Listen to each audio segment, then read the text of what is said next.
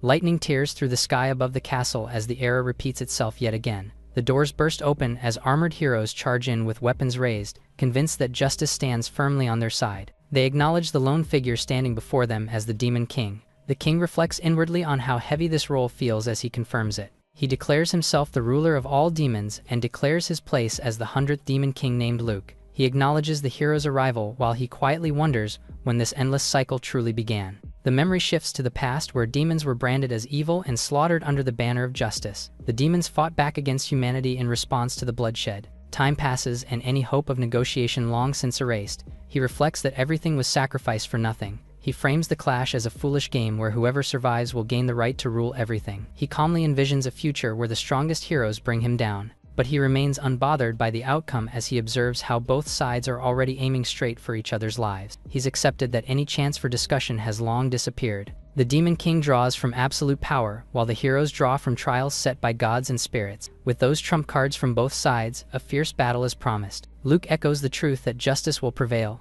which is why blood sprays as he is struck by one of the heroes. He steadies himself as he recognizes the perfectly assembled trio before him and the simple rule they follow, where heroes are just and he alone is evil. He calmly accepts that defeating him would look like the right choice from the hero's side. The hero tightens her grip and questions Luke's sudden laughter. Silence follows as Luke's expression softens. He remembers a friend's daughter and her birthday arriving the very next day. His mind drifts to a quiet memory of Iris as he imagines a visit. The vision sharpens into her bright smile as he accepts that the fall of demonkind is drawing close.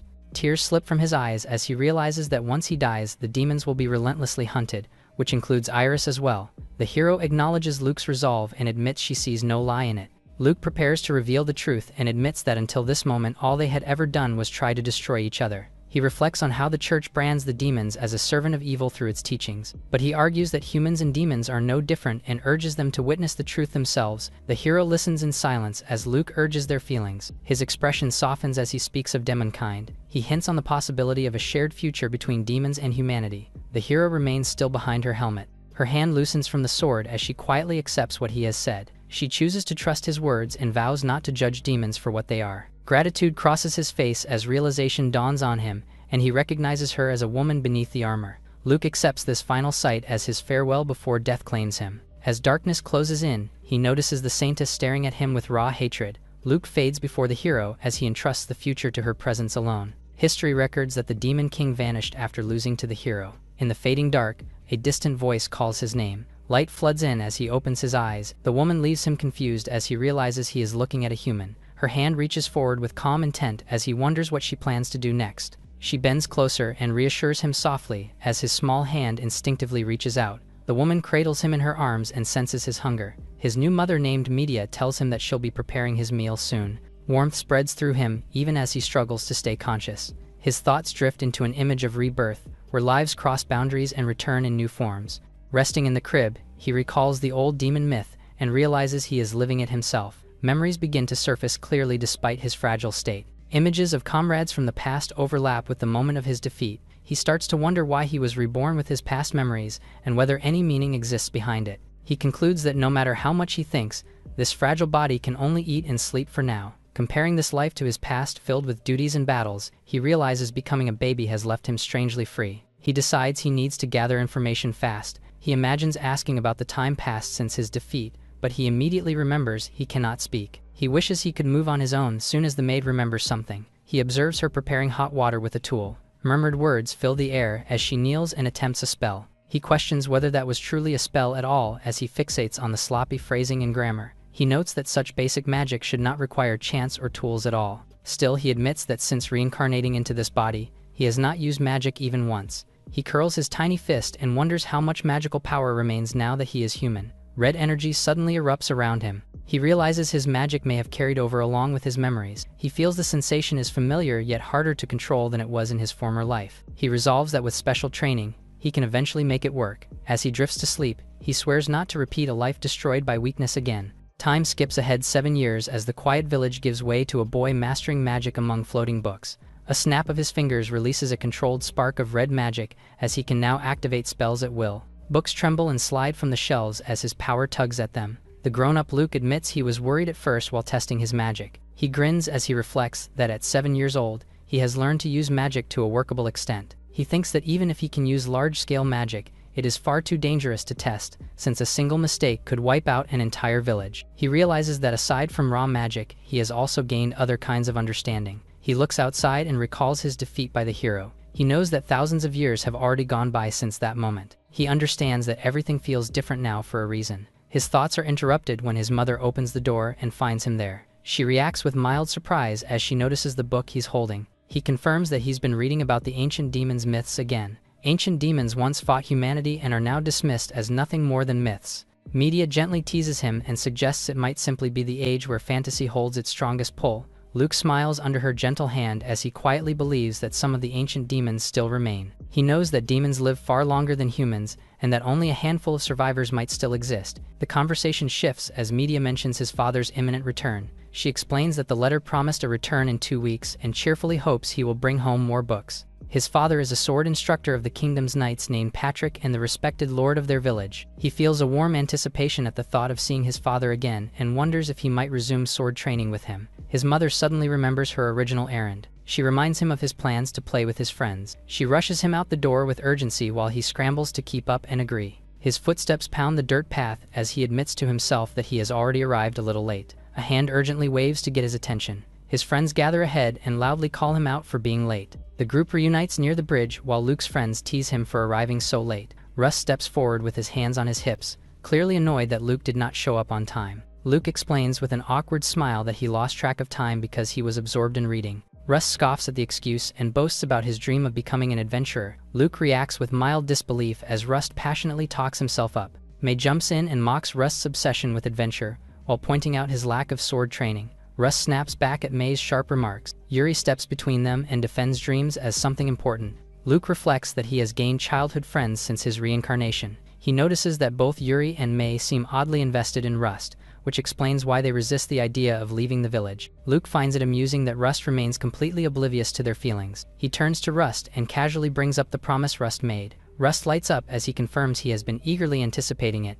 Rust reveals that today is the day something special is supposed to happen. The group pauses in unison as Rust excitedly declares that real adventurers are coming. The others cautiously point out that visitors do pass through the village from time to time. Rust launches into a fantasy of legendary adventurers blazing trails and becoming heroes of myth. The group resigns to his excitement and agrees to head to the village entrance. The group sprint through the street as they notice a crowd forming ahead. Rust peers ahead with anticipation. Rust sees the townsfolk gather near the gate. The group looks awkward when they realize the adventurers have not arrived yet. Rust grows impatient and starts fidgeting. He suddenly decides to run ahead to check the front, leaving the others shouting after him. Luke watches Rust go with a small smile as his thoughts linger on adventurers. His thoughts drift to the modern role of adventurers as explorers and monster slayers in lands long untouched. He wonders if this change is simply the result of time passing. His reflection is abruptly cut short when a scream snaps him back to the present. A feral monster bursts from the forest as panic spreads. The beast charges straight toward Rust. Luke steadies himself and gathers power as he recognizes the creature as a forest monster that cannot be taken lightly.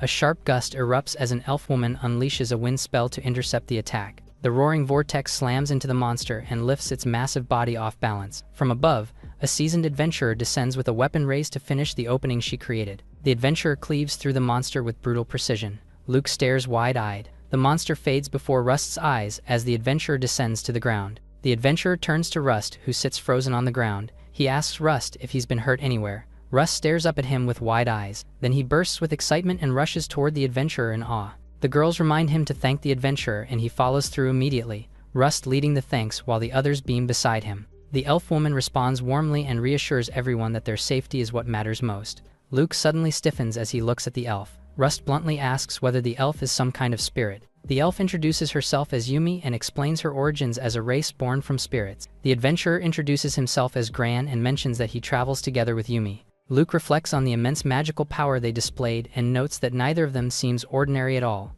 Yumi and Gran remark on how surprising it is that village kids like Rust dream of becoming adventurers. Rust reacts instantly with flushed cheeks and an enthusiastic answer. He declares his dream with raised fists as Yumi and Gran watch with amused approval. Gran ruffles Rust's hair and reassures him that the dream itself is not impossible. His tone sharpens as he warns that chasing such a path without proper training would be deadly. Rust accepts the warning with sparkling eyes. Gran promises adventure stories if Rust shows them to the inn. Yuri and Mei watch from behind and comment on how boys never really change. Yumi notices the tension between the children as Luke tells her it as a typical childhood love triangle. Yumi asks about Luke and he claims to be nothing more than an observer. The elf leans in with a playful smile and points out how unusual he is. She teasingly suggests that he should stake his claim early, which he flatly dismisses as terrible advice for a child. He tells her that he finds situations like this more fun to simply watch unfold. His comment makes the elf pause in visible disbelief. She sighs and takes back her earlier praise while he decides to guide her to the inn as well.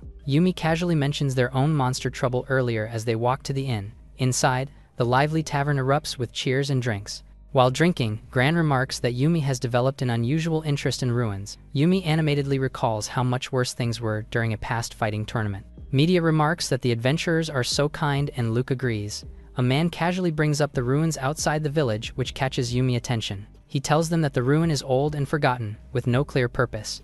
Yumi hints that the ruins may hold more meaning than they appear to at first glance. Yuri suddenly blurts out her theory that it might have been built by ancient demons. Gran casually shuts down the theory as he grounds the fantasy with a veteran's skepticism. The elf still clings to the romance of the idea, while Luke quietly considers that Gran's blunt realism might be correct. By a single glance, the ruins feel clear they are tied to ancient demons, even if there is no way to truly prove it yet.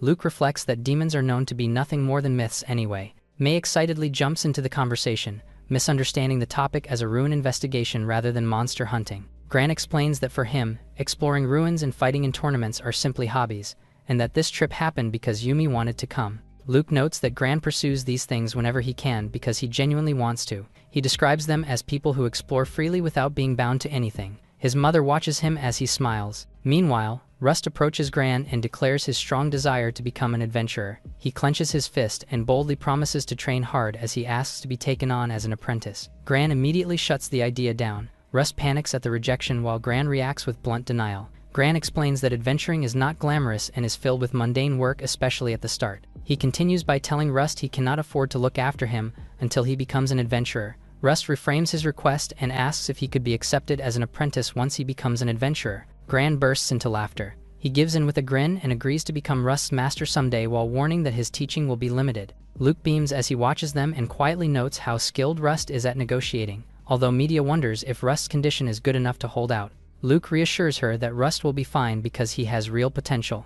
Across the table, the girls sit together as the idea that Rust will become an apprentice settles in naturally. They agree that it is good for him but still feel uneasy about how fired up he might become. Yumi suddenly pulls both girls into a cheerful hug as she asks what they are whispering about. The girls flail in surprise as Yumi apologizes for scaring them. She casually says she just wanted in on the girls' conversation. The girls freeze in shock as Yumi bluntly wonders if their talk was about love troubles. The girls deny it completely and insist they are only worried because Rust can be clumsy. Yumi softens her tone and admits she might be overthinking. She admits she's certain that Rust will achieve his dream. She asks them if staying behind in the village will truly be enough when the time comes to see Rust off. The night grows late and an adult voice cuts in. The innkeeper firmly tells the children to leave. Media gently calls him to head home together. Before leaving, Luke reflects on how interesting Gran and Yumi are to him. As the two adventurers wave goodbye, Luke could only wish to have heard more stories from them. Walking outside, Luke wonders when the village last felt this lively. The loneliness that follows a party settles in as a familiar feeling that never really changes. Media calls out to him. She looks up at the sky and hints that he will choose to do something too one day.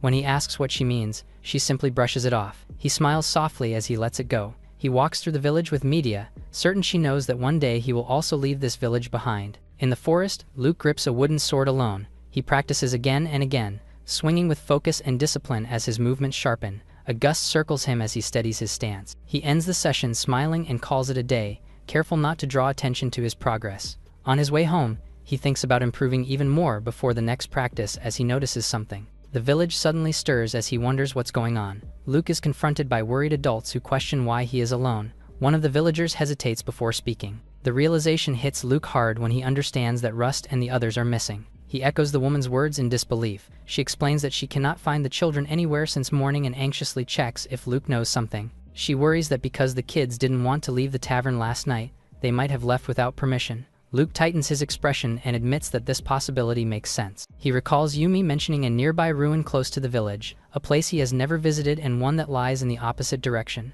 Luke says he will search for them and rushes off. He reassures her that he will do his best. Luke sprints away and notices Yumi before him. he suddenly stops as recognition sets in. He locks eyes with Yumi as she turns toward him. Yumi warns him to stay back as she raises her hand and declares she will form a protective barrier. Surrounded by swirling mana, Yumi invokes the spirits bound to the forest and offers her own power in exchange. Luke urgently stops her and explains that Rust and the other kids have gone missing. He says they are likely no longer in the village and they might have headed toward the nearby ruin. She apologizes and admits she cannot interrupt the barrier spell she has already begun casting. She fully activates a mystical wall that surrounds the village. He reacts in shock and protests, while she insists that safeguarding the villagers must come before anything else. Before she can finish explaining the truth, something violently interrupts. A massive flying magic machine suddenly appears overhead. He realizes these machines came from the ruin and understands that several of them have already slipped past the barrier into the village. His expression hardens as he recognizes how serious the situation has become. He identifies the machines as demon-made weapons designed to kill humans. With Yumi's barrier holding firm, the village is spared while the flying machines drift past. Yumi points out that the real mystery is not the ruin itself but what happened after they tried to return. As the wall suddenly collapsed, Gran stayed behind to keep fighting the massive magic machines alone. Luke pieces together that the ruin was a deliberate trap and that something must be controlling the machines. He abruptly tells Yumi he needs to go somewhere else right away. Yumi turns back in shock. She insists she cannot cancel the barrier and reminds him that he is still just a child. She explains that only the caster can decide who is allowed to pass through the wall and urges Luke to go home. As Luke reaches out, the barrier reacts violently with a surge of red energy. The magic engulfs the barrier as the wall distorts. Yumi panics as she realizes something is interfering with her spell. Luke calmly apologizes and reveals that he is forcefully altering the magic formula. Yumi recoils in shock, unable to believe that rewriting a completed magic equation is even possible. As the barrier shifts and tightens around them, Luke adds one last condition. He explains that he boosted the barrier's output using her own mana. He tells her she cannot leave and that the same restriction applies to anyone who passes through. Luke says he is counting on her as he turns away, determined to find his friends. Yumi shouts after him in frustration as he dashes off. She stares after him in disbelief, struggling to process what he just did. The entrance to the ancient ruin looms quietly. Gran notices that even if the machines are active, they are not attacking. He warns everyone to stay absolutely still, suspecting the construct reacts only to movement. He admits under his breath that at this pace he will not be able to protect everyone. Luke suddenly appears and rushes toward Gran. Gran demands an explanation while Luke urgently explains that Yumi is casting a barrier around the village to keep people safe. Gran immediately orders Luke to hide with the other children. Luke notices that at least for now, everything seems stable. He looks at Gran's opponent and sees a giant construct once designed for civil labor, but repurposed for combat in emergencies. He steels himself and realizes that he may be the only one capable of stopping these titans. He concludes that these monsters have the same purpose as those flying outside the village. Luke studies the distance while Gran panics behind him. Despite Gran's warning, Luke walks forward anyway as the others desperately try to stop him. Rust and the girls cry out in fear. Luke reassures Gran that he will be fine and asks him to trust him completely. A stone titan shifts its weight. The titan's red eye sharpens. Luke narrows his gaze and plants his feet firmly on the ground. The titan hums ominously. Luke realizes this is as far as he can go without triggering an attack. Gran realizes they are like sentries guarding the ruin. Luke quietly agrees in his thoughts, noting that he has no memory of this ruin and suspects it was built after his death. He steps forward with resolve and declares his intent to go inside, only to be stopped immediately. Gran firmly refuses and makes it clear he will not allow Luke to risk his life over their mistake. He emphasizes that Luke is still just a child and lacks the strength to fight. Luke processes his words as if testing their meaning. He concludes that everything should be fine as long as he is strong enough. Luke confirms Gran's condition and asks him to watch what he's about to do. He sprints straight toward the towering stone giants. One of the titans locks its red eye onto him. It raises its weapon up high. Luke's boot slams into the ground. Red energy coils around his body as he leaps high into the air. His expression sharpens into calm focus as he draws his fist. The punch lands squarely into the titan's body and shatters the stones. Gran and the others stare in disbelief. Luke lands low between the titans as they close in. He focuses his power into his hand and braces himself. The titan's weapon halts before his touch. He redirects the force and slams the weapon away, targeting the same titan who wielded it. Gran stares in disbelief as Luke stands amid the shattered stones. Luke turns back and asks if his strength is enough to see this through. Gran hesitates and admits he cannot judge the full extent of that power but insists on setting limits. He explains that the ruin is dangerous and insists that either he or Yumi should be present inside. He plans to return the other kids to the village and promises to come back after escorting them safely. He lays down the strict condition and asks Luke not to proceed further until he returns. Luke turns to the others and calmly tells them to take care. The girls admit their mistake and worry about him. Luke gives a casual wave as they turn to leave. He looks ahead with quiet resolve and suggests that it is time to head inside. He places his hand on the glowing console. He notes that shutting down the magical machinery was simple once he got inside. He scans for additional data and pauses when he notices something else. He realizes there are no long-range attack systems listed in the controls. He realizes that the machines outside were designed purely for defense rather than offense. The thought unsettles him as he wonders if the ruin exists to protect something important. The display reveals a large chamber deep within the structure, and he feels compelled to investigate it immediately. But he remembers Gran insisting that he wait and not act alone. He smiles faintly and reassures himself that he will keep his promise. He sits down along the corridor instead. He curls into himself and convinces himself not to remember his past life's memories. The building, once bustling with people and noise, is now reduced to a lonely echo around him. His eyes lift slightly as a voice calls out. Gran arrives at last as he apologizes for being late and checks on Luke. Luke forces a small smile and reassures him that he is fine. He explains that the ruins are cold by nature, especially this deep underground. He asks if the magical machinery has stopped and receives confirmation that everything has shut down cleanly. When asked how it was done, he shrugs it off as an accident from touching things. Gran asks him about Yumi Barrier. As he suggests casually rewriting the spell again, Gran cuts in firmly. Gran tells him that even a skilled magician would need time to manage it. Luke internally admits he expected things to go faster with Yumi's skills. He assures Gran that he will lift the barrier and points out that moving deeper inside feels more important. They stop together as they arrive. They wonder if this is truly the innermost chamber.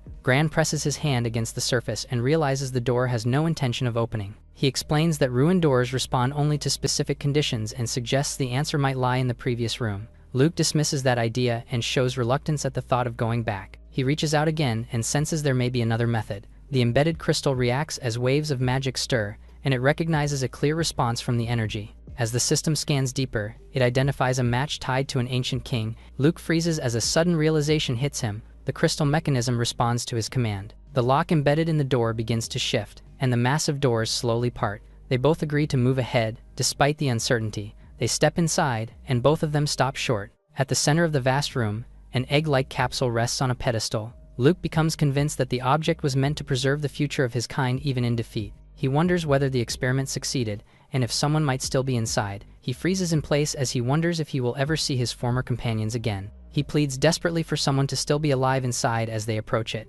He leans forward in worry and anticipation. He recognizes the sleeping figure at once and calls out her name. A memory surfaces of her smiling on her last birthday, a moment he never got to celebrate because of the war. Realizing how much time has passed, he trembles at the thought that they might finally reunite after thousands of years.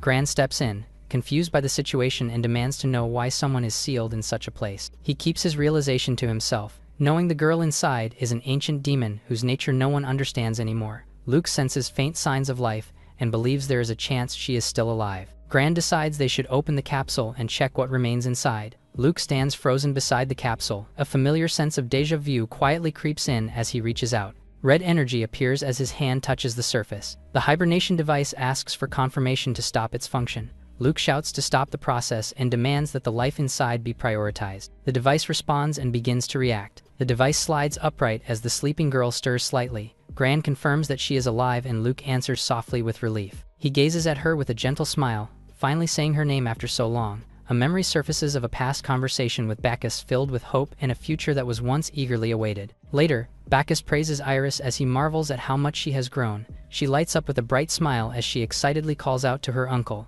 The memory fractures as the device finally opens. Iris lies peacefully within the capsule. Her closed eyes twitch open. She slowly opens her eyes as she awakens. Gran and Luke watch closely. Iris's eyes burn crimson with power, and Gran instantly realizes the danger she poses. Gran is violently thrown back by a sudden surge of power. Luke turns in panic toward the source of the magic, demanding to know what Iris is doing. He freezes as realization dawns. Iris rises as her power spirals from her hand. Luke reminds himself that he is now a human. Iris steps out of the device and moves towards Luke. He recalls how humans and demons have long been locked in bloodshed. Iris names him a human as she gathers more power. Her expression hardens as she raises her hand and condemns the human before her without hesitation. A violent surge of magic erupts outward as her attack detonates. She steadies herself amid the fading blast. She vows revenge even as smoke drifts between them. She freezes when she senses something wrong. Luke appears holding her pulsing red mass of magic. He gathers it all into a blob and calmly acknowledges her growth. He explains that this kind of magic was once a simple game to him back when he lived as the Demon King.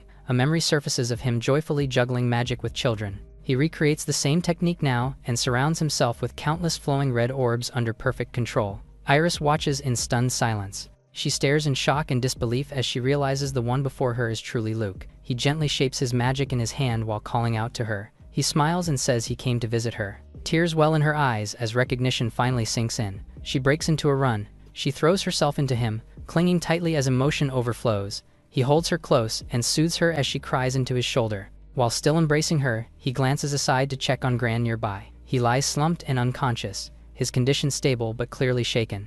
Luke suddenly grows serious as he senses that the situation is not yet over. He studies the blast she released and realizes its output closely matches a soldier's magic bullet rather than anything of her era. He recalls that this level of magic should not have existed back then. The present snaps back as she breaks down in tears. His teasing reaction only leaves her stunned and flustered. She lashes out in embarrassment and frustration, admitting she had been preparing herself to avenge him the entire time. She pauses and hesitates as a new doubt crosses her mind. She notes his speech and even his body no longer matches what she remembers. Her rapid questions pile up until he spirals in confusion. He softens and promises to explain everything carefully. Before anything else, she checks on Gran and relaxes when she learns he is still alive. She panics over Gran's condition while Luke tells her she has to apologize to him later. He tells her that he only met Gran not long ago and insists that he is not a bad person. Iris brightens at Luke's reassurance when he says that they'll tell him it was only an accident. He casually remarks that it would be inconvenient if Gran woke up right now. He suggests they talk while they wait and admits he has many things he wants to ask.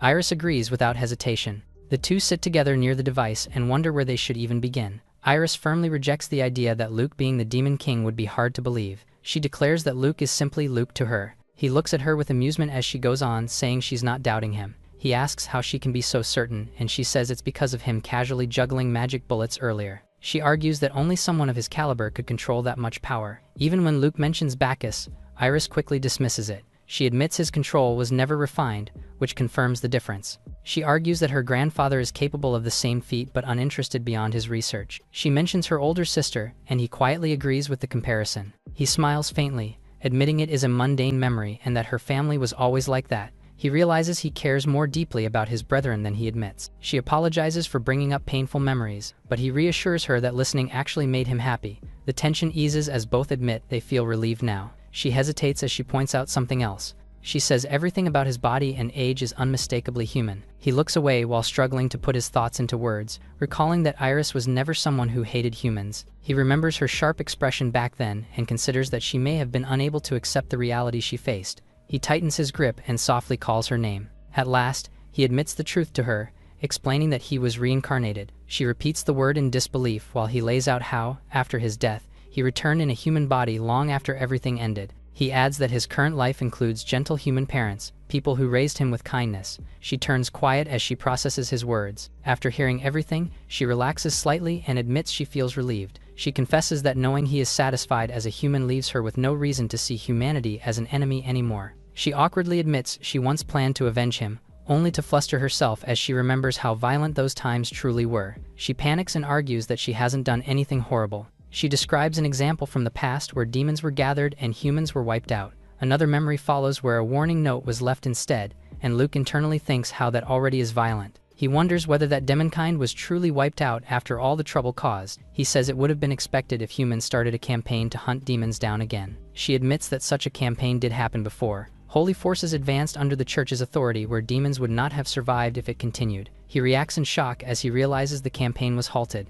She answers calmly that it was not a choice but a limitation. She explains that humanity split into two factions, one under the church and the other under the hero who defeated him. He stares ahead in stunned silence. He realizes that the hero did keep her promise. Iris reflects on the irony that those who once killed the Demon King are now the ones protecting his former people. When asked what became of humanity after that war, she admits that she truly does not know. She recalls being captured during her resistance and falling into deep hibernation before she ever regained consciousness. He's stunned by the idea of a human capturing a demon without receiving any damage. Iris recalls how the captor used a magical device to block her senses, and she believes it was a woman based on the presence and silhouette she remembers. She admits she still does not know the reason behind that act, but looking back she feels grateful for it. Iris explains that because of that intervention, she was finally able to meet Luke again. He quietly calls her name in awe. Iris tugs at his sleeve and leans closer. She confesses that during the time they spent together, she was genuinely happy. She remembers how he always made time for her despite his work, playing with her and celebrating her birthday every year.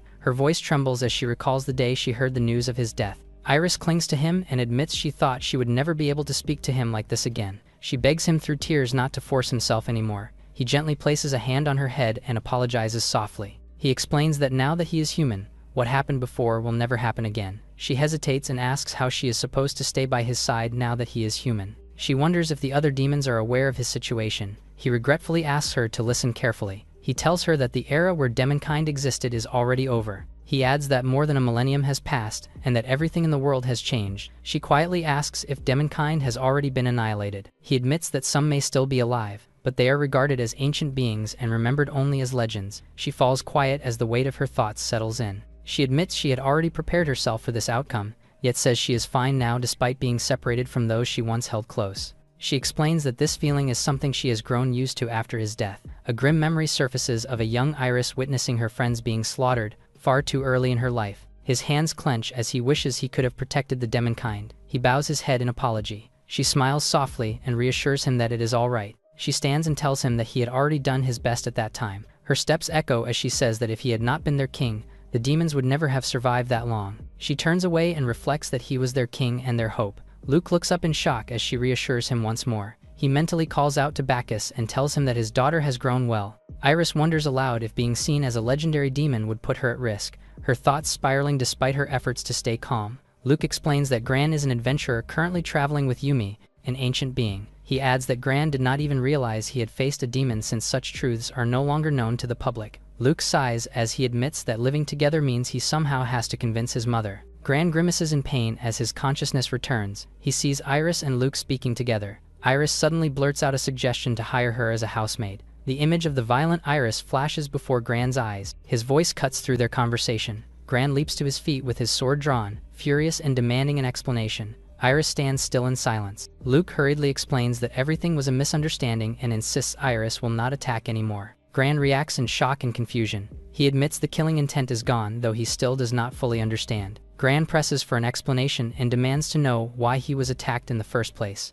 Iris lowers her head and frames it as a simple case of mistaken identity. She apologizes directly as she admits Gran looked like an enemy tied to someone precious to her. Gran stands in silence as he absorbs the weight of her apology. He reflects on her words and pieces together her past and realizes her strength came from pain endured too young. He acknowledges how harsh life can be. He finally accepts the explanation and decides to treat it as an accident and urges them to move forward together. Both of them look relieved now that the tension has eased. She bows politely to Gran in thanks, while he awkwardly asks her to stop being so formal. Gran raises concern about Iris while Luke admits that is exactly what he wanted to bring up. He explains that Iris has no family to return to and that she appeared after being sealed away in the ruins. He suggests village life might suit her better, reasoning that the city would only lead her into hardship. The group quickly agrees to head back for now. Walking through the ruins together, Gran wonders aloud if this place truly belonged to an ancient demonic race. Luke reflects that while there is no proof, the connection feels undeniable in his mind. He reflects that meeting Iris was only possible because of this place.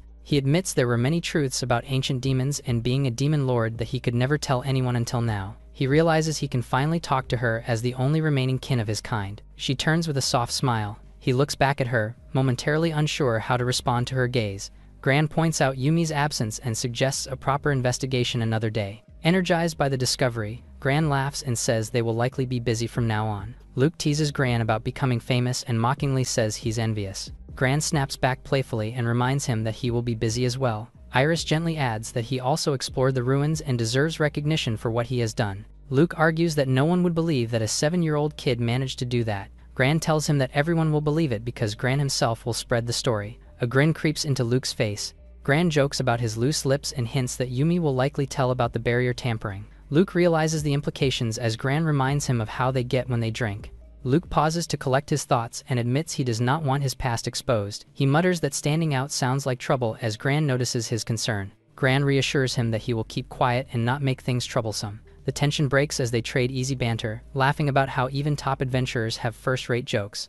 Luke reflects that his trust was not misplaced since there is no sign of betrayal. He decides they seem trustworthy enough to talk about things someday. He walks ahead and thinks he will return later and sort out his feelings after some time. Without warning, the ground shakes violently and the ruins crumble behind them. They look back in horror and confusion as rubble collapses. Gran shouts after it as he sees the remains. He mutters that things like this just happen sometimes, especially when he is with Yumi. He explains that what remains here is nothing more than the village's magic machine and scattered fragments of the giant it once relied on. He shrugs it off by saying that even this outcome is still better than being left with nothing at all. Iris hesitates for a moment. With a tired smile, he admits that Yumi is definitely going to cry when she sees what became of the place. Footsteps crunch softly as the group begins moving again. Luke feels nervous now that they are about to meet Yumi face to face. He recalls how her chanting and control of magic were impressive, and how he simply rewrote her barrier without hesitation. He concludes that Yumi must already be inside the barrier as Gran announces their return. Luke quietly calls out her name. Ahead of them,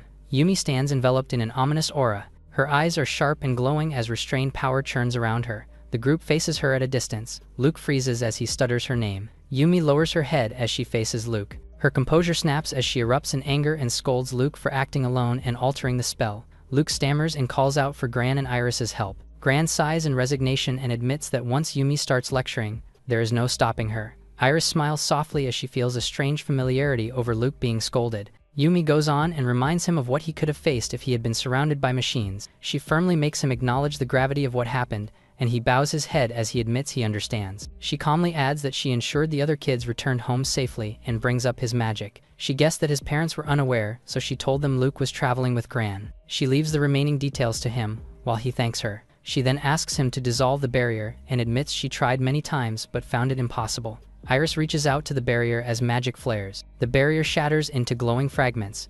Yumi panics in disbelief as Iris stands calmly before her. Iris smiles gently and asks if everyone is fine with this outcome. The group erupts into mixed shock and noise as Luke leans over her. Iris smiles wryly as she admits Yumi might be going a bit too hard on the uncle, so she wanted a small personal revenge. He said she should have intervened while he was being scolded, but she admits she understood why Yumi was angry. Gran sighs with a tired smile and suggests calling it a day. He tells Yumi to head to the inn while he takes care of escorting the others. She points towards them and calls out both Luke and Iris together. She sternly reminds them to explain everything properly the next day. The group prepares to move, with Gran telling Luke to lead the way. They walk back to the village and ahead of them, Media stands waiting. Luke notices her and stops. His mother's expression tightens. She finally confronts him about his absence. He admits he went out briefly and reveals it was to the ruins. She steps forward and strikes him across the face. Their faces both struggle with guilt and anger. She suddenly pulls him into a tight embrace and drops to her knees. She admits she was scared and needed him to understand that fear. He apologizes quietly while holding her,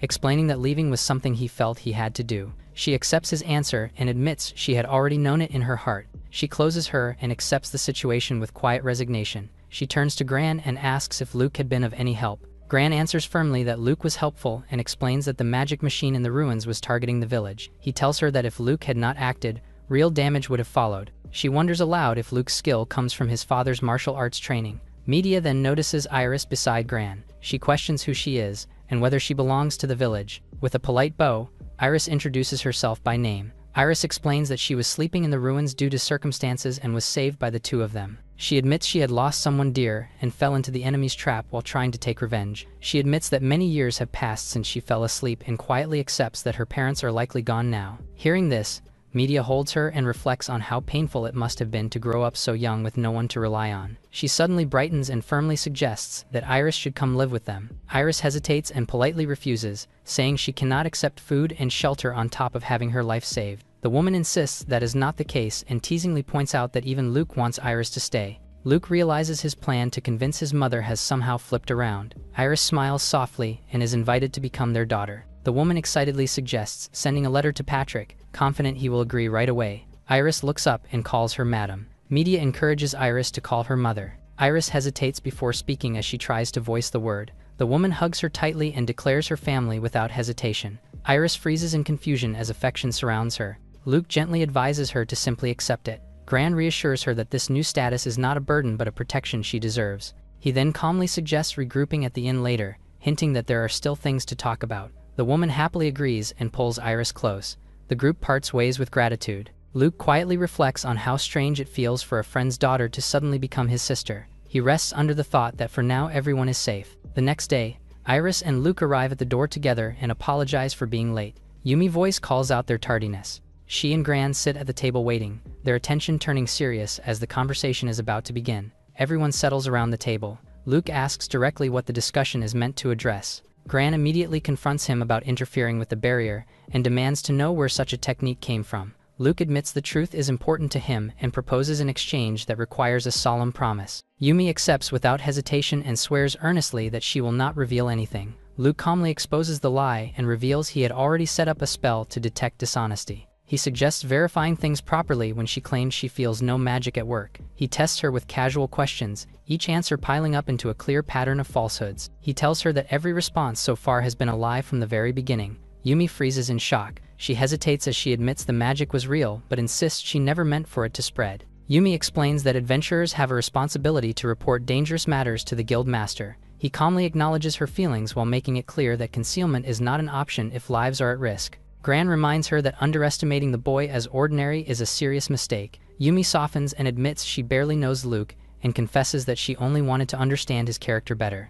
He accepts the apology with ease as he senses she's telling the truth. They discuss whether the incident must be reported despite attempts to keep it quiet. She carefully asks about his ability to use contract magic and wonders if he can teach her. She quickly withdraws the request, and admits altering magic is itself a troubling matter to report. He points out that silence would make reporting impossible, and asks Gran if that compromise is acceptable. Gran admits he never planned to tell anyone and jokes that strictly following guild rules would be pointless given the outcome, as Luke reflects that they are just a carefree pair as he first thought. He checks if Iris is fine with the decision, and she gently defers the choice to Luke without hesitation. With everyone aligned, Luke begins forming a contract as magic gathers around his hand. He formally declares the terms to all parties, binds the secret between himself and Iris, and forbids any disclosure as the spell takes hold. The magic coils around Yumi as the contract takes hold. The spell completes as the agreement is sealed before their eyes. Luke settles back and prepares to explain everything plainly, despite expecting disbelief. He reveals that he and Iris are ancient demons. Gran and Yumi sit stunned in silence. Yumi blurts out,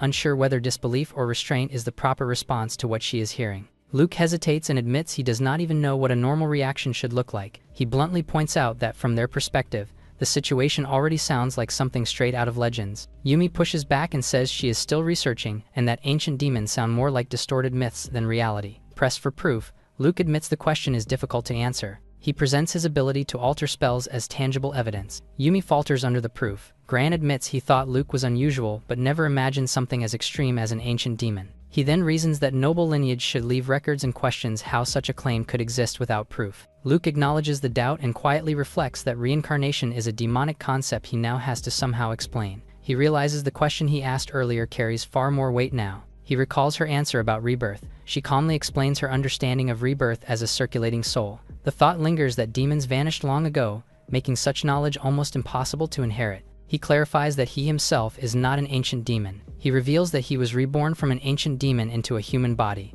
The others react in shock as the idea of rebirth becomes undeniable rather than theoretical. He admits his past death and reveals that he and Iris already knew each other before this life. He says their meeting in the ruins was no coincidence. Gran turns to Iris and she gently denies lying about revenge and that she truly lost someone precious to her. She explains that the person she lost is Luke. She reveals that Luke was once her father's friend. Luke took great care for her after freeing time from his duties.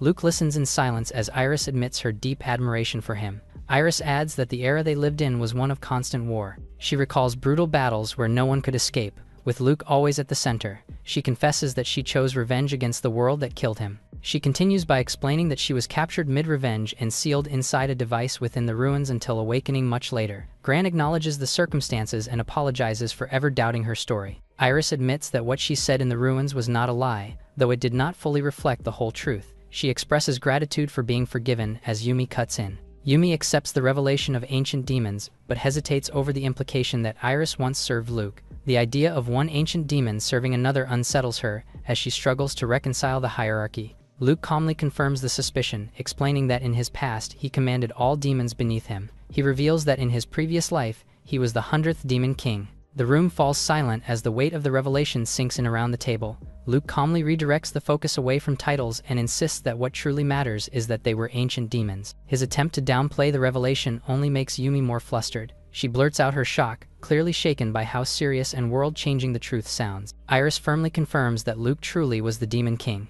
She excitedly recounts one of Luke's legendary feats and describes a mountain destroyed in battle as proof of his power. Gran cuts in to steer the conversation back on track. He asks why Luke chose to reveal such a dangerous truth in the first place. Luke answers simply that he wanted honesty and a chance to live openly without deception. He reflects that despite being a reincarnated demon king, his current life as a powerless child leaves him unable to act freely. He tells them he has grown attached to village life and wants time to quietly gather knowledge about the outside world. Gran asks directly if that means they are being asked to serve as a bridge to the outside. He clarifies with a loud and awkward example that he wants visits and contact rather than a formal connection. He adds that these visits might help him find future companions. He responds calmly that a lack of deep knowledge does not bother him at all. He admits he mostly just wants to talk with different people from time to time and asks if that is acceptable. Gran scratches his head and notes that the honesty is not wrong but surprisingly blunt. He starts to agree before hesitating as he searches for the right words. He reminds them that, as adventurers,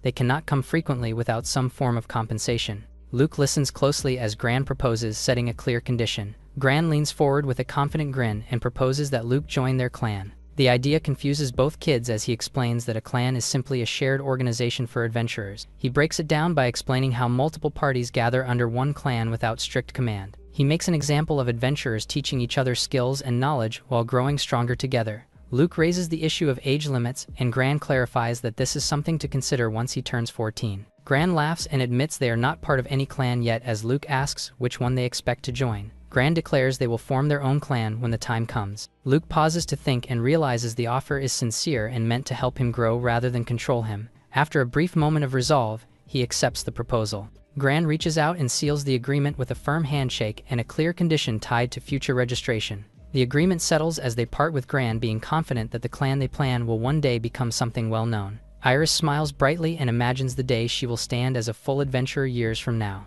Luke answers her with quiet certainty. He pauses and gently calls out to her. He admits his desire to understand why he was reborn as a human and what became of the world after the hero's victory. Luke asks her to accompany him on a journey to uncover that truth. Iris accepts without hesitation and promises to accompany him everywhere. Luke adds that they must first speak honestly with the family and villagers. He cannot help but wonder how his family will truly react once they realize he is leaving. The moment is interrupted when Media cheerfully calls out to them. Their mother's confusion echoes at the table. She freezes mid-bite as the idea of him leaving the village hits her all at once. His expression turns to worry as Media struggles to speak. She smiles gently and admits she has always felt like he belongs somewhere beyond the village. He listens quietly, realizing his past thoughts may have shown on his face. She reassures him that she accepts it, but she's not sure about his father. Iris tilts her head in concern as he asks what kind of person their father is. Luke reassures her that their father has a quiet strength and strictness when it comes to swordsmanship. Media suggests fighting with a sword to convince him.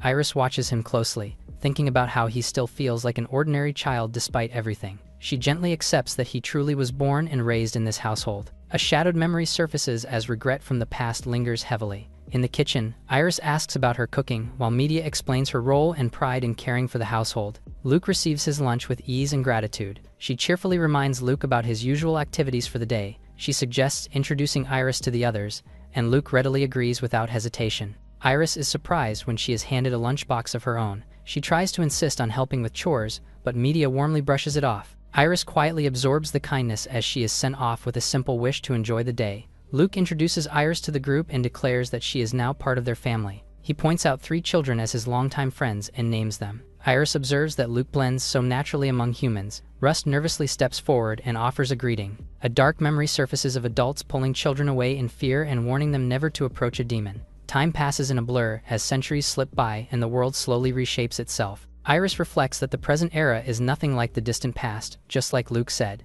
A simple handshake bridges the gap between past prejudice and present understanding. Iris pauses in quiet surprise. She notices Yuri and May staring furiously at her. Iris quietly wonders whether people in this era still carry hatred toward demons, while reassuring herself that most of the truth has already faded. Luke calls Rust out for sword practice as the tension rises. Rust dashes off enthusiastically and leaves the girls to themselves. Iris hesitates and lingers. The 2 girls look at Iris as she wonders aloud if they're mad at Rust for them to be glaring at him. They pause in silence and exchange looks. One of them bluntly points out that Iris seems oblivious to Rust's obvious blushing. May mutters that Rust was blushing hard because of Iris. Yuri worries that if this keeps up, Rust might seriously fall for her. She apologizes awkwardly and suggests that if Iris has no interest, Rust should not be led on. Iris giggles after their words sink in. May tells her this is a serious matter, which makes her nervous. Iris explains that she thought she might have been a bit oblivious. She apologizes to Rust and admits her heart already belongs to someone else. The two girls lean in with mischievous grins, clearly eager to hear the full story behind her confession. Iris tells them that the person she likes is older than her and clarifies that Rust is out of the picture. Yuri presses for details and asks just how much older he might be. She wonders aloud if it was far more than a few decades. The girls panic as they realize the man Iris likes is technically an adult and praise her maturity while freaking out. They spiral into shock at the implications, thinking it could only be Gran or Patrick. The girls rally around Iris with bright smiles and acknowledge the difficulty of her feelings while promising their full support. Iris is caught off guard by their words, yet quietly accepts them. She realizes she gave a vague answer without thinking. Iris reflects on how long it has been since she last shared a conversation like this with friends. Memories surface of her past companions joking about boys and unspoken feelings she once struggled to understand. One of them teasingly presses her about whether she likes someone. Iris remembers her confusion back then, unsure whether what she felt was affection or something deeper. Before she could ever figure it out, that past was torn away and left her separated forever from her friends and family. She snaps back to the present as she is called out. Her friends wave her over warmly as they urge her to stop overthinking and come along with them. Iris pauses as she walks. She smiles quietly to herself and acknowledges that these are her first human friends. The three girls start moving together. Iris blinks and steadies her breath. Her thoughts settle on Luke as she reflects that the most important person is already close to her. She lifts her hand and decides to do everything she can this time, so she will have no regrets. The girls watch the boys training as one of them recalls how unexpectedly she was shaken by Luke's actions. Iris immediately asks what she means. Yuri and May excitedly recount how the giants were taken down and dramatize the event while laughing it off. They speculate about his strength and credits it to his lineage and own hard work. Iris hears that Luke has been taking a lunchbox every morning while training hard. Back in the kitchen, Iris hesitates as she gathers her courage. She calls out to her mother, who pauses and turns toward her with mild surprise. Iris struggles to speak while Media gently asks what is wrong. Iris finally steels herself and asks her for a favor she has clearly been rehearsing. Media clasps her hands and openly wonders what kind of request could be coming from Iris. Her excitement grows as she frames it as a heartfelt moment. Iris immediately flusters and denies any dramatic meaning. She gently acknowledges the timing and asks if it's truly okay to be her daughter. Media bends down with concern as she senses that Iris might be troubled by the idea. Realizing Iris has lost her parents and how much time has passed, Media pulls her into a protective embrace. She admits that seeing Iris like this made her genuinely want to become her mother. Iris freezes in shock, overwhelmed by the depth of that feeling. Media explains that she simply wanted to give Iris support and a place she could always come back to. She promises with sincerity that she truly wants to give Iris that kind of home. Iris blushes when Media brings up Luke. Media explains that it comes from how deeply Iris cares for him. She reflects that when Iris first woke in this world, the very first person she noticed was Luke. She sensed Iris held special feelings for Luke from the beginning. Even without formal adoption, Iris worries about her place and whether she is expected to act like a servant. Media pauses and softens. She explains that together with Luke, she wanted to create a place where Iris could truly belong. Iris listens in silence as she realizes her idea of family has always been complicated and distant. She recalls a past life where Luke and his family stood apart as figures to be revered. Media reacts with warm surprise as she notices Iris. Iris breaks down into tears even as she tries to explain herself. Media gently comforts Iris while reminding her that she has not yet shared the true reason she came here. Iris shyly admits that she wanted to learn how to cook. Iris explains that she learned a little long ago and hoped to improve so she could make food for her dear brother. She confesses that she wanted to learn properly so she could cook for him. Media lights up instantly. She enthusiastically agrees to teach Iris and treats the request with excitement. Iris panics in embarrassment when the conversation suddenly veers into talk of siblings and marriage. Laughing it off, Media refocuses on food and promises to teach Iris her cooking secrets. Iris listens as she is told that Luke's affection might come from seeing her like a little sister, and she quietly reflects on her place as only a friend's daughter.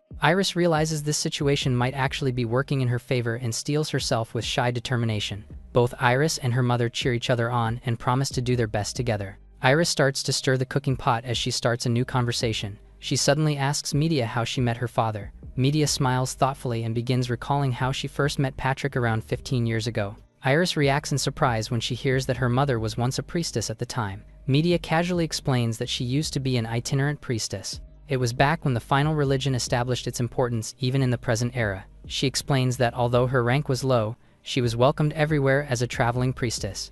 Iris learns that Media once lived a life filled with duty and constant work. She recalls that priestesses were once feared holy figures who wielded sacred power to destroy evil without hesitation. She wonders how she never sensed that kind of overwhelming presence from her mother. Media admits that it feels embarrassing to talk about as she begins recounting the past. That journey turned dangerous when she was suddenly attacked by monsters along a mountain road. She recalls how guards tried to protect her, but the monster's strength left her cornered and terrified. She wondered if this was where her life would end. Just as despair peaked, a man charged in and cut through the threat in a single motion. The sudden silence left her stunned as she tried to process what just happened. Patrick turned back calmly and checked on her condition. She felt her heart skip as she looked up at him in awe. She remembers how his rough manner contrasted with the warmth she suddenly felt inside. At that moment, she realized she was already certain this man would become her husband. Media laughs and explains that it was never a matter of wanting, only knowing. She recalls how she thanked him and asked where he came from before parting ways. She then requested to be transferred to a church near his workplace. She gently explains that loving someone means choosing effort long before anything else. She recalls Patrick in his younger days, admired as a promising knight who drew attention wherever he went. Women would gather near the fortress where he worked and leave gifts behind in hopes they might reach him. She realized that beneath the praise and attention, he was still just an ordinary knight. The gifts piled up endlessly, and Patrick would just give them away to other soldiers. So she decided to give him something sincere that would not trap him in admiration alone. She approached a guard directly. She asked him to give the food she prepared to Patrick as a token of gratitude. She tells Iris that when the container was returned, a letter came with it that changed everything. She received a note where he thanked her and suggested spending time together, which made Iris quietly hope it might work for her too. She nervously asks Media if that plan would also work on her older brother, and Media reassures her that he is quite similar to Patrick. She gently asks whether it's the reason that Iris wants to try cooking herself. Iris smiles and admits that it is. Media happily agrees to teach her special cooking techniques that Luke likes. Iris smiles to herself as she looks down at a neatly packed basket filled with food.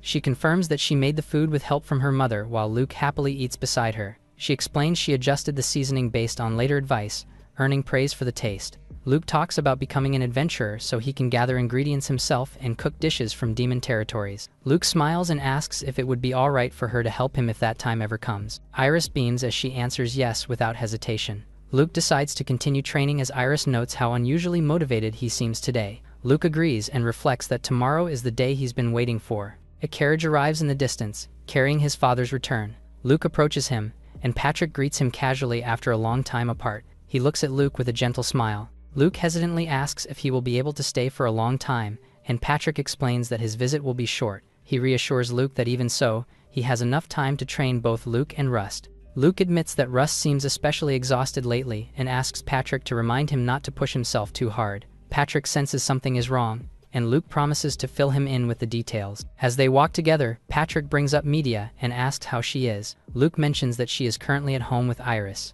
Patrick recalls reading a letter about Iris becoming their adopted daughter and wonders aloud why such a thing came to be. He directly asks Luke how he feels about it, and Luke says that he does not mind at all. He tells his father that Iris is polite and well-behaved. Patrick starts to tease him about Iris as Luke firmly denies it and insists she is family. He notes mentally that his father would never know that Iris is still only a friend's daughter. Patrick explains that by the kingdom's laws, siblings without blood ties are allowed to marry. Luke mutters that the issue is not legality. Patrick realizes that the chance of marriage feels slim because Luke already sees Iris as a real sister. They finally reach home and announce their arrival. Media welcomes him back warmly with Iris and the maids. Patrick greets Media with relief and concern, but she brushes it off and says she is doing fine. Patrick turns his attention to Iris and confirms her identity while she nervously answers him. He thanks Iris for the food she made and suggests they go inside to talk properly. Inside, the conversation shifts to magic tools as plates of food are served. Luke listens quietly as the adults discuss how magic tools circulate among powerful nobles. He reflects that asking Gran for help was the right choice,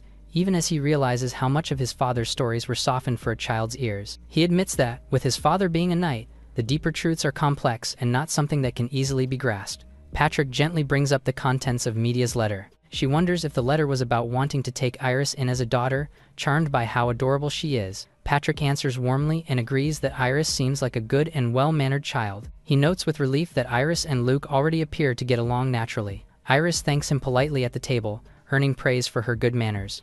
Luke smiles as Patrick promises to submit the adoption forms once he returns to the royal capital. Then he grows quiet and concerned. He hesitantly brings up a serious talk with his father. Patrick invites him to explain what is on his mind. Luke declares that when he turns 14, he wants to become an adventurer. Patrick accepts the idea at first and notes their noble status while hinting that it comes with complications. He explains that even as an adventurer, Luke can still inherit the family, and that alternatives exist if things become difficult. He clasps his hands and warns that the path of an adventurer is far harsher than it sounds. Luke listens intently as his father proposes a challenge to test his resolve. Patrick sets the condition that by Luke's 14th birthday, he must match his swordsmanship. A smile forms on Luke's lips. Patrick finishes with a chilling reminder that without that strength, Luke would not survive the life of an adventurer. Luke accepts the challenge and reflects how Patrick is invoking the same fierce determination from those who challenged him in his past life. He declares that by his 14th birthday, he will become a swordsman worthy of his father's recognition. Patrick smiles with pride and affirms his belief that his son will grow strong. Their parents laugh together as Media promises to prepare lunch for both of them tomorrow. Iris smiles with relief as he shares that he is glad for now. He raises a hand and admits there are still many gaps in his swordsmanship and physical strength that need work. He reflects further that his magic control has not returned to what it once was, yet he steels himself for the challenges ahead as the next day arrives. Training begins with a fierce clash of wooden swords, both Rust and Luke straining against each other. Luke finds an opening and drives through with precision, forcing Rust back to block it. Luke questions whether his pace can be matched, while Rust grins proudly at his improvement. Patrick has drilled Rust relentlessly over the past few days, and the results show in faster movements. He admits his counters are still lacking despite that progress, and Luke offers to teach him. Iris watches quietly from a distance. She notes that Luke continues refining modern swordsmanship with Rust and secretly practices magic whenever he is alone. Even though his life is calmer now than when he was the Demon King, Iris reflects that reincarnation has not erased who he truly is. She smiles softly and hesitates. Watching him swing his weapon, she realizes he genuinely looks happier than before. Still, Iris feels uneasy doing nothing herself and questions her place. She snaps out of her thoughts when a voice gently calls her name. The two girls rush up to Iris and call out excitedly as they ask her for a favor. The two girls nervously gather their courage and ask Iris to become their mentor together. Iris freezes in surprise as she repeats the word. She panics and misunderstands at first, only to be quickly corrected that they mean combat training. Iris hesitates as the girls explain they want help learning how to fight. Yuri admits she tried to stop Rust from becoming an adventurer, but he refuses to give up. May adds that at this rate Rust will leave the village, so they decided to become adventurers too. Iris realizes they need combat training if they plan to follow that path. The girls explain they talked it over with Luke a few days ago and came to this decision together. Luke reacts in shock when he hears that both of them want to be adventurers as well. They insist they are fine with the danger and plan to stick with Rust, so he will not go alone. May clasps her hand as she explains that training is necessary. Luke considers it and reasons that Patrick likely would train them, though they should aim for more than sword practice. He proposes the idea of training mid-range support. He clarifies that a support role using magic or backing up allies from afar would make sense. He explains that strengthening formations gives the front line more freedom, while close combat remains Rust's strength. He tells them that they understand Rust better than anyone. That leads them to decide to ask Iris. Since she is knowledgeable in magic and strong in her own right, Iris accepts the idea but warns that her methods are unusual. When told the training will be intense, the two respond without hesitation and fully prepared for it. They tell her that harsher training is exactly what they want. Iris questions their determination and Yuri tells her it's because they want to stay with Rust.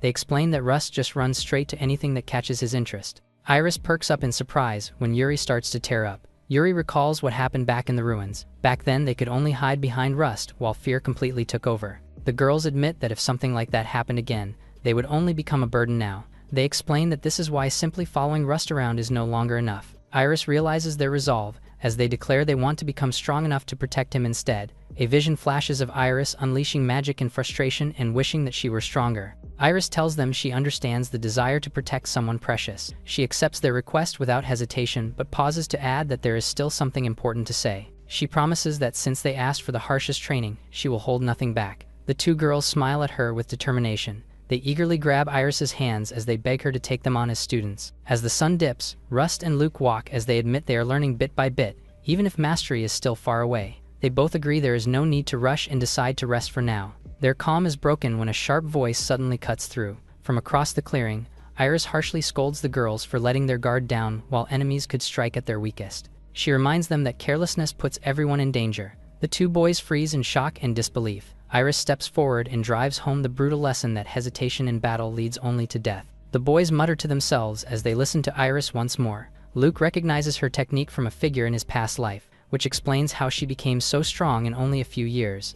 Both boys agree to keep pushing themselves and practice more before heading back. Luke reminds himself that this is not the time to rest because the years ahead will pass faster than he expects. On the day he finally turns 14, he gathers in the forest with his family. Media and Iris stand together as they watch the boys and smile at the view. Patrick steps forward and makes it clear he has been waiting for this moment. Luke grips his wooden sword and faces him head-on. He affirms his resolve and answers Patrick without hesitation. Patrick calmly lays out the rules for their final match and emphasizes that this will be a pure test of swordsmanship without magic. Patrick reminds him that experience still creates a clear gap despite his growth. To make things fair, Patrick explains that he is suppressing his strength, so the match will be evenly balanced. Luke accepts the condition and agrees that the outcome should depend on skill alone. He reflects that mastering modern swordsmanship is his way of keeping his true power hidden for the future. He knows this test would mean nothing if he relied on anything other than his blade. Patrick meets his gaze in agreement with a small smile. Patrick praises how far Luke has come and hints at the heights ahead.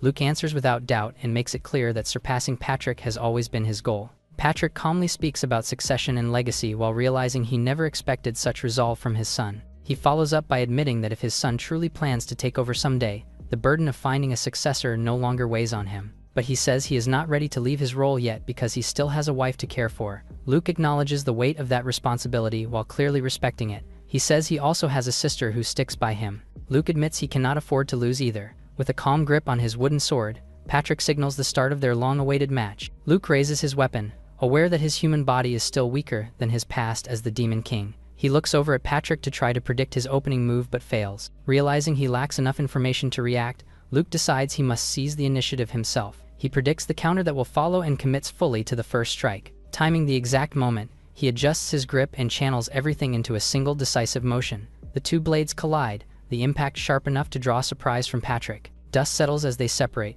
Patrick openly impressed by Luke's change in approach. Luke calmly reminds Patrick of his own lesson about keeping hidden options. Luke reflects on how much thought he has put into his growth while pressing the exchange forward. Patrick blocks with ease and observes that Luke's foundations clearly come from his own teachings. Through the flow of combat, the philosophy behind that training is a methodical process of denying escape. The clash intensifies as the fight becomes a relentless pursuit rather than a simple exchange of blows. He notes his own teaching that no matter how far an opponent flees, the pressure never truly lifts. One must continue to chase until their prey is crushed. Luke moves with frightening focus, his expression revealing experience born from real battle rather than theory. Patrick reacts with a mix of disbelief and admiration as he realizes just how extraordinary Luke's instincts have become. Luke smirks as he realizes Patrick noticed it after just a few exchanges. He recalls his long combat history and explains how his old aggressive style was reshaped into a modern orthodox form through refinement. Patrick notes that altering swordsmanship to that degree is considered a high art and not something easily achieved. He acknowledges they are both pushing close to their limits. Patrick raises his sword for one final exchange, and Luke immediately recognizes the technique. He realizes the move's strength lies in its simplicity and surpasses what he or Rust can currently handle. Still, he steadies himself, confident that he has prepared a counter for this moment. Patrick lunges forward, boots digging into the ground as he closes the distance. Luke charges in as well and meets the advance head-on. The clash culminates in a decisive single strike as they both charge in. Luke slowly comes back to consciousness. He realizes he is in a lively tavern, surrounded by laughing patrons and overflowing mugs. Iris sits beside him with a gentle smile, relieved to see that he has finally woken up. Luke asks why he is there, and Iris explains that it is because of his earlier fight with their father. She calmly reminds him that he lost the match and passed out afterward. The decisive moment replays in his mind as he recalls being struck down by the single blade technique. Luke calmly accepts the result and admits to himself that he lost. He then wonders why there is a celebration when he was clearly defeated. Iris gently tells him that their battle was not about winning or losing. She reflects that even though Rust and the others were defeated by Patrick, they still set out on their journey only a few months ago. Luke pauses as the realization settles in. The banquet is revealed as a send-off for his journey. The focus shifts to Patrick, who begins recounting memories. His parents laugh together while proudly recalling his childhood and expressing confidence in the strength he would grow into. The siblings watch with mixed amusement and disbelief as the storytelling continues without signs of slowing down. She shrugs it off and notes that drunken behavior never really changes with time. The image of Luke and her father drinking together comes to mind. The night winds down with some guests already asleep. Media calls Luke as Iris sleeps on his shoulder. She approaches with a warm smile and praises him for how far he has come. She notices Iris and asks if she is interrupting, while he explains he was about to wake her. The sudden noise startles Iris awake, her shock turning into flustered embarrassment. Media suggests returning home so she could sleep as Iris apologizes to Luke. Luke tries to excuse himself, but Patrick suddenly approaches. Patrick slings an arm around him with a grin and jokes about the star leaving early. The girls decide to head back first as they exchange warm farewells. The boys wave and wish them to take care. Patrick checks on Luke and he answers with an easy smile that he feels fine now. Luke admits he wanted a clearer victory from the test. Patrick turns serious and questions why Luke held back during the fight. Patrick bursts into laughter and brushes aside the sudden seriousness. He tells Luke not to look so shocked. Luke chuckles and says it's because he said weird things. Patrick speculates loudly that Luke cannot fight seriously because he deliberately keeps certain things hidden. Luke looks up in worry as he wonders how much his father has already pieced together. He apologizes and admits he never meant to hide the truth forever. Patrick acknowledges that it was himself who taught Luke the importance of knowing when to hold back. He then admits he expected Luke to go all out in their final match. Luke notes that his father knows he is hiding strength, but not the true nature of it. He reflects that he did fight at full strength under the rules, since using magic was forbidden. He concludes that he can continue misleading his father for now. He reflects that it is rare to see his father show so much emotion and trusts that even if the truth comes out, it will not be spread recklessly. He smiles and suggests another fight now. He proposes that this time he will fight with everything he has. Patrick questions whether Luke truly means it, while Luke calmly insists. Luke demands that if they fight again, Patrick must also hold nothing back. Patrick clarifies that even today, he did not fully let loose. Luke explains that the rematch should involve both of them using magic, without any tools suppressing their strength. Patrick stiffens and wonders if Luke is deliberately mocking him. Luke meets that intensity head-on as Patrick echoes the idea of going all out against a 14-year-old. Luke states that unless his father fights seriously, he will not be able to go all out either and proposes a secret match at dawn before his departure. After a long pause and visible hesitation, Patrick finally accepts the challenge. He warns that if they go through with this, he will not hold back and tells him not to complain if he gets hurt and delayed. Luke calmly answers back that those words belong to him. The tension breaks as Patrick laughs it off and agrees that under those terms he cannot refuse. He promises to show Luke the full power of the kingdom's top swordsman. The next day, a coin spins through the air as Luke flicks it upward to signal the start. Patrick watches with curiosity as Luke explains the coin will decide when the match begins. The coin rests in his palm, while Patrick tells him to throw it whenever he is ready. Luke acknowledges his father's confidence. He accepts the challenge outright. Red energy coils around his body as he declares he will take his father up on the offer and fight seriously. Patrick stares in disbelief as he admits he didn't anticipate Luke's power. Luke admits it's not his full power yet. He clarifies that he's not holding back, but rather he cannot control it fully yet. Patrick admits he doesn't fully understand but acknowledges Luke's seriousness. Luke agrees that it's time to start the match as he lifts the coin. He tosses it up into the air as their second match begins. The coin drops as both of them launch forward at the same instant. Patrick smiles in genuine surprise as he realizes the gap between them is far smaller than he expected. Luke admits even he did not anticipate how close they now stand. Luke tightens his grip and commits to ending the exchange in a single decisive strike. He dashes back and forces his father to brace and read the attack. Luke prepares to launch another strike. Patrick recognizes the thrust and prepares to evade. He stops himself mid-thought, realizing dodging will only invite a faster follow-up. Accepting he cannot match Luke's current speed, he resolves to knock the blade aside instead. Luke notices the choice instantly and praises the decision to meet him head-on. He presses forward without slowing, knowing that hesitation would give Patrick the opening he wants. Patrick immediately knocks Luke's sword away as he approaches. He smiles in confidence as he believes the clash has already secured his victory. Luke answers by unleashing a darker strength, overturning that certainty with calm resolve. In a violent sweep, he sends Patrick crashing down behind him. He stands over him and claims the victory for himself. The moment passes into exhaustion as Luke struggles forward while supporting his knocked-down father. He reflects on how long he has been steadily increasing his magic output since childhood. That growth proves necessary when his father's unexpected strength forces him to push far beyond his usual limits. The cost becomes clear as intense muscle pain racks his body after the battle ends. Even while carrying his father, he questions whether enduring this backlash again and again is truly unavoidable. His thoughts drift to the heroes in the past and remembers how they once surpassed their limits and overcame even the strongest demons. He admires how remarkable their efforts were and wishes to one day reach that same level. He looks up in surprise as Iris greets him. She steps forward with a warm smile and asks how the match turned out. He notes that she must have noticed the magic he used before calmly telling her that he won, although not flawless. He adds that if they fought again, he would win without a doubt.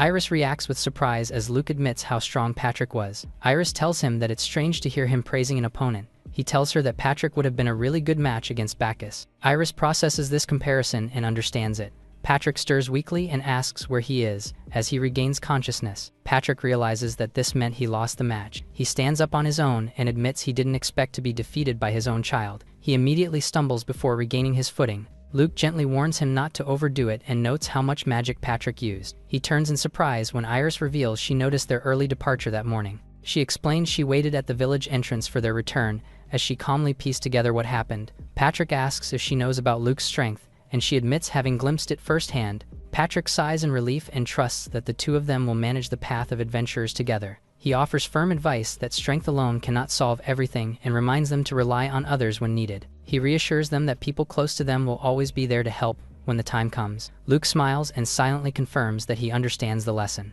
With his past memories, he reminds himself that if raw strength were enough, simple alliances would have solved everything. But he knows that the world is far more cruel and complicated than that. He accepts the advice with Iris beside him, while Patrick watches them with quiet reassurance. Patrick turns away and urges them to return home to prepare for the journey ahead. Iris and Luke glance at each other with determined smiles. The three of them walk together down the village road as the sun rises. Later, a carriage waits nearby. Villagers gather and watch with smiles. Media and Patrick stand together as they call their two children. Luke and Iris face forward together as the moment to leave arrives at last. Villagers remark that the pair are not heading toward war, but acknowledge that word of their departure will spread quickly. The parents reassure them that they trust the discipline that raised Luke and have never truly worried about him.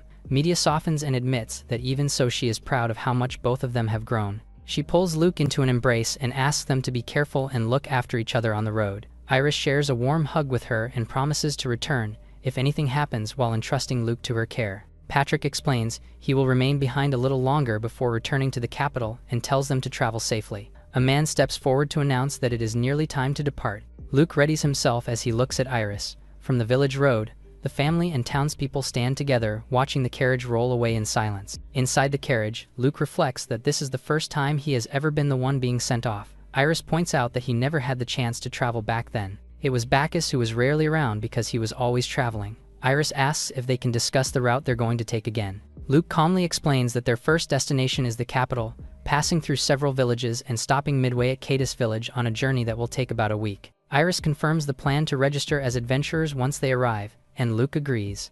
Another thought surfaces that before visiting the Adventurers Guild, it might be better to meet Gran and the others at the clan's base first. Iris cheerfully agrees and notes that Rust and the rest should still be there as well. She wonders aloud if the others have grown stronger over the past few months, and whether they have mastered their magic. Luke adds that he also wants to look into weapons and antiques, prompting Iris to ask what he is searching for. Luke admits he has some research to do. He then reveals that the item he carries is a prototype he is working on and asks Iris if she recognizes what it is. Luke carefully examines a compact, ornate firearm and explains that it resembles a magic cannon. Iris identifies it as a portable magic gun designed for people who cannot naturally use magic. Luke confirms her guess and explains that he repurposed parts salvaged from an ancient magic machine discovered in old ruins. He then presents another weapon and casually asks for her thoughts. Iris studies it closely and wonders aloud if it is already a completed prototype. She notes that its structure differs from common magic tools, but Luke denies it. He admits that he did not create that one himself and explains that it was obtained from a traveling merchant. Iris is visibly shocked that someone else could make such a weapon in an era where most people struggle to even handle magic machines. Luke reflects on how humans and demons of the past advanced their civilizations too far, escalating warfare to unnecessary extremes. He adds that although development has stagnated in the present era, dangerous technologies still surface, even ones he does not fully understand. Iris finally understands his motivation for researching these weapons. Luke suggests testing the strange weapon, and Iris hesitates before agreeing. She focuses and pours magic into the weapon, but nothing activates. She explains that the magic is flowing properly and the device feels intact, yet it still refuses to function. Luke admits that even Iris cannot make it work and says he has already dismantled and studied it without understanding why. He notices that they have only just left the village, yet a major mystery has already appeared before them. Iris points out that despite the problem, Luke seems oddly relaxed and even amused. She reminds him that he has always enjoyed solving mysteries, even trivial ones from the past. A memory surfaces of Bacchus fuming over stolen alcohol, while Luke calmly hunted down the culprit. Luke quietly mentions Bacchus's name. He wonders what became of him after his death. Iris admits she does not truly know what happened afterward. She explains that she left her father's side to travel alone. She apologizes for bringing it up, but admits she believes his father may have survived. She reflects that her father was the type who would never fall easily, not even to an attempted assassination. Luke agrees with a gentle smile, admitting there is no way to know for sure, and hoping his father's final moments were peaceful as the carriage continues onward. The sound of wheels jolts as the driver calls out to wake them and announces they will stop at the next town. Luke and Iris respond together in agreement. Iris excitedly points ahead and tells Luke to look as something comes into view. Luke recognizes the site immediately and realizes they have arrived at the fortress city of Final. Luke and Iris peer out at the sprawling city beyond the gate, struck by how vast it is. At the checkpoint, a guard steps forward and asks for their travel pass. The guard inspects their papers and gives a satisfied nod, formally welcoming them into the fortress city of Final as the carriage rolls through. Luke peers through the window as the wagon passes. One guard flashes a subtle and knowing thumbs up, while Luke returns the gesture and Iris smiles. Luke checks on Iris, curious whether she is enjoying the journey so far. Iris beams brightly, her smile making it clear that she is genuinely delighted. The carriage stops in a sunlit district where an inn rests. Luke notes how much nicer it is than expected and hears that the food here has a good reputation. He considers the idea of dinner, but remarks that it still feels a little too early to decide just yet. The two agree to explore the city first, sharing an easy excitement about wandering together. The driver warns them about the dangers of going out alone, but they argue that they're becoming adventurers anyway. The man quickly realizes they are more capable than they look and accepts that they will manage just fine. With a firm decision made to leave the next morning, they acknowledge the plan and prepare themselves. The two decide to head out right away and move together without hesitation. The city opens up into a lively marketplace and catches Iris's attention. She marvels at the trinkets and food on display, overwhelmed by how full and vibrant the city feels. As they walk side by side, the city feels calm and ordinary in a way that puts them both at ease. Luke explains that the fortress city is now simply a trade hub. He reveals that monsters once stayed away after an ancient dragon claimed the nearby mountains as its domain. Iris recalls the ancient dragon with a soft smile, remembering stories that paint it as the greatest and strongest of all monsters. She tells him about having seen such a being before. They move through the street as the thought of whether such creatures still exist today feels certain despite the changing era. Luke argues that the city is still thriving as a trade hub anyway. The peaceful moment breaks when Iris suddenly stiffens as someone bumps into her. A quick hand reaches for her belongings. Iris reacts instantly, twisting away from the kid. The kid immediately runs away as Luke recognizes this ugly scene all too well. They quietly acknowledge the unchanging gap between the rich and the poor. Memories surface of abandoned children in poverty, and of the imperfect attempts they once made to help. He shifts the topic thoughtfully, recalling how the church once played a major role in caring for orphans during that time. She hesitates as she explains that many of those saved children later became devoted followers or soldiers sent to the front lines. They reflect on how the church's intentions were uncertain yet may have spared children from dying in the streets. They note how the church now feels like a distant memory and how religious groups have become something entirely different. She wonders aloud why the church of that era no longer exists, and he admits that the answer remains unclear. He recalls the organization called the Church that preached salvation through heroes and the eradication of demons. They speculate that the church may have vanished along with the ancient demons or fractured when the heroes' faction split apart. He resolves that the truth will require further investigation, just as his attention is caught by a familiar structure in the distance. Curiosity pulls them toward the building as they agree to check it out together. They step through the doorway. Luke steps carefully and quietly. Iris calls out to him in alarm, both of them staring forward. His breath catches as they step inside. They freeze at the sight of a monument standing before the stained glass. The statue's face becomes unmistakably recognizable to them, and Luke can only call out Bacchus's name. Iris checks on Luke as he apologizes. He realizes he was the one most shaken and checks on Iris as well. She admits she was startled, but explains that seeing her father again still feels natural to her. The two share a light exchange that shows how deeply Iris understands her father's personality. Their attention returns to the statue as the question of why Bacchus would ever be immortalized lingers. Neither of them can find a convincing reason,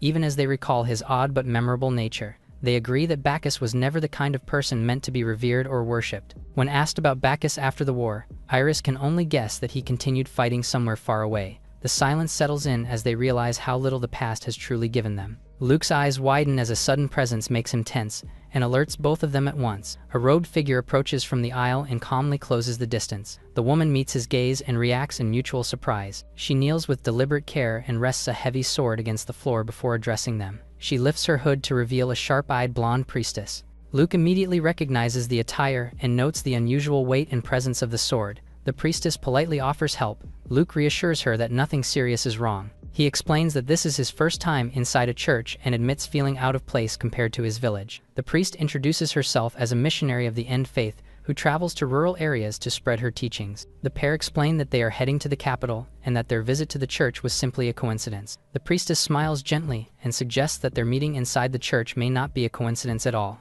Luke gestures toward the statue and admits he has been curious about the figure standing there. The priestess calmly explains that the statue depicts Apostle Bacchus, a savior revered in the teachings of the End Faith. The revelation hits both Iris and her uncle at once as they struggle to process the idea of Bacchus being honored as a saint. Their shock is mutual, written plainly on their faces as the weight of the claim sinks in. Luke regains composure and asks what it truly means that Bacchus is said to have saved the world from chaos. The missionary hesitates but still offers to explain. She leads them to sit within the church and prepares them for what she is about to reveal. The tale begins as a passage from ancient faith myths said to originate more than 3,000 years ago. According to the story, humanity once fought a brutal war against the ancient demons, led by a hero who journeyed alongside a mage and a sword master. The priestess begins recounting the legend with the moment meant to end the ancient demons by defeating their king. The story catches Luke off guard as the weight of the name sinks in. As the war escalated, a terrifying weapon emerged, one the hero tried and failed to destroy in time. When everything seemed lost, Bacchus suddenly appeared and joined the battle at the hero's side. According to the tale, Bacchus continued to support the hero and was later revered as a saint. The detail unsettles Luke,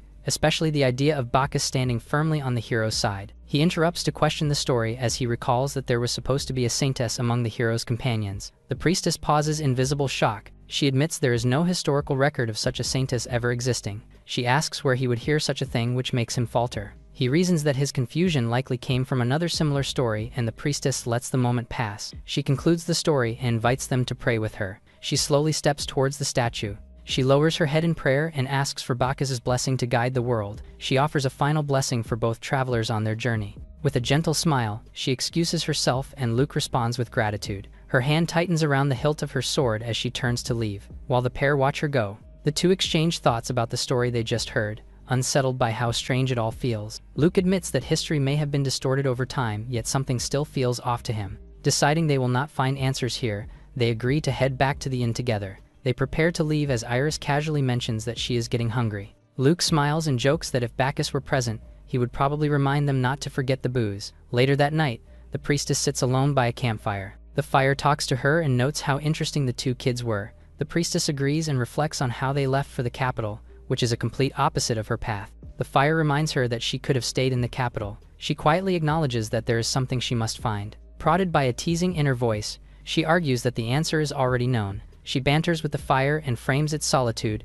as a consequence of its own choices. With a faint smile, she decides she will linger a little longer. A carriage rolls onward at dawn. Iris reflects that the church statue and its legend only deepen the mystery surrounding the father. They concede that the truth may be unclear, but simply learning these stories feels like a small victory. Still, unease lingers over the strange gaps in history, the missing saintess, and the ominous mention of a mysterious weapon. The priestess comes back to Luke's mind as he wonders what's up with her. He is snapped out of his thoughts when Iris urgently calls out to him. Iris excitedly points ahead and invites him to peer. His surprise turns into relief and awe as the vast capital city finally comes into view and marks their arrival at the capital. They share quiet excitement and nerves as they wonder if everyone they know is already waiting inside. The driver is suddenly caught off guard. Carriages line the road near the city walls and the heavy traffic suggests something unusual is happening today. A nun moves through the crowd and the driver calls her attention. She turns slightly and asks what he wants. Luke spots other adventurers nearby and excitedly wonders if they are as powerful as they look. The nun explains that the plaza is busy because an event has been scheduled. She reveals the event to be a public dissection of a defeated fire dragon. Hearing that such a powerful dragon was taken down leaves the driver stunned, especially at how casually it is being discussed. The nun clarifies that only top-tier adventurers could achieve something like that. The pair quietly listens as they learn about a notorious clan making waves in the capital and the attention surrounding its members. The driver politely expresses gratitude for the explanation and apologizes for taking up time. He offers a small token of thanks, which surprises her. She comments on how merchants operate these days while he explains that he simply takes care of his connections. Her sharp smile suggests she finds the exchange intriguing. She confidently introduces herself as Manhwa of the Himeros clan and assures them that they can rely on her if they ever need help. She takes her leave with a confident smile while the driver cheerfully sees her off. She glances back with a knowing look and casually acknowledges the two watching from behind. Luke smiles and quietly watches her retreat. He remarks that Gran and the others seem to be doing well. Iris leans out the window to complain that the heavy traffic is their fault, and jokes that the event should have been postponed. Night falls as the carriage finally arrives at the inn. The driver explains he will depart the capital in the morning, and Luke thanks him sincerely for his help. Luke reflects on wanting to see the capital while admitting how late it has already become. Iris muses that demons once could not even step into human cities. The big cities were always protected by massive holy barriers, and any demon who entered before would have faced certain destruction. She notes how they can now walk freely. She grows pensive as she questions where that ancient human glory vanished. Luke shifts the focus to Bacchus and suggests the library might hold records that explain what history forgot. He decides that their first task tomorrow should be searching the library, but Iris reminds him of Gran's clan. She adds that they still need to secure an inn. He sheepishly admits he forgot, and Iris gently points out how easily he gets lost in his thoughts. Her warning about disappointing Gran and the others makes him visibly uneasy. He wonders if Gran and the rest are having fun without him. Iris carefully asks if he feels left out as she senses the silence he cannot quite voice. He finally admits that while others are off slaying fire dragons, he feels like he has been left behind. Iris laughs softly while Luke looks confused, and by her sudden amusement, she teases him affectionately, leaving him shocked and unsure how to respond. She apologizes and explains that she finally understands the way Bacchus used to tease him. She suggests with playful sincerity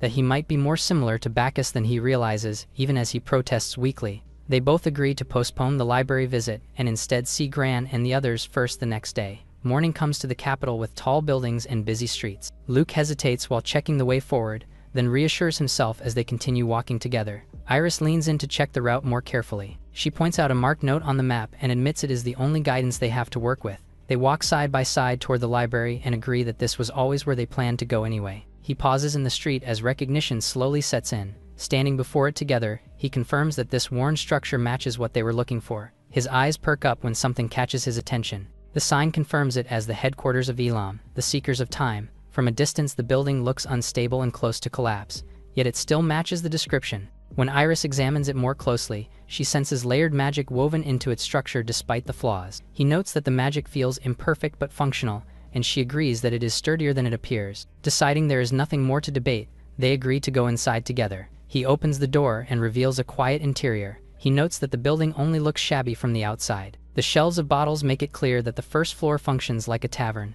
As they wonder about Gran and the others, a hand reaches out from the counter and notices them as customers. A cheerful woman with braided hair and glasses appears and casually asks who they are. Luke hesitates and wonders if this lively woman is actually part of the clan. They explain that Gran and the others invited them and introduce themselves, which immediately rings a bell for her. She introduces herself as Chiffon and explains that she stays behind to keep watch and run the tavern. Luke thinks she seems scattered but capable and greets her properly with relief. They shake hands warmly as Luke's stomach growls. Chiffon laughs and points out that it sounds like they are already starving. She cheerfully offers to prepare food at once and invites them to sit wherever they like. She suddenly shifts into motion and confidently lays out fresh vegetables. Ingredients are sliced clean as casual conversation confirms they are the ones Gran mentioned. She flares up a pan and admits she expected them to look tougher. The finished dishes are placed in front of them with a warning about the heat as both stare in anticipation. Luke notes her unexpected efficiency and thanks her as he eagerly starts eating.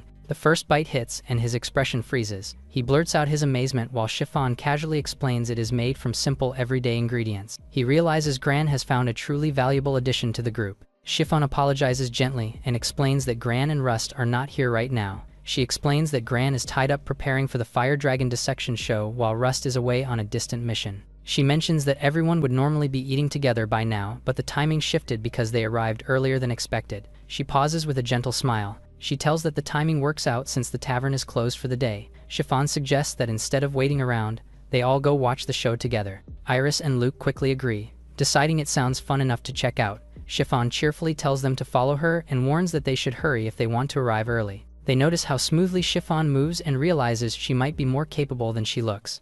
Luke admits she doesn't look like it at all. They arrive at a packed street filled with people gathering for the event. Chiffon tells them that dragons are already rare sights and witnessing one being dissected is even more unusual. She informs them that tickets were cheap but sold out fast, which turned the event into a major profit for the clan. Luke reacts to the news with concern since they arrived without tickets. Chiffon calmly reveals she already has the situation covered. She hands them VIP tickets and assures them they owe nothing. Luke accepts with gratitude. Seeing the illustration, he realizes Gran herself is responsible for dissecting the fire dragon. Iris asks why Yumi will not be on stage and learns Yumi is busy preparing protective barriers. Chiffon explains that dissection can get really messy. They approach the packed plaza surrounding the covered stage. Luke struggles to see anything through the dense crowd. Suddenly, a pair of hands creep into his shoulders and lifts him up. Chiffon excitedly asks if he can finally see the view while he stiffens in surprise. He confirms that the view is becoming clearer and asks to be put down. He reflects with mild disbelief on how effortlessly she had lifted him.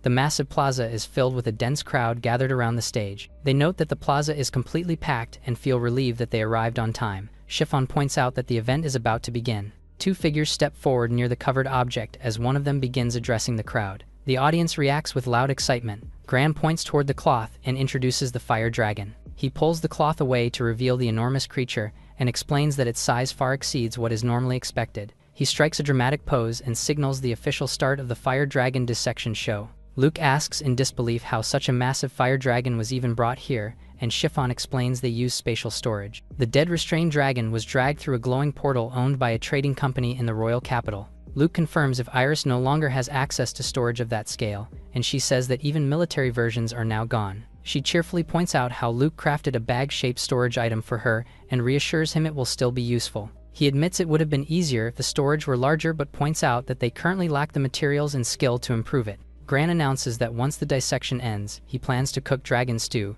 encouraging anyone interested in eating to stay. He grips his weapon and declares that he is about to begin cutting. The blade flashes as he swings down at the dragon's head. Luke notes how incredibly clean the sword's cut is. Chiffon tells him it's a rare Eastern blade called katana, said to be forged by master artisans who gather all their skill into its creation. She invites them to look closely at the dragon's severed head. She tells them how the sword passed through tough scales cleanly, allowing the material to be preserved without damage. A spectator flinches as blood splashes against a magical barrier in front of him. Nearby audience members recoil, while a container rapidly fills with spurting dragon blood. Iris points out the strange bucket-like object placed beside the dissection area. Chiffon explains that the container is a magical tool, originally designed for water shortages but repurposed for this task. She says dragon blood is carefully collected because it is valuable for medicine, cooking, and blacksmithing. She emphasizes that every drop is gathered with care. The dragon's massive body is methodically cut into sections. After a while, Gran smiles. He announces the completion of the dismantling as the crowd erupts in loud cheers.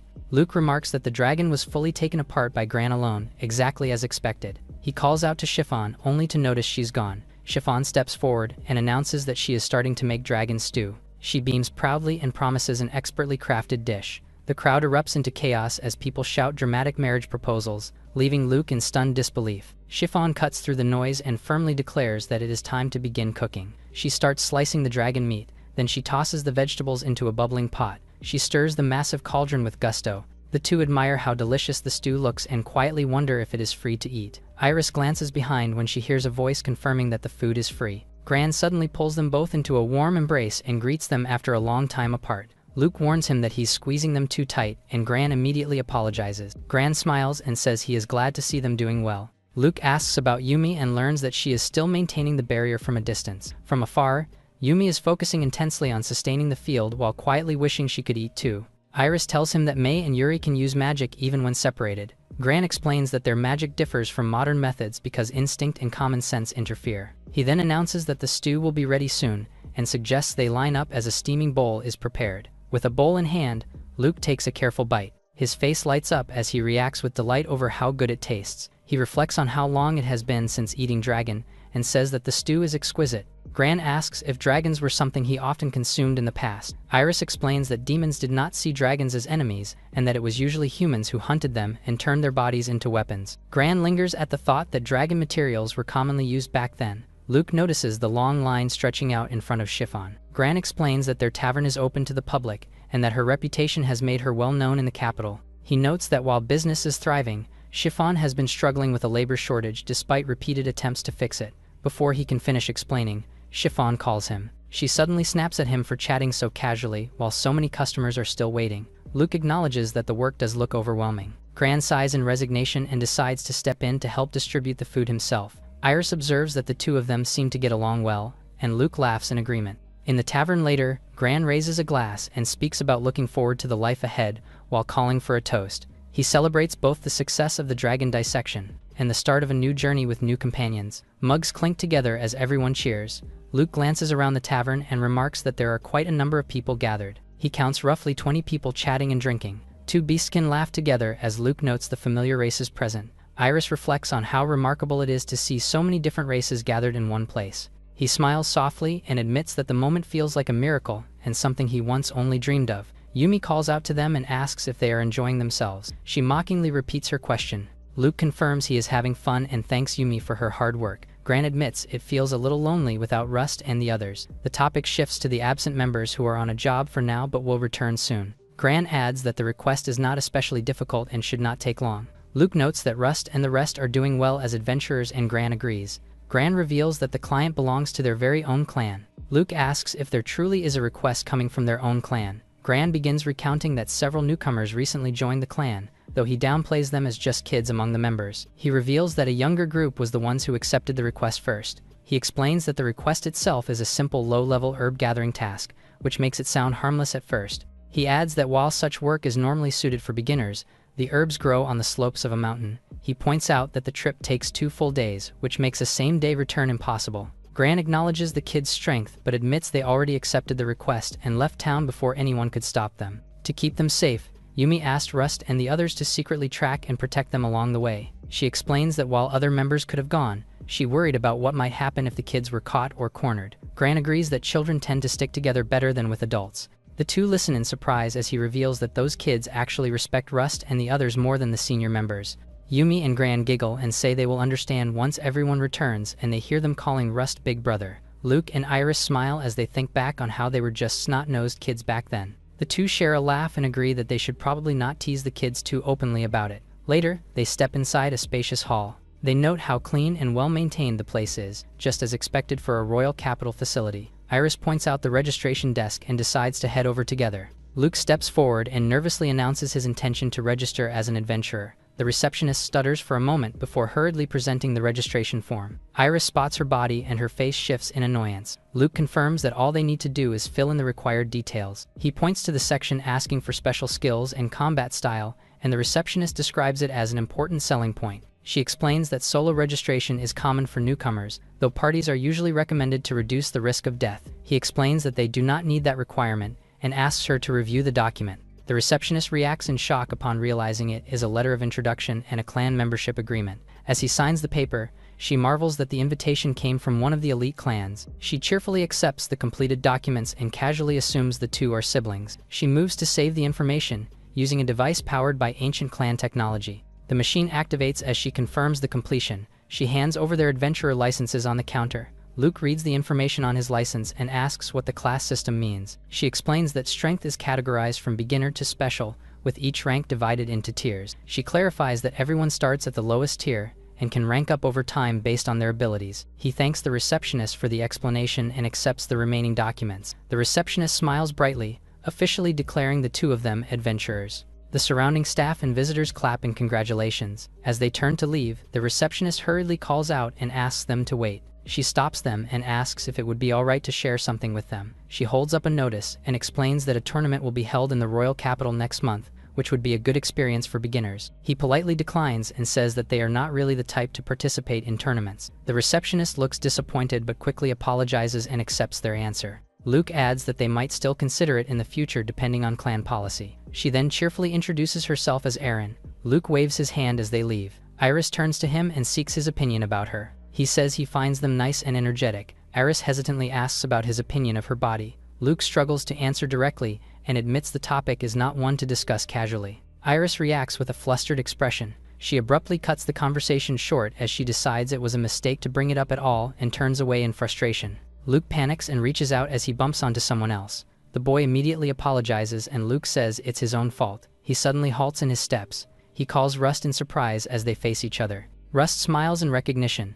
Another adventurer suddenly storms forward with hands on hips. She scolds Luke harshly for being a careless rookie. She urges an immediate apology for his senior Rust. Luke echoes the words as he drives the other to fume. She introduces Rust as the most accomplished among the recent rookies. She turns to Luke and snaps at the earlier rude behavior. Luke realizes she must be the person Gran is talking about. Rust bows his head in embarrassment as he apologizes. A puff escapes Luke's lips. He breaks into laughter right in front of them, leaving the others fuming and flustered. The adventurer grips him and calls him out for the rude behavior, while Luke reasons it's not intentional.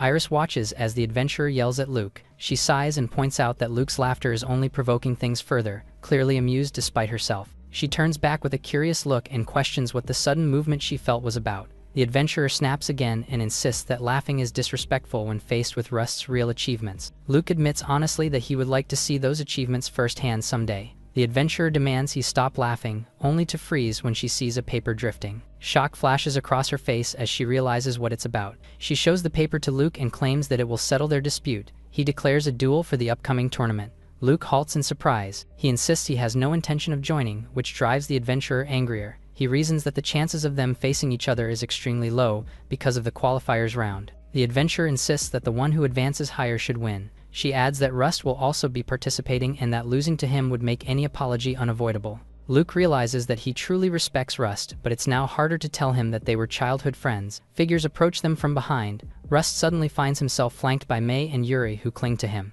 Luke greets them with an easy smile. Mei greets him playfully, while Yuri promises an explanation later. They drag Rust away before he can move. The adventurer mutters in disbelief. Luke wonders if the two girls are also being treated as seniors. Luke suggests returning to the clan as Iris agrees, while the adventurer prepares to report the completed quest. She urgently stops them before they can leave and demands to know Luke's name. Luke introduces himself and Iris as well. The adventurer introduces herself as Gaia and reminds Luke about the promised tournament duel. Fired up with enthusiasm, she declares his resolve to fight shoulder to shoulder with Rust and the others. Her reckless excitement immediately earns a scolding for swinging medicinal herbs around carelessly. Luke reflects that she does not seem like a bad person, only young and impulsive. Iris smiles and admits that hearing Luke's understanding makes her laugh. Luke shifts the conversation and asks why Iris seemed angry earlier. Iris dismisses it with a small smile and insists it was nothing. She admits that her earlier irritation came from anxiety rather than anger. She suggests they head back while expressing her desire to hear the explanation from Mei and Yuri. Luke drops the conversation and agrees with her. Inside the tavern, Chiffon apologizes and says she feels sorry for the two of them. Iris asks her what she means. She asks if it's about the strange atmosphere she's feeling from the members. Chiffon confirms the tension, noting how everything unfolded while Luke and the others were at the guild. Yumi suddenly called out to gather everyone's attention. She made it clear she wants everyone to work together. The group gathers and notices a familiar look in Yumi's eyes that suggests she has found something interesting. She smiles slyly and hints that she witnessed an incident earlier at the Adventurers Guild. She recounts how she saw Luke accidentally bump into Rust. She tells them that bystanders misunderstood the scene and escalated it into a confrontation around Luke. It reached a point where the two sides decided to measure themselves by their ranks in the upcoming tournament. Yumi hints that a rare opportunity has presented itself. She reframes it as an exciting duel between Gaia and Luke and suggests they should fully support it. Chiffon finishes her story and Luke comments about how predictable Yumi antics are. Iris realizes that the person she noticed earlier was indeed Yumi, which explains why Mei and Yuri stepped in. Chiffon reveals that Gran also approved the plan. She tells them that Yumi and Gran actually get along well and only something serious would make them clash. She then brings up another topic, pointing out that Iris and Luke were supposed to live there starting today. Luke confirms, but insists it's no problem if she's asking them to camp out. She suggests staying somewhere else instead of the clan's main base. She explains that Yumi has lived a long life and owns multiple properties in the royal capital. Luke says he does not mind staying anywhere as long as it does not involve camping and asks why this idea came up at all. Chiffon answers that it connects to what she mentioned earlier, hinting at Yumi's full support. Earlier, Yumi proposes that Gaia and the others be challenged strictly as fellow beginners. She leans in with a playful smile and suggests that everyone keeps the fact that Luke and Iris are Rust and the others' mentors. Iris acknowledges that it will be discovered immediately if they stay at the main base. Luke wonders about how it's like deceiving Gaia. He notes that having a rival will probably make Gaia more focused on training. He wonders if it might just be a small surprise after all. Luke points out that he's already registered in the clan, and Chiffon says it will be fine as long as they don't mention it. She teases the idea of keeping things hidden. He replies calmly that it should not cause any trouble, then turns to check if Iris is fine with it. She answers without hesitation and makes it clear she has no objections at all. The teasing escalates when she adds a remark about being together with her dear brother. Chiffon excitedly giggles as she understands Iris's feelings. With the plan settled, she hands over a map to their accommodations, and they thank her before heading out right away. Luke pauses and asks about Yumi, only to learn she is unusually busy and plans to meet them later. He accepts the explanation without pressing further. They start to leave as Iris thanks Chiffon for the food. Chiffon waves them off and wishes them well as they depart. Chiffon informs that the kids have now left and that it's safe to come down now. Yumi and Gran approach her and remark that things seem to have gone smoothly while casually ordering a drink. Chiffon slams the glasses of juice down the table, her face turning serious as she pushes them. She voices concern that the plan might be sloppy and wonders if they are deceiving the kids. Yumi reassures her and insists there is no need to worry. She points out that both Luke and Iris already agreed, but Chiffon still hesitates. She asks if they have a grudge against the two kids and Yumi denies it. She explains there was just a long past incident where something they did genuinely startled her. She smiles and admits she wants to be the one to surprise them this time. Chiffon grimaces and asks if that's the only reason they're this invested. Gran playfully grins and explains that this tournament was prepared specifically with Luke in mind. Earlier, he gathered the seniors around the table, Manhwa takes a bite and presses for more details. She questions the real purpose of gathering all the clan leaders like this. Gran drinks in silence as he is addressed. He breaks the silence as he draws their attention. He asks them what they think of the recent tournaments. Manhwa answers that they are decent enough, especially for giving new adventurers a place to test themselves. The man beside her, named Shin, agrees that it is more than enough to keep things interesting and asks if something is wrong. Gran admits it is not bad, but says he wants to be direct about what he is about to say. He grins and announces that he will be participating in the upcoming tournament as well. The clan leaders react with visible shock at his statement. Manhwa points out that Gran's class rank is special and normally limits how far adventurers are allowed to participate. Gran insists they hear him out despite the unspoken rules. The others fall silent as he questions whether the quality of new adventurers has declined. They admit the concern may be true even if they wish it were not.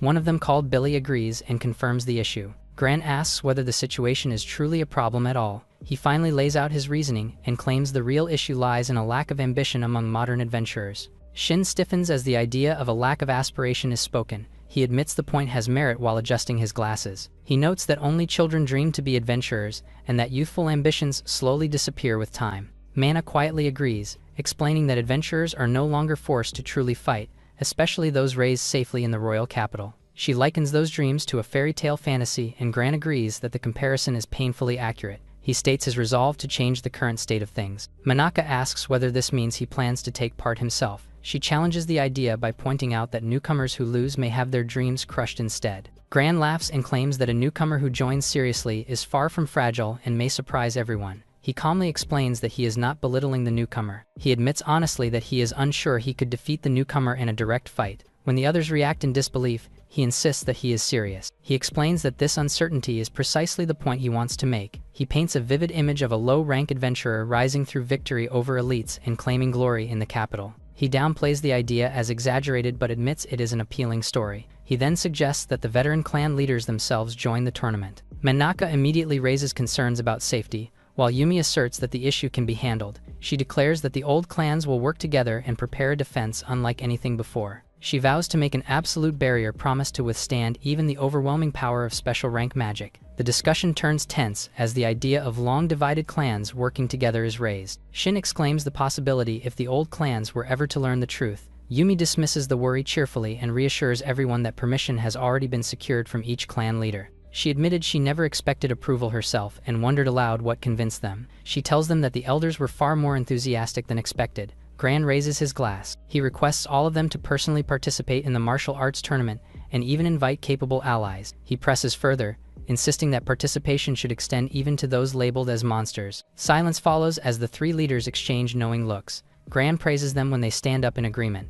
He remarks that this upcoming martial arts tournament is shaping up to be far more interesting. Meanwhile, a figure kneels inside the church. She prays beneath the glow of the stained glass. Then she perks up in alarm. She rises slowly and turns toward a presence behind her, prompting a hushed reaction. She smiles as she's addressed the saintess. The boy kneels and apologizes politely for interrupting her prayer. Startled, the man looks up in confusion. The saintess suddenly leans in close and flusters him as he struggles to understand what she is doing. She holds a handkerchief and wipes his face as he panics.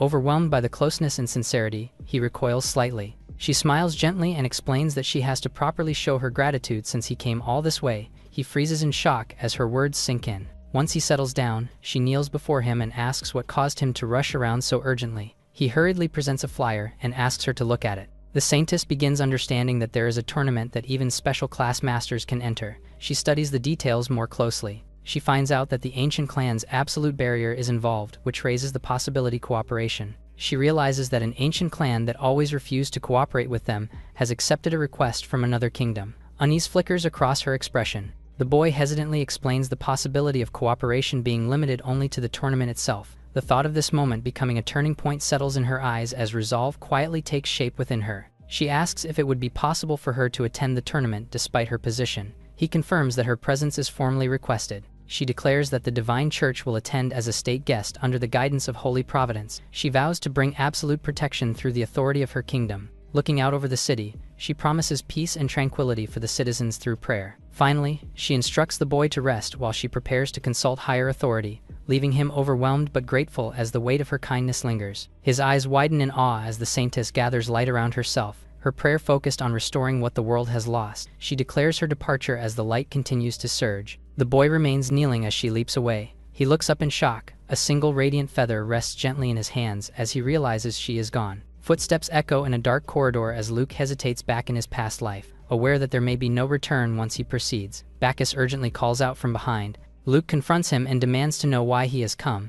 Bacchus reacts to the sharp and unexpected greeting. He insists that he will fight alongside him, no matter the cost. Luke listens in silence as Bacchus explains that this resolve is the very reason he came. Bacchus is a rare demon blessed by fire, bound by loyalty as both subordinate and friend. Luke shuts the idea down coldly and states that such a path is impossible for him. He tells Bacchus that only he himself can face the party of heroes. The Saintess's existence alone shifts the balance. Bacchus, the implications of her involvement. Luke concludes with certainty that the Saintess is an anomaly among humans. He reflects on the Saintess as an impossible existence. Luke closes his eyes and says he now understands he was born to stand before her. He reflects that her power and his mirror each other like two sides of the same coin. Bacchus snaps back fiercely and insists that standing before her does not mean he will fall right away. Luke tells him that if he can endure for a while, facing only the Saintess might still be manageable, but her guard that's now blessed by the gods and wrapped in holy energy changes everything about the fight. He grips Bacchus's shoulder and acknowledges that this truth is hard to accept. He urges him to truly understand the situation.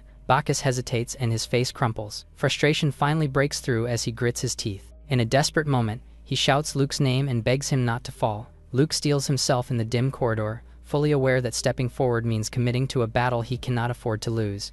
Back in the present, Luke stirs awake. Morning light floods the room as Iris pulls back the curtains. She turns back with a gentle smile and greets him good morning. Luke groggily opens his eyes and offers a sleepy greeting. He complains about the early hour while rubbing his eyes. Iris leans closer and reminds him of their schedule to take on a request with Gaia and the others. The reminder makes him pause. His thoughts drift to the previous night when Gaia arrived unexpectedly at the door. He remembers welcoming Gaia, who had gone out of his way to come as she apologizes for the trouble. When questioned about the vegetables, Gaia turns flustered. His father had asked him to apologize and hand over the bag of vegetables, and Luke knew he must have been scolded. Luke admits he's grateful but tells him that being taught how to accept requests is more than enough help. Gaia encourages him to accept the gift freely. He confidently reassures Luke that seniority still matters even without clan ties, and insists he should not face things alone. He recalls how her own party recently took their first request and how he once accompanied his parents on similar jobs. He cheerfully promises to teach him the basics of being an adventurer, while Luke admits he may have worried too much from the start.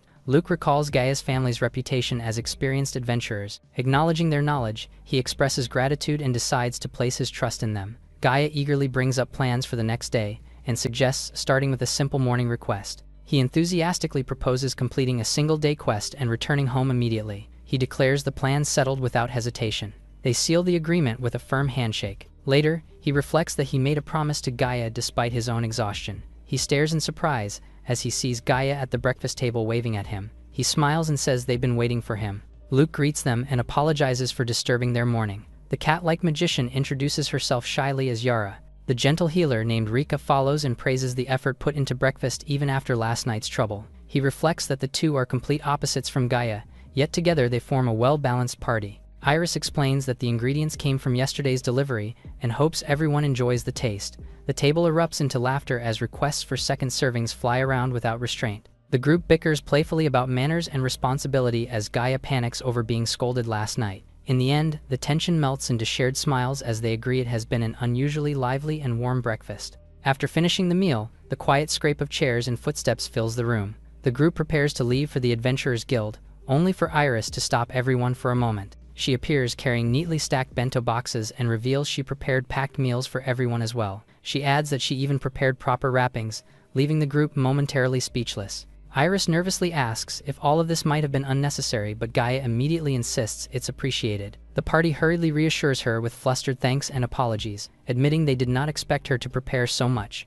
Iris cheerfully hands over a bento meant specifically for Luke, and he thanks her in response. He notes that each portion was designed to taste good even after it cools down and mentally praises Iris's thoughtfulness. He apologizes sincerely for making Iris go to such lengths, while she shyly downplays it. She quotes the saying about the route to the heart is through the stomach while Luke looks at her in mild confusion. Gaia then urges them to move out soon. Iris calls Luke along, and he answers with quiet resolve. The two reflect on this being their first real job as adventurers. From a distance, the Adventurers Guild comes into their view. They spot the request board crowded with people stretching their hands upward to grab quests. Luke reacts with surprise as the noise and movement emphasize just how packed it is. Before he can say anything else, Gaia sprints towards the board. Luke remarks that the others who were supposed to guide them are already gone. He realizes the request board has turned into a full-blown scramble. He comments that the guild feels intense despite being morning when Rust appears and says this kind of pressure is common for beginners. Luke's eyes widen in surprise. Rust steps forward with the two girls behind him. He checks to see if Gaia and the others are nearby and confirms they're far away. He turns back and admits it has been a long time since the three of them last had a proper chance to talk. Rust also admits that Luke and Iris truly resemble novice adventurers compared to their earlier days in the village. Rust draws attention from nearby adventurers and he stiffens under their stares. Luke notices him being surrounded while he flusters. Rust lowers his head in embarrassment. Luke finds the moment oddly nostalgic and brings up what Rust said earlier. He asks whether this kind of chaos is something only novice adventurers experience. Yuri explains that beginner requests are often simple day trips, which is why early mornings matter so much. Nearby adventurers argue over loot, proving her point that opportunities like this do not come often. Luke asks if there is no possibility of a compromise. May explains that experience in quarreling is just as important because of the first-come first-served aspect. She says that learning restraint before injuries and losses pile up is part of growing stronger. Luke reflects on how much the trio has grown in only a few months. Watching them together makes him quietly wonder if growth like that can really happen so quickly. Iris gently reassures him that demons naturally mature faster. Even so, he admits that the way they carry themselves now makes them feel far removed from being novices. Rust proudly explains that he recently advanced to an intermediate rank and now considers himself a proper adventurer. Both Iris and Luke react with genuine excitement as they recognize the effort he put in after leaving the village. Rust scratches his head shyly, recalling a harsh mock battle from the past where they were utterly defeated by their mentors. He then credits Luke for helping them avoid a fatal outcome back then as Gaia notices them. She suddenly calls out to Luke and Iris and asks why they are not coming along. He jolts in surprise when he sees them talking to Rust. She straightens up and urges everyone to stop talking and move fast before they lose their chance. She rushes for an apology as she pulls Iris and Luke away. She insists they must accept a request immediately. Rust remarks that they would have preferred to join the others, but circumstances do not allow it right now. Yuri adds that this decision comes straight from their superior. May reassures them that the two kids will catch up soon and that they can work together later. Rust reflects on how time and experience have shown him the gap between adventurers. He watches them as he blurts out his desire to see Gaia's reaction once the truth sinks in. Luke admits that with this many people around, he is willing to take on almost anything. He blurts out a question about what kind of request to take. Gaia loudly proposes a day trip herb gathering. He spots a piece of paper up ahead. He and Iris exchange a sharp glance. They surge through the crowd and force their way through the mass. He grabs onto a request sheet and snatches it before anyone else can. Standing tall with the taken request held high, they celebrate their success while holding the competition. The others stare in shock as the aftermath settles, clearly unsettled by how intense things became. Luke realizes why getting requests by word alone was never going to work in a place like this. He looks over the request sheet and notes that it seems simple and free of danger. They later arrive at the forest.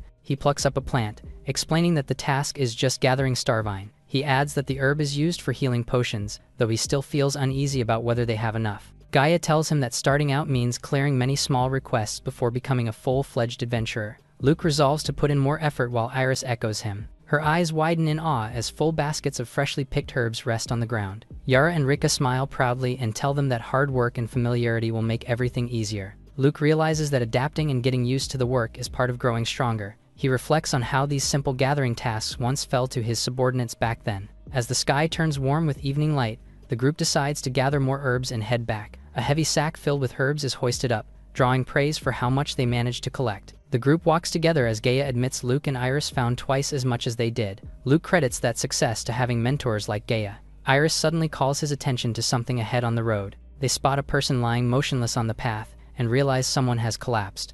Luke quickly checks on the body as the group gathers in panic. The unconscious girl stirs slightly alongside her dog, confirming they are both alive. As dusk approaches, Luke decides it would be dangerous to leave them there and offers to carry the girl himself. The girls immediately volunteer to take responsibility for the dog. They carefully lift the unconscious girl together. Suddenly, the girl's eye snaps open. In an instant, she springs upright, startling the entire group. She flails and bolts in confusion, acting as if she is being chased. She lunges toward Iris and grabs her bag. Iris halts in surprise. She takes out the leftover bento she packed earlier, explaining it was meant as backup in case their food ran short. The collapsed girl lights up in shock and gratitude when she realizes the food is being offered to her. Iris looks at Luke for confirmation, and he calmly agrees as the girl thanks them repeatedly. The girl clasps her hands together with overwhelming enthusiasm. They notice her intense hunger and realize just how desperate she must be. The small dog snaps playfully at the food. The girl starts eating while the dog growls beside her. She hesitantly asks if she can share some of the food with her dog. Iris agrees, so she happily splits the sandwich in half and feeds the dog while laughing. She huffs after a while.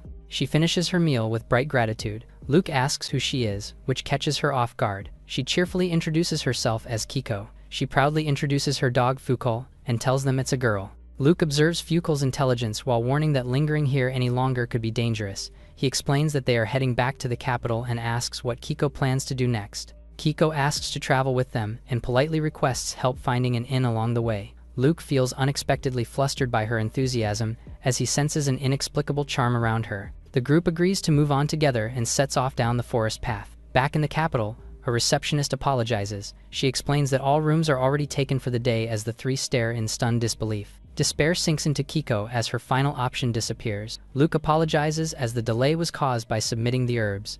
Kiko immediately reassures him that it's alright since it was her decision to tag along. She explains with a shy laugh that inns are often unavailable. She looks up in quiet surprise as Luke offers her to stay in their place. Her eyes widen in disbelief as the offer sinks in. They reassure her and say that they are only borrowing the house and have plenty of extra rooms. Overwhelmed with gratitude, she bows deeply with her dog joining in. As they start walking together, Luke asks why she was lying by the roadside earlier. She admits that they ran out of inns during their journey and tried to push on anyway. She adds that leaving the previous inn with so little food was a poor decision. While her dog grumbles in agreement, Iris asks where she came from and notes that she does not seem to be from around here. Kiko hesitates before explaining where she comes from, only vaguely calling it the Far East.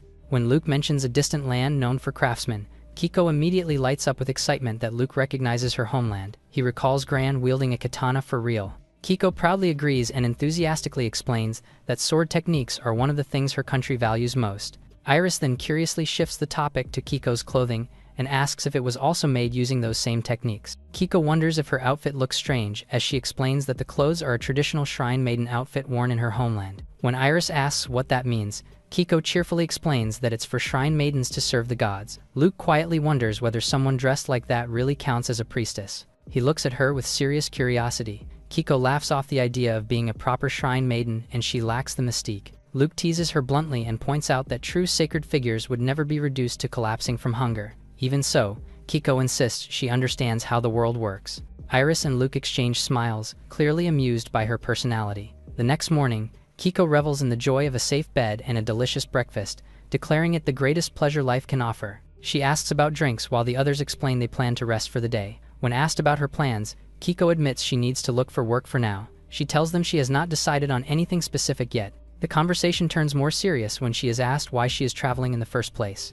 Luke listens as she prepares to explain her reason for traveling. She explains that the high priestess who raised him instructed him to travel west. She recalls being told her training was lacking and that she needed to become independent. She admits she snapped in anger, grabbed supplies from the shrine, and left without hesitation. The sudden declaration that she would not be returning for a long time leaves the others quietly stunned. Luke and Iris conclude that she ran off while she questions their reactions. Despite insisting she was serious, Luke admits that running away was exactly what she did. He reflects on the contrast of social status and expectations with the modern idea of choosing one's own path. He realized that living freely isn't always a bad thing. He realizes Kiko must be free-spirited and loved by others, and he quietly feels a touch of envy toward her way of life. He then hesitates before bringing up a possible job opportunity. Kiko looks genuinely surprised when she realizes the work he is talking about is nearby. He explains that the job is at a tavern run by his clan and that a friend there is looking for a waitress. Kiko thoughtfully considers the idea while repeating it to herself. Luke admits the tavern is demanding and that many quit quickly,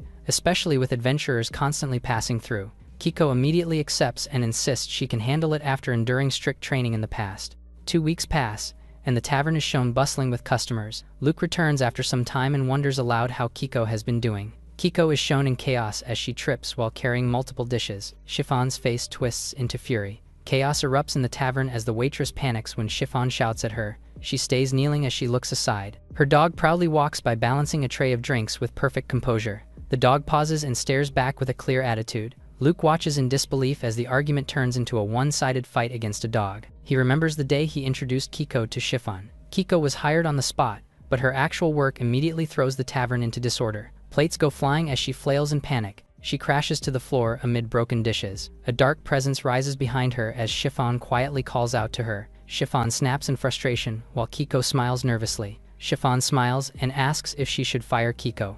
Kiko drops to her knees and begs for mercy. Chiffon coldly refuses and steps closer. The dog suddenly appears and innocently greets them with a wag and a curious look. Chiffon freezes mid-glare. Her expression immediately softens into awe. With the dog's help, Kiko somehow manages to survive the shift and keep working. The customers happily thank the dog for the delivery, while it becomes clear she is far more reliable than her owner. Luke reflects that introducing the maid makes him feel responsible. Chiffon scolds him seriously and warns that at this rate every plate in the shop might end up shattered. She points out that Kiko has been gaining popularity in her own chaotic way as customers laugh and gather around her. Chiffon turns to Luke and sincerely thanks him for something else. Nearby, a drunk patron casually grabs Kiko's hand and invites her out after work. She forcefully pulls away and shouts for him to let go. The man pauses in fury and shock. He grabs her wrist again and demands to know who she thinks she is. Luke stands up and coldly remarks that someone seems far too drunk for this early in the day. Chiffon smiles gently and claims that everything is fine despite the growing tension. Before Luke can ask what she means, Kiko launches forward at full speed. The drunk man is struck head-on by Kiko as she sends him reeling. In one swift motion, Kiko slams the man down to the floor. Luke's eyes widen in deep shock and disbelief. He realizes that Kiko managed to throw the guy into the ground instantly. He wonders if she's executing Eastern martial arts and notes that she seems to understand the body's structure well. Kiko shouts at the man and tells him he can't just do as he pleases with people. She lifts her hand over his face and demands for an apology. The man flusters and stays silent for a moment. He immediately apologizes and reasons that he was just frustrated from work as Kiko admits she got carried away too. She beams and accepts his apology. Luke admits that he had no idea Kiko was capable of fighting that way. He notices that she also has a natural way of calming people. Chiffon says that none of the staff can really fight aside from herself, so having a bodyguard has been a practical necessity. She sincerely thanks Luke for his help. After a brief pause, she suddenly brings something else to mind. Luke stiffens in surprise as she casually asks whether he is going on a date with Iris today. Luke insists that it is not a date at all and frames it as a simple errand. He asks how she knows this, and Chiffon tells him that he's underestimating the information network of their tavern. Cornered, Luke awkwardly admits that they are meeting outside. He recalls Iris throwing him out to the tavern for breakfast. Chiffon giggles when she watches how unaware Luke is. Luke then thanks her for the food and prepares to leave. Chiffon watches him go with a knowing smile and reminds Iris to enjoy herself. Luke crosses the plaza alone. He spots Iris ahead and wonders if he made her wait. Seeing her dressed up makes him freeze as he softly calls her name. Iris stands by the fountain in a dark dress, her appearance refined and noticeably more mature than before. Luke notices the change and realizes she has grown up far more than he expected. He recalls the previous night with May and Yuri and wonders if their presence influenced her. He becomes aware of how strikingly beautiful she looks. Nearby chatter draws his attention as strangers speculate about her and who she might be waiting for. The thought unsettles him as he suddenly views the situation from an outsider's perspective. He panics internally and scolds himself for overthinking and for forgetting his own age and place. He decides to approach her and ask casually if he kept her waiting. She reassures him with a smile that she just arrived. As they stand together, onlookers quickly lose interest upon realizing they are simply siblings. He notices the attention around them lingering longer than usual and tries to steady himself. As she clings her hand into his arm, she casually brings up their plan to visit the blacksmith together. Iris looks up at him and he notices her smile. The warmth of her hand and her closeness make her seem brighter and more radiant in his eyes. He realizes that thinking too deeply about this will only make things worse and cuts the thought short. He confirms their destination and they move forward side by side. Sparks fly as heavy tools strike hot metal. Inside the workshop, craftsmen work steadily while others wait. A cheerful blacksmith greets them warmly to the prosperity of dwarves. Luke explains he needs his sword sharpened for an upcoming match. The blacksmith confirms and asks them to wait. Luke reflects on dwarves, blacksmithing, and how deeply he once relied on craftsmen in another life. The blacksmith returns with the receipt. Luke casually questions the shop's name despite it being run by humans. The blacksmith explains that the name honors a dwarf clan whose mastery once defined the golden age of blacksmithing he aspired to follow. Luke processes the idea slowly, struck by the implication that dwarves once flourished in the past. Another customer interrupts politely and pulls the blacksmith back to work. The blacksmith turns to them and asks them to come back once the sword is finished. Luke and Iris quietly wonder what the blacksmith's words truly suggest. Luke falls in deep thought as he thinks about the possibility of dwarves being extinct like demons. He recalled that dwarves once cooperated peacefully with other races, unlike the hostile elves and the beasts. But the thought unsettles him when he reflects that elves and beasts still exist today. He considers the possibility that the dwarves' disappearance and humanity's decline may be connected. Iris starts to think about the likelihood, but he admits there's no way to confirm. She reminds him of her earlier wish to visit the Royal Library and how they never found the time back then. She suggests that this might be the right moment to go since they are already nearby and no longer rushed. The vast library opens before them, filled with towering shelves that hint at forgotten histories. Iris quickly gets absorbed in the research. After some time, they find that none of the records offer anything truly new or definitive. He admits that he already knows more about the ancient demon tribe than most people. According to the records, both the dwarves and goblins vanished suddenly around the same point in history. He 67 reflects on how unexpected and unsettling that disappearance feels. The texts suggest many theories, but the truth of what happened after the war with humans remains unclear. Iris concludes that if written history fails them, the only option left is to investigate ancient ruins directly. He clutches the books with a troubled look and doubts that a great nation could vanish without leaving clearer records behind. He suggests that it might be better to ask someone who deals with history professionally.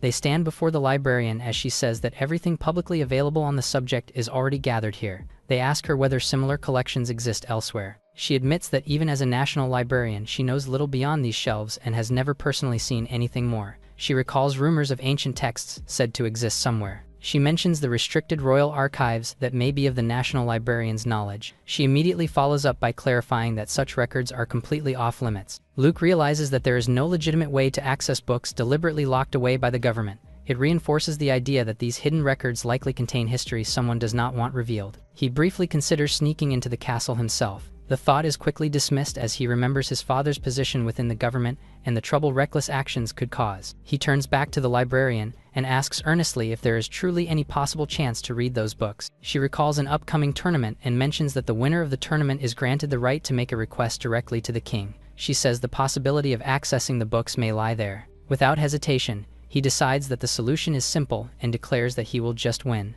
The librarian watches the two from afar and quietly dismisses their plan as reckless. Iris casually remarks on his plan to win first place. She smiles and accepts the idea of coming in second as if it were already settled. As they walk together, he reflects on the fact that the library search led nowhere. Despite that failure, they acknowledge the unexpected opportunity created by the tournament's unusual prize. He thanks Iris for spending the day with him and she humbly brushes it off. She wonders how Luke had reacted to her appearance earlier. In her room last night, she questions whether she is still seen as nothing more than a younger sister. The next day's plans take shape as Yuri and May suggest going all out and dressing up properly for the outing. Though hesitant about standing out, Iris is reassured and begins to consider the idea more seriously. The girls bluntly tease her by pointing out that Luke probably would not even notice what she wears. They urge her to go all out anyway. She remembers the encouragement May and Yuri gave her the night before. She grows lost in thought in the present. She convinces herself that he truly might not have noticed a single thing about her today. At the same time, she realizes that even if he did notice,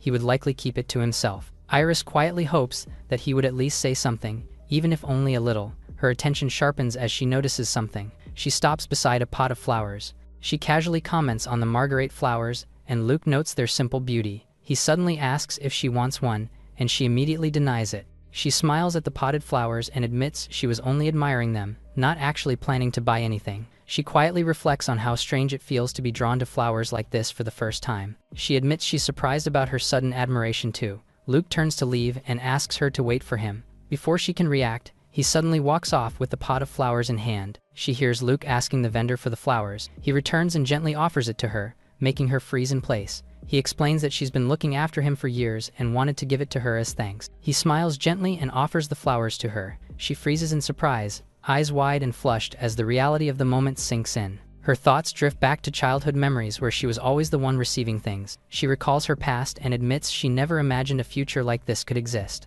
She finally accepts the flowers with trembling hands as she thanks him. He awkwardly calls out to her as he notices how tightly she is holding the bouquet. She hugs the flowers close with a shy smile, clearly unwilling to let go despite the warning to stain her clothes. Iris reflects that he likely still sees her as a child. Even so, she feels content just being close to him. She apologizes softly and admits that she was simply overwhelmed with joy in that moment. She beams while hugging the potted flowers close and promising to take care of them. They start to move forward as she quietly hopes that days like this never end. Luke looks around and notices how lively and packed the city is. Iris smiles and mentions that the opening ceremony is finally starting. Luke remarks that tournaments in the royal capital are the biggest form of entertainment. They observe that even the opening ceremony alone has already drawn an overwhelming crowd for such a large-scale event. He acknowledges that it makes sense people would gather for something like this. Iris casually reflects on how she would have loved to see a tournament like this, back when the Demon Nation still existed. Luke quietly notices that the surrounding crowd is busy staring at Iris. His focus sharpens as he senses something. He points out a carriage nearby and notes that it looks out of place and does not seem to belong to a noble. A man nearby also notices it. Iris and Luke freeze when they hear that the carriage belongs to the Saintess. They hear that Arca had sent an honored guest for the tournament. The people murmured that they expected the Saintess to attend. They fluster when it sinks in that they are actually seeing such a figure in person. The mention of the Saintess stirs old memories between Iris and Luke. He notes that the Saintess was still human, despite everything abnormal about her existence, which means she could not have lived until now. Iris's expression tightens as she falls silent. She quietly addresses him and shares a thought. She asks whether it is possible that if people can be reborn, then the Saintess herself could have been reborn as well. The idea clearly unsettles him. He answers that if reincarnation is possible for him, then there is no clear reason why it would not be possible for her too. The Saintess once showed no hesitation in killing demons, and if this woman truly is the same one, then Iris may be in far greater danger than he is. He warns that if their theory is true, Iris must run the moment she realizes it. He declares that he will either restrain her himself or be forced to put her down. Iris freezes and realizes that even if Luke usually keeps his power hidden, the person standing beside her has never truly changed. The pressure becomes unbearable, and it made her instinctively want to kneel. That force takes shape as the unmistakable presence of a true king that commands all magic itself. He reassures her that dealing with a single Saintess is well within his ability. He tells Iris not to worry. Iris exhales and forces herself to smile back. After some time, they finally arrive at the venue. Iris notices several people who seem to be participants. She remarks that most of the people around them do not look like serious opponents. Nearby participants bristle at her words and glare. Luke quickly reminds Iris that she would be disqualified if she started fights before the tournament and questions why she keeps provoking others. Iris apologizes and admits she spoke without thinking. He observes that Iris seems far more fired up than usual and reflects that she is still a battle-hardened demon at her core. He thinks that, at this pace, she might end up being his toughest opponent in the entire tournament. A voice rings out as the staff signals for attention. The crowd settles as he declares that the long-awaited main event of the kingdom has finally arrived. Cheers erupt throughout the arena as the tournament officially begins. The announcer explains that the opening will start with a welcome from the king himself. The king instructs the crowd to relax and take their seats. He introduces himself as Griffith and the reigning king of the Leonard Kingdom. He comments on the pleasant weather as Luke notes his reputation as a wise king. Iris recalls that winning the tournament grants a single request from the king, and he agrees that it is all the more reason to give their best. Griffith explains that the tournament will last a week and emphasizes that it was only made possible through the efforts of many contributors. He gives special thanks for the barrier setup and credits it to an elder from the ancient clan named Lados. Lados introduces himself and expresses that being part of the venue's preparation is an honor he will remember for life. Luke wonders if Lados knows Yumi given his long lifespan. Lados addresses the audience by reminding them that his clan has long been forbidden from directly aiding any nation. He clarifies that the absolute barrier will be dismantled once the tournament ends and assures everyone that no further magical knowledge will be given to the Leonard Kingdom. He explains that the ancient clan merely prepared the stage and nothing more. He tells the gathered warriors that the excitement of the coming week rests entirely in their hands. As applause rises, Elder Lados bows politely and steps back from the balcony. His eyes briefly shift through the crowd. Luke halts in surprise. He wonders if Lados was actually looking at him. Iris says she did not notice any strange looks, and Luke assumes he might be overthinking it. The announcer then declares that the next greeting will come from this year's honored guest from Arca. As the Saintess steps forward into view, Luke's breath catches and he recognizes her at once. The Saintess greets the crowd and addresses everyone gathered. She introduces herself as Charlotte of the Sacred Theocracy. As she explains that she was invited by the king, Iris and Luke quietly note how familiar she looks. Iris admits she has only ever seen portraits of the former Saintess, but she agrees there is a strong resemblance. As an image of the past, Saintess lingers in their minds. They sense that something about this woman feels different. Luke points out that while the hair color and aura are nearly identical, her facial features do not quite match. He reasons that if she truly were the saint, she should be radiating holy energy. Iris agrees that she feels no trace of it either and wonders if this means the Saintess is not someone they need to fear. The Saintess brings her hands together. She announces she has one final thing to share as a power exudes from her. A sudden surge of holy energy washes over the crowd. Luke instinctively protects Iris as she thanks him. His expression tightens as he realizes that familiar glow is the same divine magic he has seen before. Charlotte is unmistakably wielding the same holy force once used by the Saintess of the past. Both of them recoil at the sight. The light condenses behind the Saintess and manifests as radiant wings. The display fades and she stands calmly at the balcony once more. She offers her blessing to everyone present. The announcer expresses gratitude on behalf of the kingdom as the saintess finishes her address. Luke wonders if what they just experienced can truly be called a blessing and notes how everyone seems refreshed afterward. He asks if Iris is alright and she reassures him that she feels fine thanks to him. The announcer continues the program as the ceremony moves on. Luke's thoughts return to the so-called saintess and senses that this tournament may spiral into chaos. The crowd disperses peacefully after the ceremony ends. Iris asks whether that woman truly was the saintess they were thinking of. He explains his reasoning by comparing the two saints and concludes that they are likely two different people rather than a reincarnation. Iris questions his certainty. He recalls how the woman wielded holy energy and displayed something resembling divine magic. He admits he does not fully understand her wings but believes that kind of magic was an advanced technique once created by humans of the distant past. He says that there is no way modern humans should be able to use magic like that. He then asks if Iris has ever actually faced the saintess from the past. He recalls how the saint's power back then existed on a completely different level and how a single spell was enough to erase entire groups of demons. He points out that the fact Iris is still standing unharmed is proof that the current saintess is not the same one. Iris reflects that while the holy energy did make her feel breathless, it was nowhere near strong enough to make her feel like she was about to be erased. She concludes that while the saintess may have some connection to the past, she is definitely not the same person. Luke quietly acknowledges that she has a point. He admits that her resemblance to the past saintess and her use of divine magic are both unsettling. He tells her that anyone who can wield holy energy is dangerous regardless of the truth and offers to teach her countermeasures. The next day, the first round of the tournament qualifiers finally begins. The match begins abruptly as a young opponent charges at Luke with a shout. Luke reflects briefly that he feels a little guilty about crushing a young boy's dream. He immediately counters and knocks the boy off balance. The boy drops to the ground as Luke calmly states that this is simply how the tournament works. His attention shifts to the badge on the boy's chest and realizes it belongs to another participant. He reminds himself that he needs to collect 5 badges in the first round and keep them until sunset. Suddenly sensing danger, his expression sharpens as flames erupt across the ground. He jumps back just in time, while someone nearby comments over the scorched pavement. Luke smirks and reminds the figure of the rule not to damage the city. A trembling girl raises her weapon in panic. She turns and bolts without warning. Luke notes that the organizers have not intervened, so he decides there is no issue with how things played out. He reflects that the boy tried to ambush him while he was distracted and adjusted his strategy based on perceived strength. Luke admits the boy has potential and decides to let him go for now. Voices from the crowd comment on Luke's boldness and notes that most beginners would never dare face stronger opponents. They point towards another participant retreating. After a moment of thought, he decides against it and notes that preying on weaker opponents does not sit well with him. Nearby spectators recoil and whisper in shock. A group runs hard through the streets.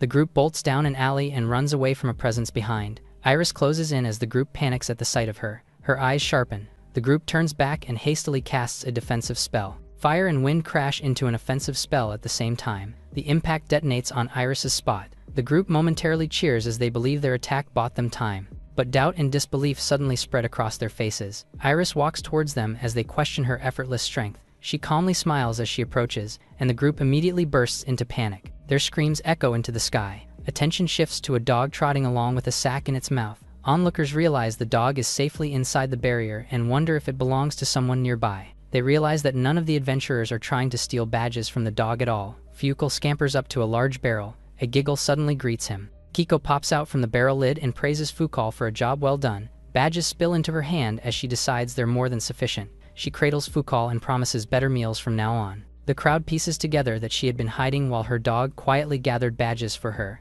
They realize this clever trick was simply another layer of her overall strategy. They note that using summoned animals or monsters leaves the caster exposed and vulnerable. They praise her style and encourage her to keep going as she thanks them. She declares that she and Fukal will work hard to aim for 5th place. The others question why she would not aim higher and begin discussing the rewards. The 5th place prize is revealed to be a magical tablecloth that can produce 3 meals a day for 2 people. They note that such an item is valuable but not extremely rare. They pity her on the assumption that she must be desperate for food. Kiko focuses on securing 5th place and trusts that Fukal understands exactly why it matters. Her eyes light up with pure excitement as she realizes that securing 5th place means they can finally eat until they are full. She decides that hiding out until time runs out is the safest plan for now. The bell tower finally rings. A heavy pouch stuffed with badges lands on the table. An official announces that Luke has successfully passed the first round of the preliminaries. He scratches his head as he is told he collected an impressive number of badges. The staff gathers the badges while reminding him to keep one on his person throughout the tournament. Rust call out to him from behind and praise him for a job well done. His group approaches together as Luke greets them warmly. Everyone confirms they made it through with enthusiasm. The group compares notes and realizes everyone tackled the first round with their own party and strategy. Gaia hesitates and nervously asks about Iris and the others. Nearby, Iris and Kiko present their piles of collected badges. Luke spots them as Gaia jolts in disbelief over the number of badges they've collected. Russ notes that everyone has passed and suggests celebrating with food at the tavern. The trio agrees instantly, with Kiko's enthusiasm catching everyone off guard. Iris praises Luke and suggests they all restore their strength together. Luke agrees as he looks forward to the challenges of the next round. Elsewhere, soft footsteps echo as the Saintess moves quietly. Her expression hardens as she decides that the time has finally come to act. She rushes after Latos and urgently calls out to stop him. Lottery turns back and questions why someone like her would seek out an old man like him. Charlotte steels herself as recognition dawns. She bows an apology and explains that she stopped him because she wishes to discuss matters concerning her country's defenses. Latos reiterates that his people have no intention of sharing their technology with any nation. She acknowledges his stance, yet argues that this tournament is an unprecedented exception in the long history of the races. She questions why such a long-held principle should be broken for a single tournament. He draws a comparison between her holy faith and the sacred teachings upheld by his own people. The maiden listens closely and wonders aloud whether the ancient races also follow teachings of faith. Latos declines to elaborate and explains that their faith is a closely guarded secret. He explains that there are truths his people cannot share with outsiders. He asks her to understand this limitation given her own title. She clasps her hands and apologizes for intruding on his time. She then gently asks if he would at least stay to observe, and he agrees. She smiles and tells him she's looking forward to it. He returns the sentiment and wishes her well as they prepare to part. The second preliminary round begins at the third venue. A fierce clash ends decisively with one fighter standing victorious. Luke notes that the second round will now proceed as a one-on-one tournament format. Kiko excitedly confirms and explains that it is happening across multiple venues at the same time. She says that almost 200 out of 1,000 adventurers have made it through. She continues explaining that only the top 24 will move on to the main tournament, which would be impossible if everything were held in one place. Iris notes that unlike the chaotic first round, this stage is meant to test pure individual skill. Luke agrees and shares that he is eager to see how everyone performs. He adds that their own matches are scheduled for later, giving them time to observe first. The announcer signals the start of the next fight as the focus shifts to the arena floor. A lively introduction presents Mei as a rising star who has been drawing attention recently. Her opponent is a towering fighter wielding a massive battle axe known for overwhelming force. The crowd reacts in disbelief as the tiny girl is matched against a massive opponent. Iris remarks that Mei is likely outmatched. The signal to start is given as the fight officially begins. The brute swings his massive axe down with full force. He lashes out in frustration when he realizes Mei has vanished from sight. Mei activates lightning magic and prepares a decisive strike. Electricity surges as she finishes the match quickly. She lands gracefully after the exchange. The announcer declares her victory as the crowd erupts.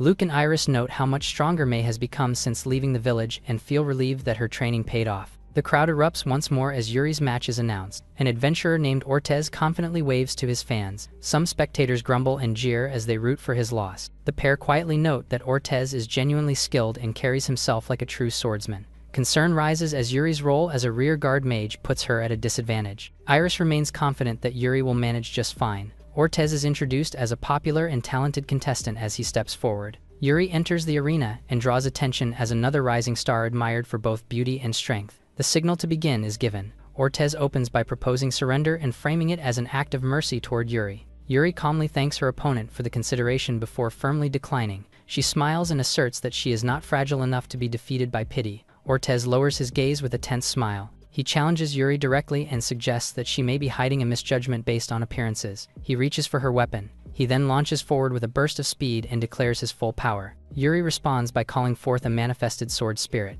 The summoned blade clashes against Ortez's. He recoils in shock as his confidence shatters. A towering spectral knight materializes before him, and he can only wonder what he's facing. Yuri mockingly asks if he's surprised. She explains that the being before them is a spirit she summoned through magic. He mutters that only elite mages can summon spirits. Ortez stiffens in disbelief as he recognizes that this power is far beyond what he has ever encountered. He questions whether Yuri even chanted. He struggles to grasp how such advanced magic was performed so effortlessly. Luke notices that Yuri used ancient magic and praises Iris for training her well. Iris dismisses the praise and insists that he should wait until the results are declared. Ortez steadies himself and admits he misjudged Yuri. Ortez launches himself into a desperate overhead strike as he shouts his refusal to accept defeat. The attack is easily intercepted by the spirit. Ortez grits his teeth and realizes direct attacks against the spirit are useless. Luke remarks that Ortez is not making poor decisions, but he's moving far too slowly. The spirit gathers power for an attack before Ortez can react. He sees the blade behind him too late. Ortez crashes to the ground as the match is decisively called. The announcer declares Yuri the winner as she waves to the crowd. Luke and Iris reflect that the fight was closer than comfortable, but still a clear pass. Iris remarks that only Rust remains and asks Luke if he thinks he'll be okay. Luke grins confidently and says that Rust is his first disciple and he will not fall easily. Iris stops for a moment. She teasingly reflects on the title of being a Demon King's sole disciple and concludes that defeat does seem unlikely. The crowd's attention shifts as the next match is announced. Rust is revealed to be stiff with nerves.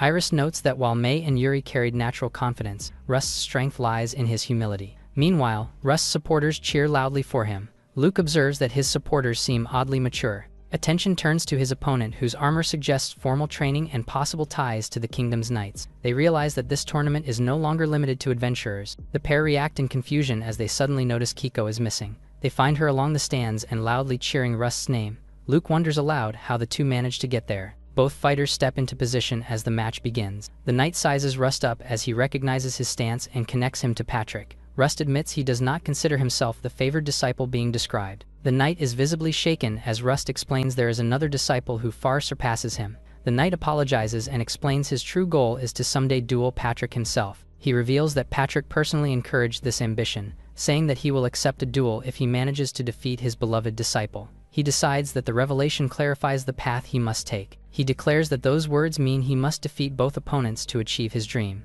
Luke reacts awkwardly as they realize this promise was something Patrick likely made impulsively. Iris suggests that such promises usually come from desperation and pressure from passionate challengers. A brief flashback shows the knight begging on the ground. Luke questions if it means he'll have to fight him in the future. Iris reminds him that Rust's victory would deny that future, so he decides to cheer properly this time. Kiko enthusiastically invites them to join and offers a handmade charm from her hometown. Luke takes the fan and cheers for Rust along with her. Rust starts to note that the knight's tactics may have been learned from Patrick. He launches forward with his blade raised and declares the opening strike. The knight reacts with a sharp grin, impressed by Rust's speed. Rust skids back through dust as his frustration builds. Luke watches calmly, intrigued by how the match is unfolding. Rust studies the knight and realizes he's still not fighting seriously. The knight confirms it openly and taunts Rust for holding back as well. Both fighters spread out across the arena, mana flaring as the knight suggests ending the warm-up. Kiko notices the shift immediately and notes that both contestants are skilled. Luke explains that Rust's internal control of mana came from Patrick's teachings and the external reinforcement came from Luke himself. Kiko realizes that Rust is maintaining two enhancements at once. Luke reflects that the technique on display is impressive,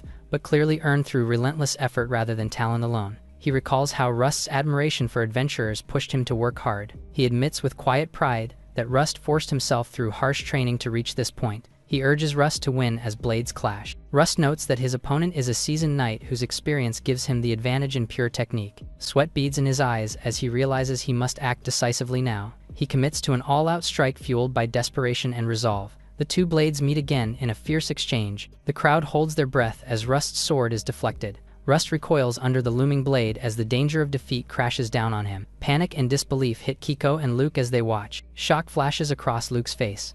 A confident smirk forms on Rust's face as he commits to a risky move. Rust slips inside the knight's guard and strikes from a blind angle. The knight crashes to the ground as Luke realizes he deliberately baited the opening and executed it flawlessly. Pride replaces worry as Luke shouts his praise. Rust straightens and basks in the moment after his victory. Later, Rust approaches the group immediately. He eagerly asks for Luke's feedback. He instantly earns Luke's calm approval and reassurance that the match was well fought. Rust beams with surprise as he receives praise for faking an opening and landing a solid counter. Iris congratulates both girls as well and expresses relief that they kept training even after leaving the village. The group then casually agrees to watch Gaia's match next. In the fifth tournament venue, a massive arena already echoes with battle cries. Lightning and crimson magic collide violently as two fighters clash. One combatant struggles to rise and refuses to concede. A long fingernail halts inches before his face. Sharika overwhelms her opponent as he admits defeat with no strength left to continue. The crowd erupts as Rust and the others cheer.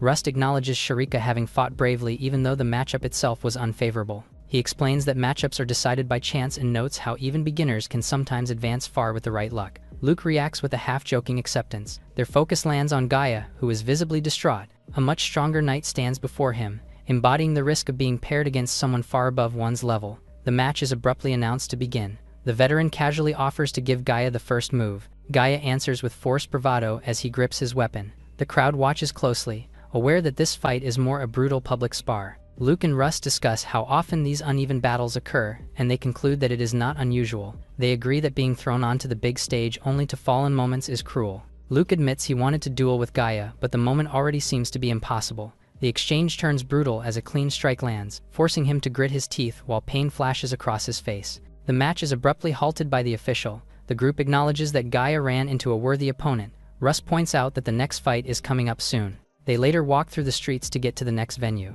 Gaia vents his frustration about being matched against someone far beyond him. Russ reassures him that standing up to a higher-ranked opponent still proved his resolve and growth. Attention turns to the other girls as their matches are praised as well. Gaia declares his determination to grow stronger as Russ asks about Luke's opponent. Luke admits he hasn't had the chance to check yet. They head toward the posted brackets together to check. Russ notes their luck in reaching a major arena match, and that the attention it brings could be a double-edged sword. He suddenly freezes when he sees the brackets. He reveals that Iris's opponent is already far more experienced than expected. Shock sets in even more as he learns that Luke's opponent is a special class adventurer with a notorious title. Rust admits he has never heard of the name. Rust explains that Shin is among the capital's strongest mages. Shin is just below an elite tier where Yumi belongs. Luke reassures him that if the opponent is weaker than Yumi, then the fight is no threat. Rust admits he heard through a letter that Luke defeated Patrick, but he still worries deeply about his childhood friend. He worries over the fact that Luke has to fight a special class adventurer. Gaia urges Luke to forfeit, and it becomes clear that his concern comes from genuine fear. Luke reassures them that the opponent is not the type to kill on sight and suggests there is no need to panic yet. Gaia insists that Luke must withdraw immediately if the fight turns dangerous. He reminds him that life is precious and worth protecting. Luke reflects that Gaia is surprisingly kind and has always looked out for him like a brother. He praises Rust for having a reliable senior and promises he will not put on a disappointing fight. May and Yuri check on Iris's condition as her match will come first. Iris declares she will fight in a way that won't embarrass Luke. They arrive inside the arena moments later. Iris steps onto the arena floor as her opponent approaches. Mana studies Iris with a knowing smile and acknowledges her reputation as the infamous newcomer. Iris remains emotionless as Mana identifies her and her clan. Mana lightly brushes off the secrecy and explains that the cheers will drown everything out anyway. She says that Gran and Yumi filled her in about lively newcomers stirring up the tournament. Iris processes the implications and realizes that special class fighters are being deliberately gathered into the event. The idea unsettles her as she wonders whether they orchestrated this tournament for her and Luke. Mana notes Iris's unusual calm and admits she prefers strong opponents rather than fragile ones. She proposes a wager now that they are facing each other. She lays out her condition that her victory would mean Iris joining her women-only clan. She promises Iris freedom to take requests with other clans. Iris accepts the terms but makes it clear there is a condition of her own. She smiles with quiet confidence and declares that she does not believe Mana can defeat her. Agnos halts in surprise. Her eyes narrow as the weight of the challenge sinks in. She calls out Iris's audacity to talk to her that way and threatens to violently crush her. Iris teasingly invites the challenge while acknowledging the stubbornness behind it. The signal is given and the duel officially begins. Manaka notes Iris as a rising star and quietly weighs her chances against a veteran opponent. Gran notices her confidence in Agnos's expected victory. Manaka confidently says that everyone would bet on Agnos because of her experience. Gran smiles and places his wager on Iris. He seals the bet as the loser is tasked with treating the entire opposing clan to dinner. She questions whether that level of confidence is real and doubts anyone would gamble without a chance to win. She resolves herself and openly decides to place her bet on Agnos. Gran chuckles and tells Yumi that Manaka will be treating their clan to dinner. Yumi shakes Manaka aggressively as she asks for confirmation. Manaka clarifies that they have a wager between Iris and Agnos. Gran tells Yumi that he placed his bet on Iris. Yumi quickly laughs it off and thanks Manaka in advance, as if the outcome is already settled. Gran points out that Iris's victory is clear. Manaka remarks that luck often decides matches and suggests they simply watch the fight unfold. Iris asks if her opponent plans to stay back or finally join her. Agnos confidently asserts her rank advantage and makes it clear that she is the one setting the pace of the fight. Iris calmly accepts the offer of the opening move. She decides she will attack without restraint as she closes the distance immediately. Agnos's eyes widen, her sword lifting in defense as she grits her teeth. Gran wonders if the match may already be turning on the very first exchange. Agnos freezes as confusion flashes across her face at the sudden shift in momentum. Seeing Iris holding her weapon with one hand unsettles Agnos. She realizes she is being steadily overwhelmed. Iris acknowledges Agnos's strength and explains that the decisive blow failed only because it was properly guarded. She examines her chipped dagger with mild annoyance and remarks that she refuses to rely on inferior equipment. She then asks about the nature of Agnos's blade. Agnos confirms the weapon was forged with carefully gathered materials. Agnos's focus sharpens as Iris suddenly presses behind her. Agnos recoils in panic. Panic flashes across her face as she realizes she might die. Iris observes that her weapon has finally snapped and concludes it cannot be fixed. She casually tosses the broken dagger aside and declares it unusable.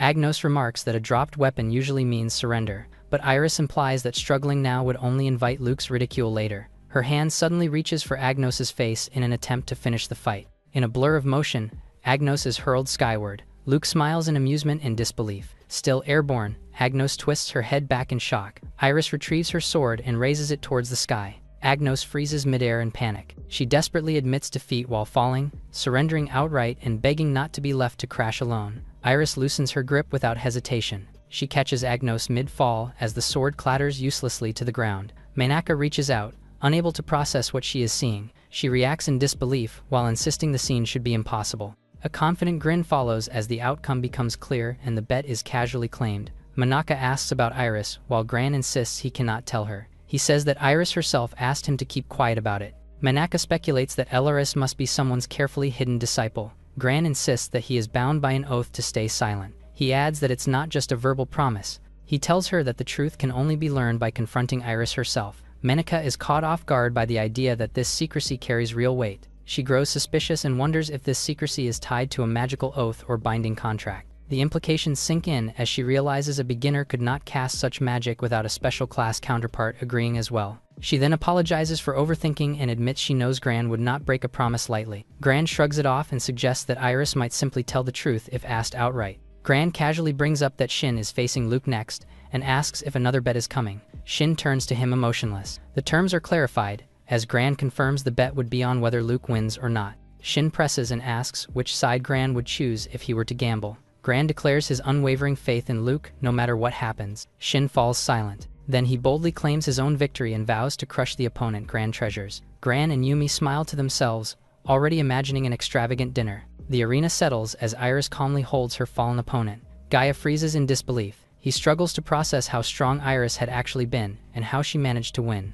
Luke simply explains that Iris grabbed Agnos's face and flung her. He says that Iris's move forced surrender by default. Gaia expresses his disbelief and calls Iris amazing. Luke casually praises Iris, while Rust jokes that the way he speaks makes him sound like her father. Rust playfully tells Luke that the same standard will soon be expected from him. Luke promises that he will live up to the standard Iris has set. He later stands in the arena and waits for his opponent. Shin approaches from across the field as cheers for him roar. Luke accepts the weight of the crowd's expectations. The spectators erupt in cheers as they openly root for Shin's victory. Luke's smile darkens as he reflects that as a demon king, breaking hope itself brings him satisfaction. Shin formally greets Luke and says that Gran has spoken highly of him. Luke brushes off the praise and insists that he is nothing special. Shin is taken aback by his modesty. He thanks Luke for the match and admits he did not expect to face a rookie. He reveals that his work involves excavating ancient ruins. He then points out that Luke is hiding his mana so well that Shin only raised his guard at the last moment. Luke admits he read him perfectly and notes that even Yumi would not have noticed so easily. Shin admits he only noticed up close and remarks that Luke's mana concealment surpasses anything he has ever seen. He suggests his talent would suit magic far more than swordplay,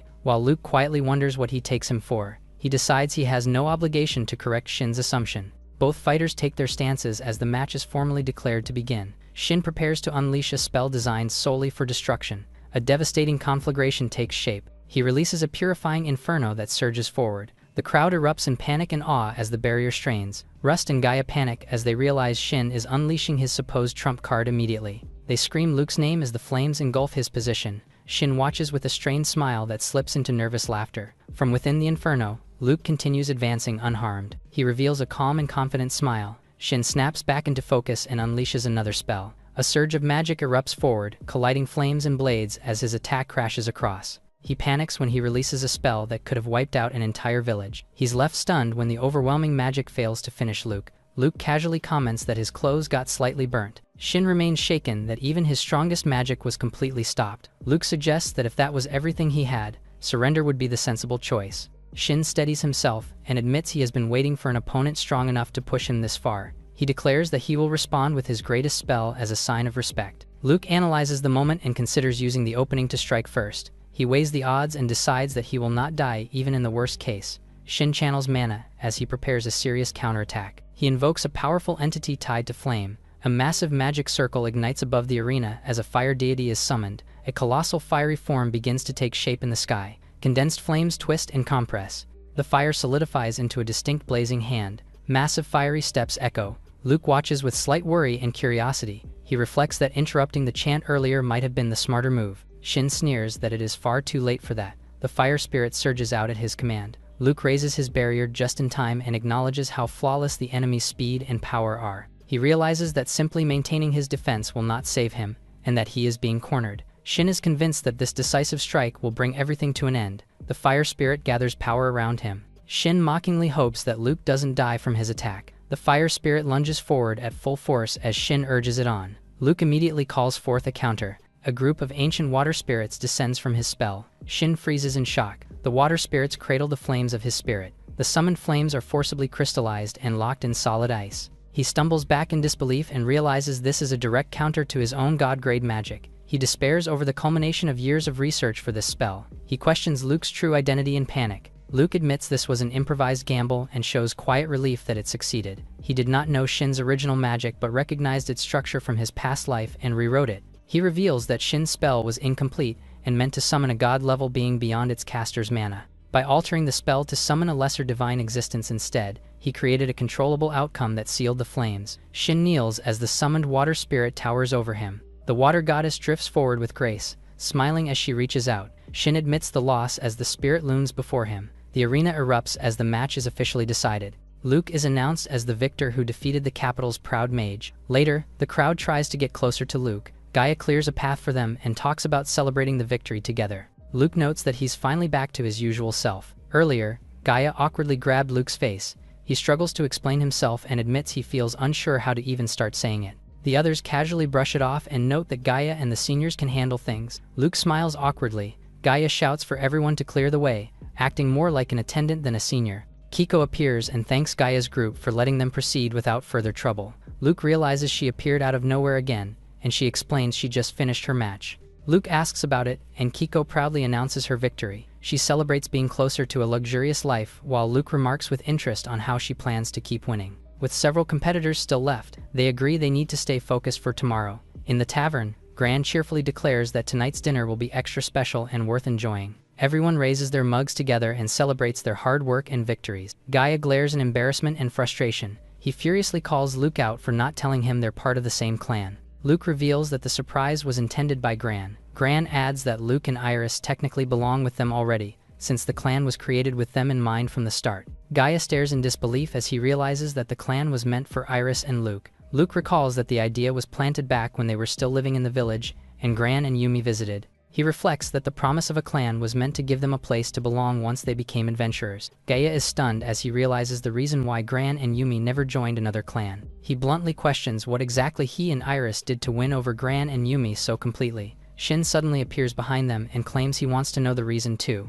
He admits his curiosity and admits he wants to hear the story behind Gran's decision. He makes it clear that what truly interests him is uncovering who Luke really is. Luke explains that there is very little he can actually share, even if pressed about his identity. Shin playfully insists they are closer friends than Luke admits. Luke shifts the focus and expresses relief that Shin seems unharmed. Shin reacts in disbelief as he realizes Luke was treating the duel as a trial run. He fixates on the ice magic involved and questions that such a spell could be constructed and deployed on the spot. Luke points out that the foundation of that magic came from Shin himself. He admits that the spell he used was copied from Shin's. He explains that the copying did not happen in a single moment. He reveals that he carefully observed the spell's structure and chant, on top of seeing a similar one in the past. Shin echoes the idea of a similar spell from experience. He decides that Luke sounds like a seasoned adventurer and refuses to pry any longer. He instead questions Gran's true motivation for forming a clan as Gran arrives. Gran reveals that he once tried to recruit the two of them into his own clan. Luke adds that Gran simply recognized his abilities. Shin suggests an alternative and proposes his own clan for Luke and Iris to join. Luke admits his fascination with ancient demon legends and recalls how they promised to pursue those truths together once they became adventurers. The mention of an ancient demon race immediately clicks into place for Shin. He reflects that no one has ever been devoted enough to truly study that forgotten mythology. Yumi's struggle to find kindred spirits suddenly makes sense to him. Shin apologizes for the interruption while making it clear that he intends to rely on them if there is ever another chance. Gran then encourages everyone to keep the conversation going. Luke asks if he shared enough, and Iris reassures him that it went exactly as expected. Chiffon announces that tonight's dishes will use premium ingredients provided by Manica and Shin. Luke and Iris agree that things are about to get lively starting tomorrow. As the night winds down, closing time finally arrives. Ortez sits in silence with his drink. He thanks the tavern keeper for the meal as he's praised for his effort that day. Walking alone through the night, the weight of his loss sinks in. He replays the duel in his mind and reminds himself he fought seriously, yet still fell short. His fist finds the wall, as his thoughts drift to the smiling face that gave him reason to fight. He scolds himself for brooding and resolves to search for another path forward. A sudden presence snaps his focus as steel clashes violently, forcing him to react on instinct. His eyes widen in shock as he locks blades with a hooded figure. He realizes his attacker is younger than expected. He demands answers and asks who the mysterious assailant is and why he is being targeted. The attacker answers with silence and launches another relentless strike. Ortez realizes the overwhelming gap in power and understands it means the attacker's goal cannot simply be to kill him. Before he can figure out the attacker's objective, he appears behind Ortez with a dagger near his neck. Dark energy surges as he is struck, her strength giving out while pain and exhaustion take over. The attacker vanishes with Ortez as he apologizes and calls out for Claire. Luke and Iris stare ahead in confusion. Kiko insists this is a serious and real situation. She explains that someone is deliberately targeting adventurers right now in the royal capital. The group proceeds to watch the current match, while Luke struggles to understand how adventurers are missing. Kiko recalls reports from the guild and tavern and confirms that adventurers in the royal capital have been disappearing one after another. She narrows down the victims as fighters around intermediate to advanced level. She piles up examples from well-known brawlers to Ortiz. She says that their families are now searching in desperation. Luke concludes that this is abduction, and whoever is responsible must be highly skilled. Kiko notes that there is no true motive, so there is nothing specific they can prepare defenses against. Kiko suggests for Luke to solve it quickly with magic. Luke admits this kind of problem is not his specialty and reminds them to stay alert and careful. Elsewhere, a figure watches the same match. The Saintess appears behind the window. She turns away from the glass. She then sits and asks for a report on how matters are progressing. The hooded attacker kneels and reports that things are proceeding according to plan. The Saintess relaxes slightly after hearing that there will be no further trouble in the capital.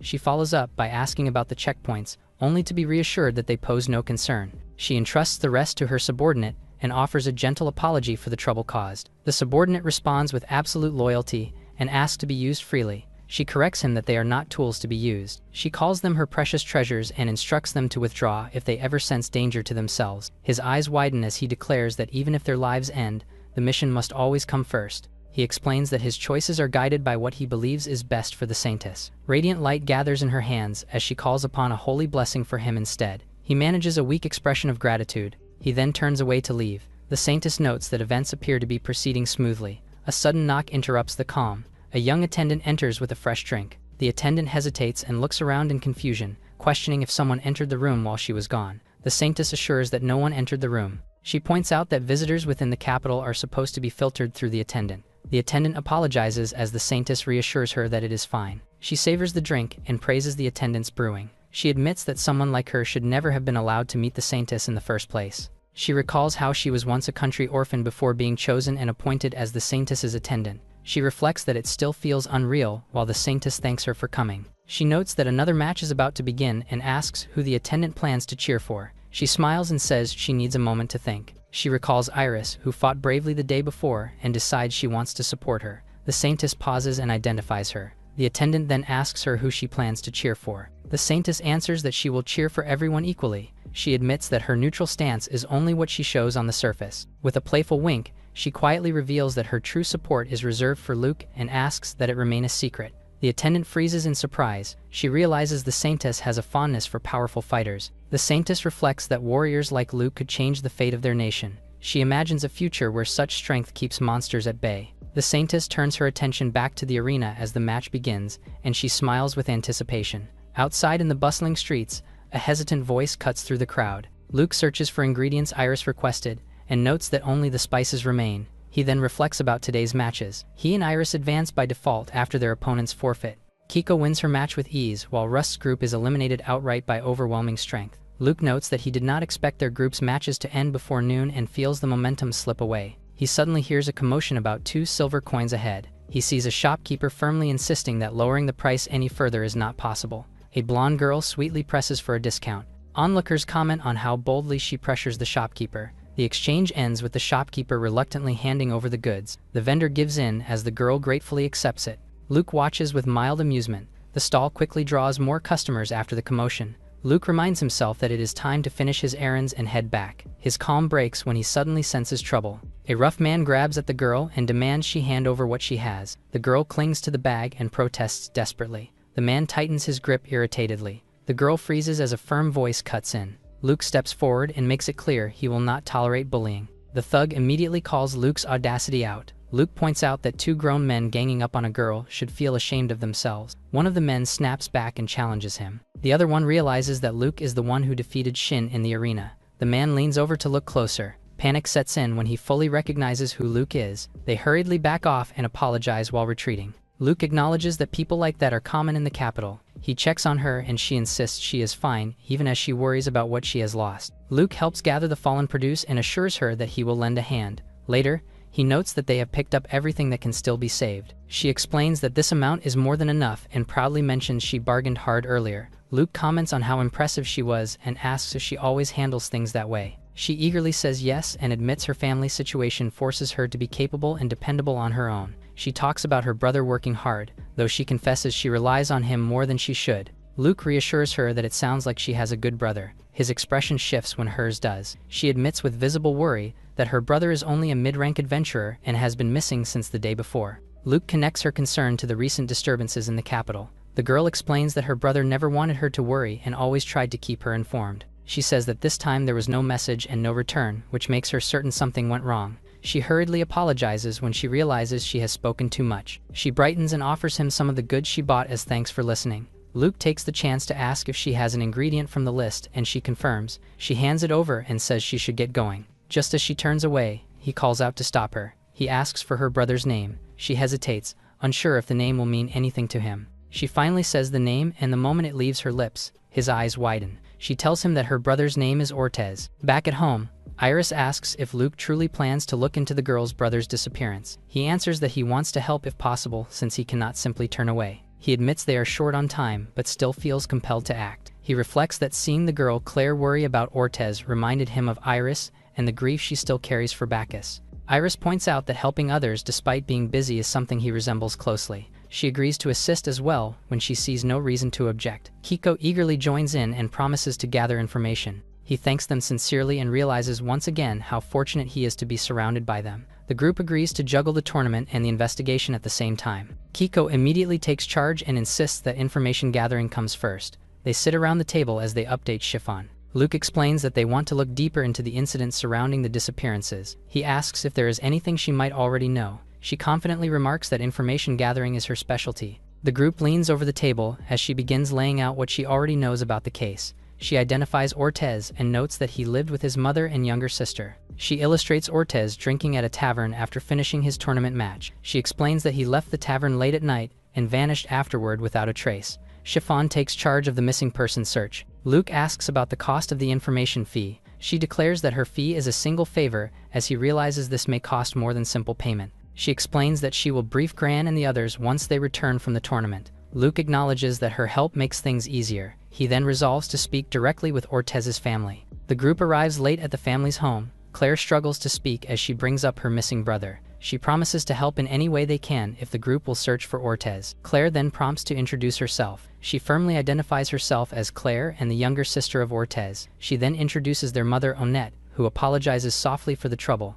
Luke realizes they haven't introduced themselves. They present themselves as adventurers known as the Seekers of the Era. Claire and Onette react in shock as they realize these are the same famed seekers they have heard about. Claire eagerly explains that Ortez admired them deeply. She recalls how her brother praised Gran as a great and dependable adventurer. Luke reflects that Gran is a rough but kind man who accepted people easily and always kept his promises. Luke apologizes for not being able to bring Gran. He reassures them that they will still do everything they can to help. Claire explains that the Royal Knights are also investigating, but the tournament has limited how many people they can spare. Claire and her mother bow deeply and beg the group to take good care of her brother. Claire shows them a photo of Ortez. She recalls hearing that he went to a tavern the previous night, even though drinking is not something he usually does. She assumes he went there after losing his match in the tournament. When asked why he joined the tournament at all, Claire admits it was something he did for her sake. She hesitates before revealing that she is actually ill. She quickly reassures them that her condition is not contagious. She adds that while the illness is not infectious, it's unusual. Claire hesitates until she reveals that she has the demonization disease. Claire's words hang heavy over the table as Kiko notes how a cure exists in her homeland. Luke reflects that there was no such curse back then. Claire explains that the illness slowly twists the body into something monstrous before ending in death. She says that ancient races may call the condition a blessing, but humans have no cure except an impossibly expensive universal elixir. Kiko connects the tournament prize to the elixir. The group begins to understand why Ortez chose to enter. Claire clenches fabric as she refuses to have his disappearance as the cost. Tears spill as she admits he had been searching for a cure all this time. She says simply seeing her brother succeed would have been enough for her. The group listens in silence as she cries. Luke's expression tightens. He reassures them that they're also participating in the tournament. He declares that one of them will claim third place and bring back the elixir. Claire and Onette stare in shock. Even as they protest and panic at the idea, Luke calmly brushes it off. He promises that they will return together with Ortez and the elixir. Iris and Kiko immediately agree as they commit to the plan. Claire struggles to speak through her tears.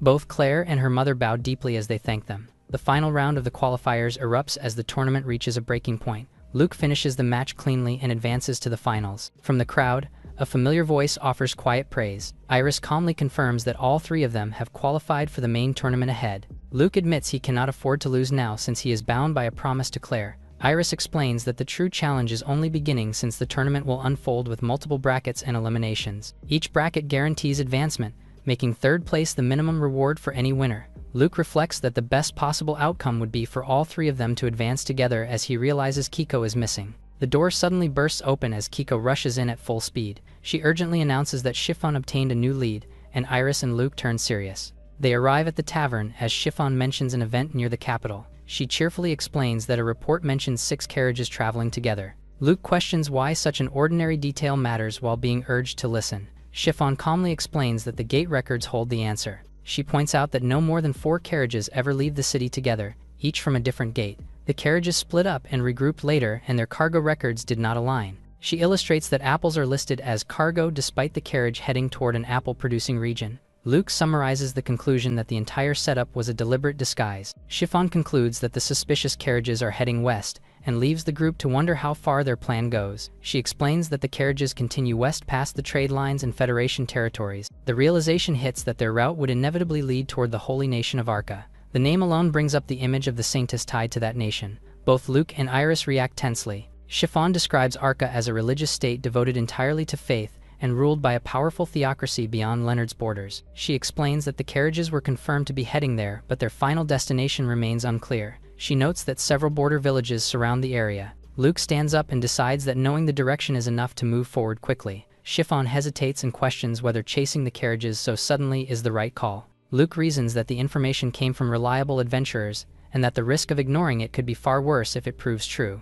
He says there is no time to waste and they must move immediately. Chiffon tells them that she will send someone else to verify the information in case it turns out to be a false trail. Luke decides that he is willing to call in Gran and the others if things escalate. Iris voices her concern about how they are supposed to reach the destination in time when they still have a match tomorrow. Luke calculates that traveling by carriage would take an entire day, making it impossible for all of them to go together. He resolves to go alone using his body enhancement magic. Iris instinctively grabs his sleeve. She begs him not to take such a reckless risk by himself. She insists that she trusts him and believes he will be fine. She admits feeling uneasy, knowing that the destination is near the Holy Garden. Luke gently calls out to Iris, while Kiko suggests that this may be the moment for them to finally step in. She declares it is time to reveal their true strength, as she calls forth Fucall. She forms a spell with practiced ease and unleashes a transformation. Iris and Luke stare in shock. The magic erupts as Fucall transforms into a towering wolf wreathed in power. Kiko cheers in delight. Luke struggles to reconcile the tiny creature they knew with the enormous beast now standing before them. Iris grows serious as she senses its power. She notices that Fucall is radiating holy energy. Kiko proudly explains that this is possible because Fucall is a holy beast. Iris processes the revelation with wide eyes. Luke admits he never expected Fucall to be anything extraordinary. Kiko scratches her head and admits there are limits. She explains that Fucall can switch forms freely for a day once transformed, but must wait an entire month afterward. The group relaxes as they agree they only need her speed for tonight. Luke checks on Iris while she admits she cannot make direct contact with the holy energy. Kiko senses something is off and prompts Luke to awkwardly explain. She reacts in exaggerated shock upon learning Iris cannot ride at all. She collapses in frustration that her chance to be useful slips away. Luke explains that Iris doesn't respond to holy energy well when Kiko calls out to Fuka. Luke reacts in confusion as she commands the wolf to suppress its holy energy. Fuko lowers her power as the holy energy fades away. The group reacts in amazement as they realize a holy beast can freely suppress its own divine energy. Iris confirms the change by physically checking herself. With the problem resolved, Iris is finally able to ride. The group then sets off at full speed to chase after the carriages. Concern flares when Kiko notices Luke struggling to stay awake. She urgently warns him not to fall asleep. Luke forces himself to stay alert, only to sense something strange. Fukal slows down as Luke detects an unusually strong magical presence coming from the nearby village. He senses multiple adventurers nearby and decides they should investigate anyway. He peers into what seems to be the only inn in the village and sees no adventurer. Fukal reacts to the magical presence concentrated within the village. Fukal breaks free and alarms the group. They bolt forward as they realize Fukal has picked up Ortez's scent and is actively tracking it. Kiko reveals she borrowed Ortez's handkerchief from Claire. Luke abruptly recognizes something familiar. The group spots carriages ahead and realizes they're the suspicious ones they have been looking for. Kiko suddenly leaps into the carriage. She urgently calls for help and pushes the others to assist her. Hidden magic flares up around Luke and reveals that it had been deliberately concealed. The magical readings spike sharply as crates shift inside the carriage. Luke directs everyone's attention deeper inside the storage space. They spot a single box tucked away at the back. Kiko gushes that it looks like a coffin while Luke senses that the magic is still alive. The group unloads the coffins from the carriage and prepares to inspect them properly. A latch clicks open, and Luke peers into the crate. Inside the box lies Ortez, who is unconscious. As more crates are opened, the group realizes there are multiple people hidden away. Iris examines one of the victims and concludes that they have been put to sleep by magic. Kiko realizes that the other carriages must be carrying other adventurers. Luke suggests that waking everyone at once may be risky, so they decide to move the victims somewhere safe first. Night settles over the village as the group realizes only one suspicious carriage remains. They hurry through the streets together, relieved that everyone they rescued so far is still safe. With the innkeeper's cooperation, the victims are brought inside safely. His eye sharpens. He spots 4 boxes being carried away. He realizes that the number of sealed boxes matches exactly the people they have not yet brought to the inn. Luke shouts for them to stop. Figures suddenly emerge from the darkness. Iris urgently tells Luke to leave everything to them and push forward instead. Kiko declares that she will fight as well. Luke apologizes as he commits to moving ahead. The group rallies together and promises to hold the attackers off no matter what. A lone figure escapes into the night. Footsteps pound against the ground as he lets out a quiet breath. The hooded carrier expresses relief while noting how quickly Luke managed to keep pace with him. Luke asks if he tied them up. The figure remarks that even tying someone up cleanly could almost count as a strange point of pride. He lunges as he boasts on his goal to not cause any death. Steel clashes in a blur. Luke manages to unhand the opponent. The figure scoffs and praises Luke. Just before he lunges straight into his face, Luke catches his fist just in time. He grows alarmed when the figure suddenly slips past his grasp. Luke admits that keeping an enemy alive is far more difficult and asks for advice. The hooded man pauses in thought. He suggests getting raised in the worst possible home environment as well as absolute loyalty. Luke questions who owns his loyalty. The man implies that they'll be worthless if he spills the truth out. He raises a finger and warns Luke that he should be focusing on something else entirely. Luke stands confused as he looks back. He turns to the village, being engulfed in flames. He whirls and demands to know what the man did to the village. He pauses when he sees the person already missing from his position. The magical presence he was tracking suddenly disappears, unable to believe it vanished so instantly. Realization hits him hard as the memory surfaces, knowing he has been manipulated. He rushes to the village and sees civilians flee in panic. He raises his hand and begins drawing power from the air as storm clouds gather overhead. Rain finally pours down as he commands it. He focuses on maintaining control, relieved that the rescue is progressing without chaos. He realizes that the girls are missing and suspects they chased after the men in black, who escaped. He stares ahead, and he spots 2 men standing strangely. He rushes and confronts the man about the carriages. He freezes when the man responds oddly. He sways in the rain with unfocused eyes and a flushed face. Luke feels a strange pressure as he questions whether something is interfering with people's minds. He quickly dismisses the idea of sustained magical brainwashing and reasons that a temporary mental collapse could still explain what he is seeing. He decides that these are the only witnesses they have, regardless of the cause. He decides to restrain the remaining suspects and leave them secured for the time being. Villagers begin helping the unconscious settle in. Luke turns sharply at the sound of someone calling out. Relief washes over him as he confirms that the girls are safe. He immediately asks them what happened. They hesitate briefly before preparing to explain. They recount how they chased down the men in black who escaped the village and tied them up after. A man suddenly chokes halfway. They discover that poison had been hidden inside them from the very beginning, and no healing could undo it. The girls say that the attackers intended to die from the start, and that they were far too naive to realize it sooner. He admits that the culprits also managed to slip past him. He recalls how the magical trail vanished all at once despite his careful tracking. The possibility of magic being hidden, even his senses, unsettles them. His thoughts drift back to the hooded man, realizing that such a feat should be impossible with modern methods alone. Kiko questions where the fire truly began, and Luke traces it to the carriages that spread the flames outward. He concludes that some kind of timed magic or magical device must have been used. He reflects that at least the disaster happened after the villagers were evacuated. A villager suddenly calls out that they are done eating, and Luke responds casually. He decides it is time to dispel the lingering magic and wake everyone who was put under its effect. He invokes a restraint-breaking spell and commands the magic to release its hold. The spell activates and breaks the enchantment binding the unconscious victims. Iris compares the scene to a fairy tale awakening. She realizes her comment sounded wrong just as an adventure arises. The man stirs on the floor as he wakes and struggles to understand where he is, approaches him and recognizes him as the adventurer who fought Gaia. He asks the man if he remembers what happened before losing consciousness, and the man confirms that he does. He explains that he was suddenly attacked by strange figures dressed in black. Luke concludes that the man was put to sleep by magic and notes with relief that he is responding normally. The man asks if the group saved everyone, and they admit most were saved but some were taken away. The man acknowledges how serious the situation became and how badly things escalated. He offers to repay the favor for saving them. The room falls quiet as Luke hears Iris address him. The man reassures Luke that he will explain everything to the others and allows Luke to step away. Ortez begins stirring weakly. Luke leans in as he checks on him. Ortez disorientedly asks who they are and where he has ended up. Luke introduces himself and the others. They explain that Ortez was reported missing from the royal capital and that they finally found him after tracing a carriage that traveled an entire day away. Ortez accepts the explanation and expresses gratitude for being saved. He admits that he had already resigned himself to dying back then. He asks why they chose to save him when they were complete strangers. He claims to have noticed them specifically looking for him. His eyes widen when Luke mentions Claire. Luke explains that he came because Claire personally asked him to. Panic overtakes Ortez as he desperately asks about his sister's safety. He is reassured that Claire is safe at home with Onette and that there is nothing to fear. Relief finally washes over him as he relaxes. He cautiously asks whether the group are acquaintances of his sister. Luke explains their meeting and Ortez praises his selflessness. He thanks them once more and declares he can keep working for his sister's sake.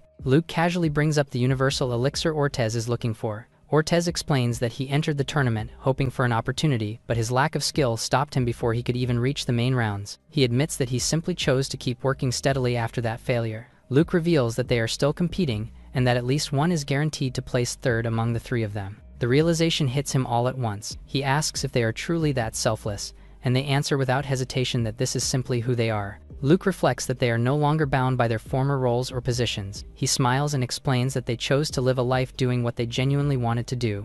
Ortez laughs in disbelief as he admits he never expected such kindness. He sincerely thanks them as his tears well up. Back in the city, Claire peeks out from behind the doorframe. Her eyes widen as tears well up. She immediately rushes forward and clings tightly to her brother. She thanks everyone with trembling sincerity. The group gently tells her that their job is not finished yet and that gratitude can wait until later. The girl nods with a small smile as she promises to cheer for them. The night quickly passes into the morning. Luke groggily answers a knock at the door while thinking about his upcoming match schedule. Gran suddenly appears and greets him casually, despite the early hour. Gran greets him with an easy grin, already knowing Luke barely slept at all. He shows proof that he checked the match schedule ahead of time. He then explains that he went ahead to review everything and suggests heading to the arena after a bit of rest. As coffee steams on the table, Gran praises the group's decision to save the abducted adventurers. The group notes that the knights are still investigating in the village and that they were questioned as well. Luke mentions that the adventurers they saved spoke up for them, which allowed them to return earlier.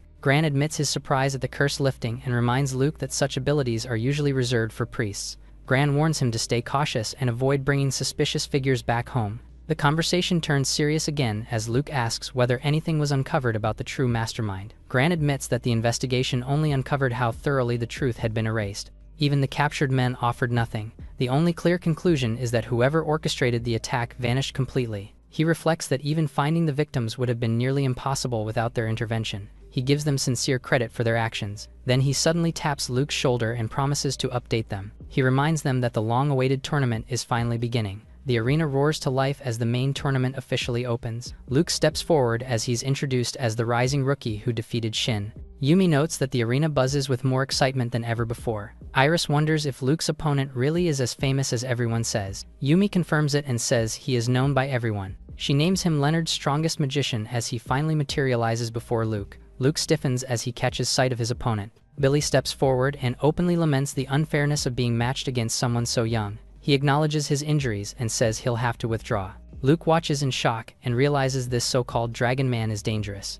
Elsewhere, guards stand alert before closed doors. King Leonard turns to the voice that calls him. He formally welcomes the arriving Saintess into the chamber. The Saintess responds with a gentle smile. Everyone turns their attention to the arena below. The Saintess takes a bite of a biscuit, smiling sweetly as she praises the taste. The king greets her warmly, apologizing for calling her away mid-tournament. While activity continues outside the arena, the Saintess emphasizes her role as a simple priestess and her gratitude for being granted an audience. She reveals her curiosity about how the tournament has been progressing. Leonard asks whether there is a standout contestant worth noting. She mentions Luke, who is currently in the arena. Leonard consults his guards and asks for their honest assessment of Luke. The guards praise Luke's swordsmanship and magic and confidently suggest he is fit for royal service. Leonard acknowledges their answers and praises the Saintess's sharp judgment. He then narrows his gaze and asks whether she discovered the men. The room grows tense around the question. The attendant stiffens, while the Saintess lowers her eyes and smiles faintly. Her eyes glint with confusion as she reacts. She gently claims she does not understand what he is referring to.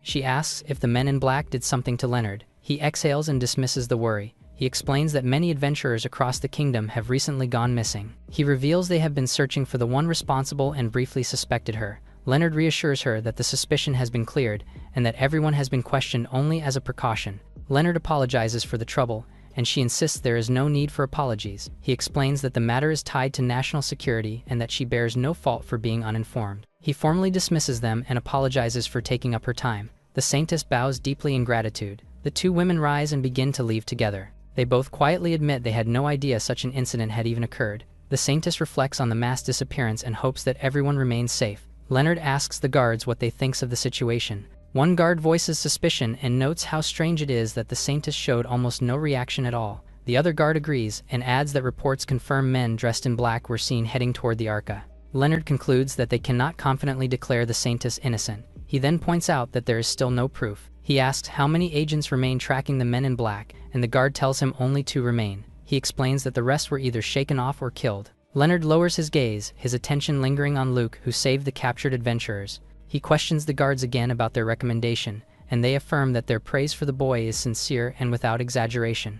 The guards insist his raw skill and potential make him worthy of serious consideration for promotion. Leonard decides that the tournament's outcome will settle things soon. Back in the arena, the clash resumes with explosive speed. Luke acknowledges Billy's ability. He ridicules the fact that the old man intended to withdraw. Billy scoffs loudly and declares that what Luke is seeing now is his true effort and not some careless mistake. He says that only a fool would face someone like Luke. Still, he is determined to not let such an opportunity slip by. He drives his staff into the ground. He chants about ancient memories and calls upon a forbidden source to awaken a partial transformation. Luke stiffens as he senses the power. He recalls that this technique originated in the era of the Demon King and was once studied by his master. The spell takes form as Billy's body twists into a draconic state that was never meant to be completed. Billy challenges Luke directly and boasts as power gathers in his hand. He launches a violent lightning-infused attack toward Luke while shouting. A blazing beam slams into the barrier, sending cracks rippling across its surface. Billy recoils in frustration as he notes that the barrier cannot be broken so easily. He admits he attempted to break it when he heard even a special class mage couldn't.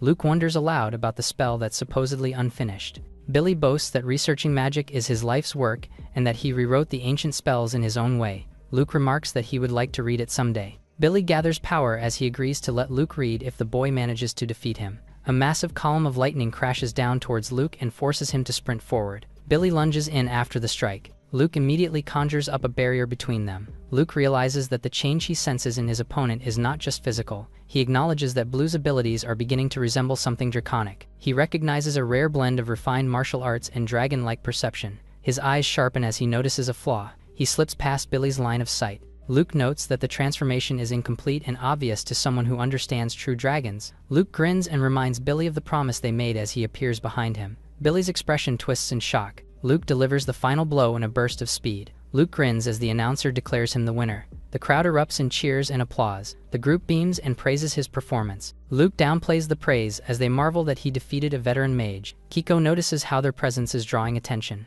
Rust insists that Luke's skill makes other matches feel dull by comparison. Luke says that the next match will not be any different from his. Across the arena, Iris approaches Yumi. Iris notes the intensity and lethal focus radiating from Yumi. Yumi admits she has trained relentlessly for years to reach this moment. She says that her goal is revenge against both Iris and Luke. She explains that as an adventurer who studied ancient clans and demons, she once believed herself strong. She recalls how 7 years ago, the two of them shattered her confidence with ease. Iris insists they had no other choice back then. Yumi rejects that view, unable to see anything but failure. She describes how a single wrong move could have cost lives or dragged innocent villagers into disaster. She declares that this is why she has grown stronger through real combat and hard lessons learned from Iris and Luke. Iris questions whether Yumi truly intends to take their lives. Yumi answers that such an outcome may be possible. Her eyes widen when Iris acknowledges her response. Dark energy floods the arena as Iris stands firm and accepts the idea of personal revenge. Her gaze hardens as she draws a clear line, making it known that Luke is not something she is willing to compromise on. Yumi shouts her resolve while internally confessing she does not truly wish for their death. A flicker of excitement crosses her face. She declares her true desire for a full battle against an ancient demon at its peak. The signal is given, and the duel officially begins. Iris immediately lunges for an attack as Yumi sets up a barrier. Yumi senses danger immediately. She sees Iris's anger so intense it is impossible to miss. The onlookers react in disbelief as the stage collapses under bare-handed force. Yumi acknowledges that she's battling an ancient demon at full strength. She recalls hearing others whisper about monstrous mana and spells. Yumi insisted that strength should come from effort alone, even as doubt creeps in. Yumi finally understands the fear gripping her chest. She can finally see a racial power gap that cannot be ignored. She looks up in alarm as a glowing barrier strains under a direct punch, her hope resting on the spell holding just a bit longer. Cracks spread across the barrier as the fist drives deeper. Yumi grins as she prepares a decisive spell. Thunder and ice spiral across the arena as the attack surges forward. Luke and Rust tense up in shock. Yumi thrusts her palms out and hastily forms a green barrier. Iris's fist slams straight into the shield. Yumi grimaces as the barrier strains. A powerful shockwave erupts and launches her high into the air. Iris gathers power in her palm as she looks up. She fires the concentrated blast skyward. Yumi twists midair and stabilizes herself. Translucent wings unfold from her back as she deploys her spell. Iris stares up in stunned silence. She recognizes Yumi's trump card as flight magic. The spectators panic as they realize she is actually flying. Rust questions whether Luke ever taught her the spell, and he denies it. He explains that true flight magic is costly and unstable. Iris observes that what she is using is far more efficient than ancient demon flight. She questions whether this technique was self-made, and Yumi slightly confirms it.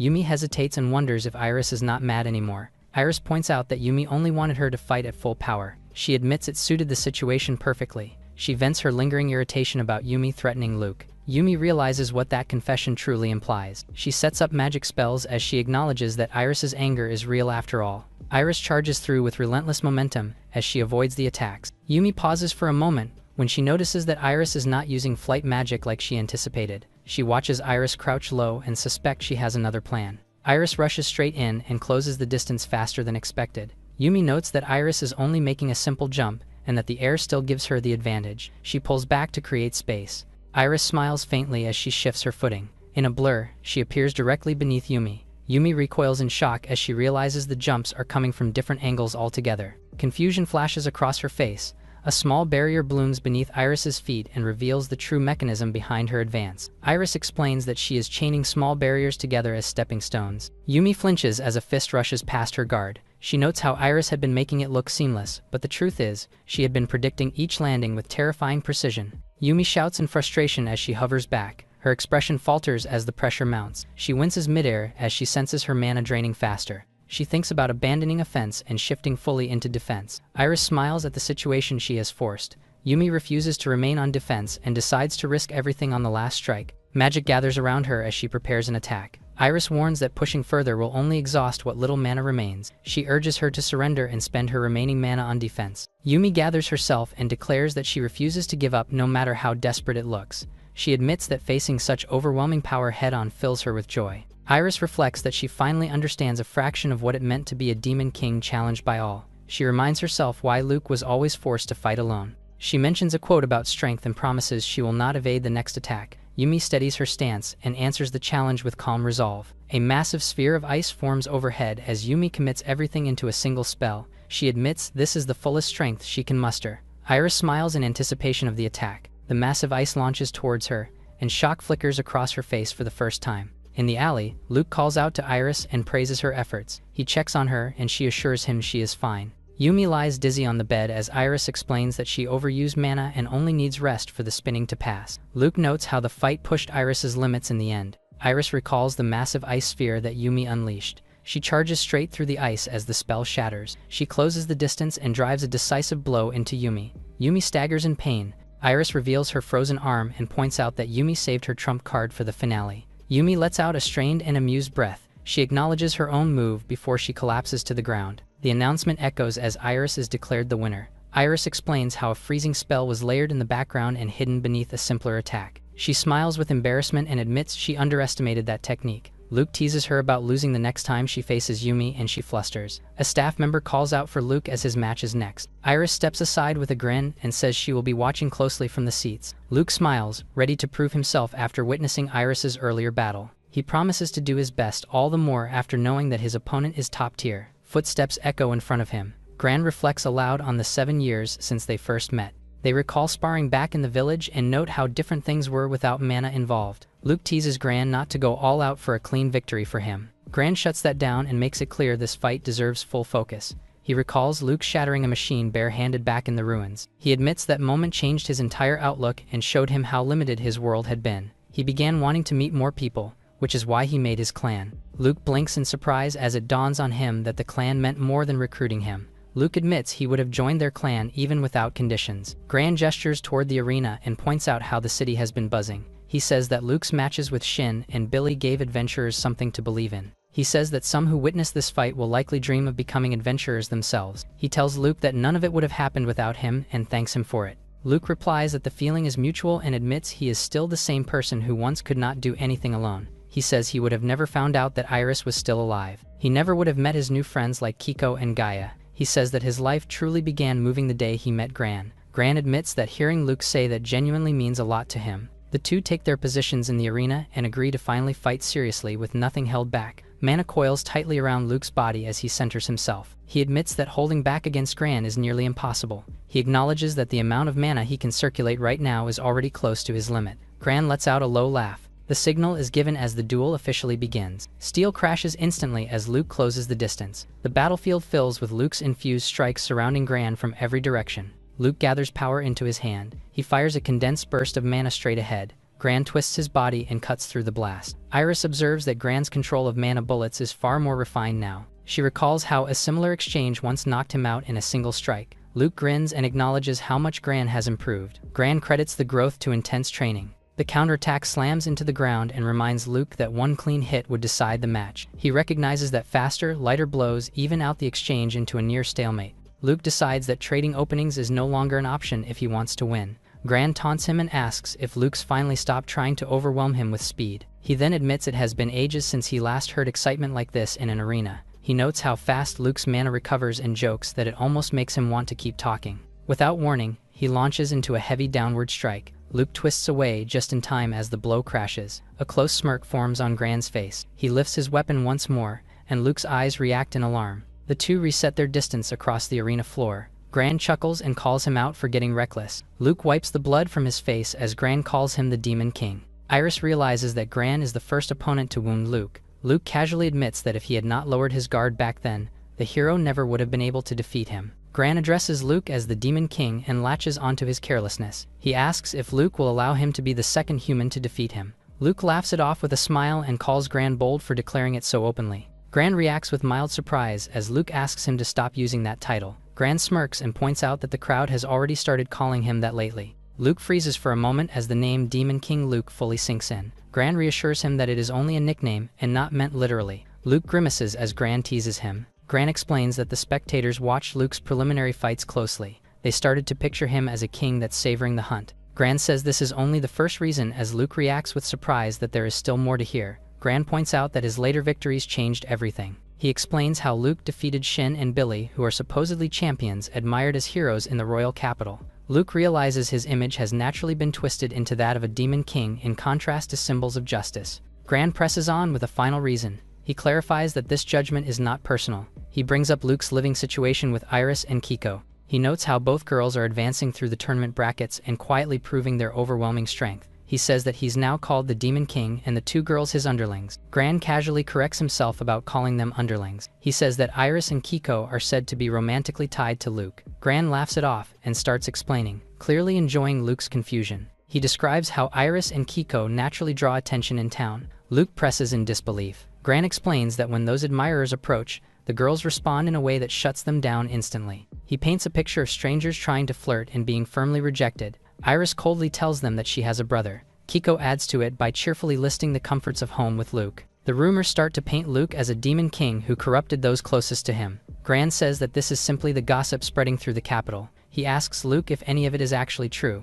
Luke firmly denies it and admits he never expected such a title to follow him in his next life. The mood shifts as Luke lets the gossip slide. He decides that he should fight in a way that lives up to it if he is to be called a demon king. Gran stares in disbelief, unnerved by the overwhelming mana. He recalls how the Demon King is misunderstood by humans and forced to restrain his power so as not to inspire terror. He realizes that Luke has never once fought at his true full strength. Gran admits that this power is no joke and leaves him with no choice but to acknowledge Luke's title. Luke tells him that he's never gone this far except when he fought against the hero. When questioned, Luke reminds Gran that he fought 4 against 1. Luke says he has no intention of losing this match either. He declares that defeating him may finally earn Gran the right to be called a hero. His past self gazes forward in silence, and Gran can only stare back in return. Gran pushes back against the idea of heroes in this era. Magic coils around Gran as he gathers his resolve. He commits to the fight and chooses to meet the challenge head-on.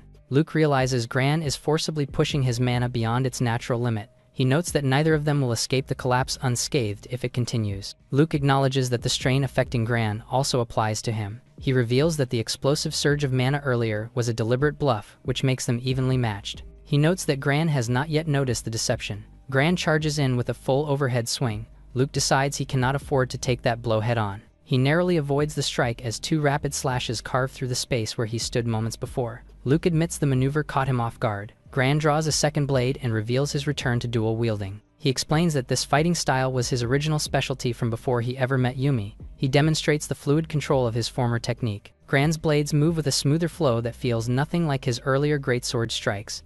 Luke steadies himself after the surprise and prepares to respond with technique rather than panic. Gran grins as he recognizes Luke's quick adaptation and reveals he has been holding back a stronger move. He crosses his blades and warns Luke. Luke immediately notices the markings and realizes Gran is wielding a magi sword refined with dangerous precision. He quietly reflects that his current body already limits how much mana he can safely channel. He starts to wonder if reinforcing his blade will be enough to counter and worries about the barrier. Gran invokes Luke as the Demon King as he charges forward. Luke refuses to be intimidated by what he sees as nothing more than a flashy weapon. Both fighters explode into motion at once. They collide head-on as their blades crash together. Luke's expression sharpens, just as Gran answers with a fierce grin. The clashing energies tear through the barrier. A violent shockwave erupts outward. Spectators recoil as the blast washes over the stands. Smoke and dust swallow the battlefield. Through the thinning smoke, Luke steps forward calmly. The announcer declares the match decided as Luke stands victorious. Later that night, Luke stands alone when Iris approaches him.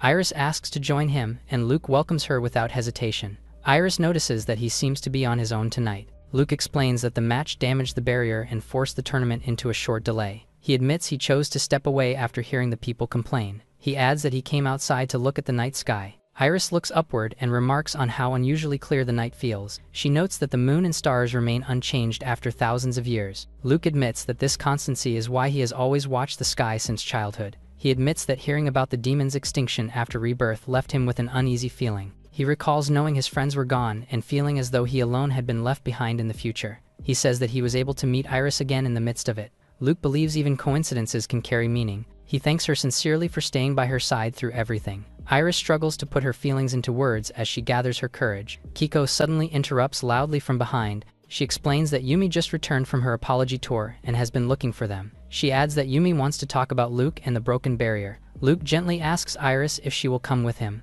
Iris smiles softly and agrees.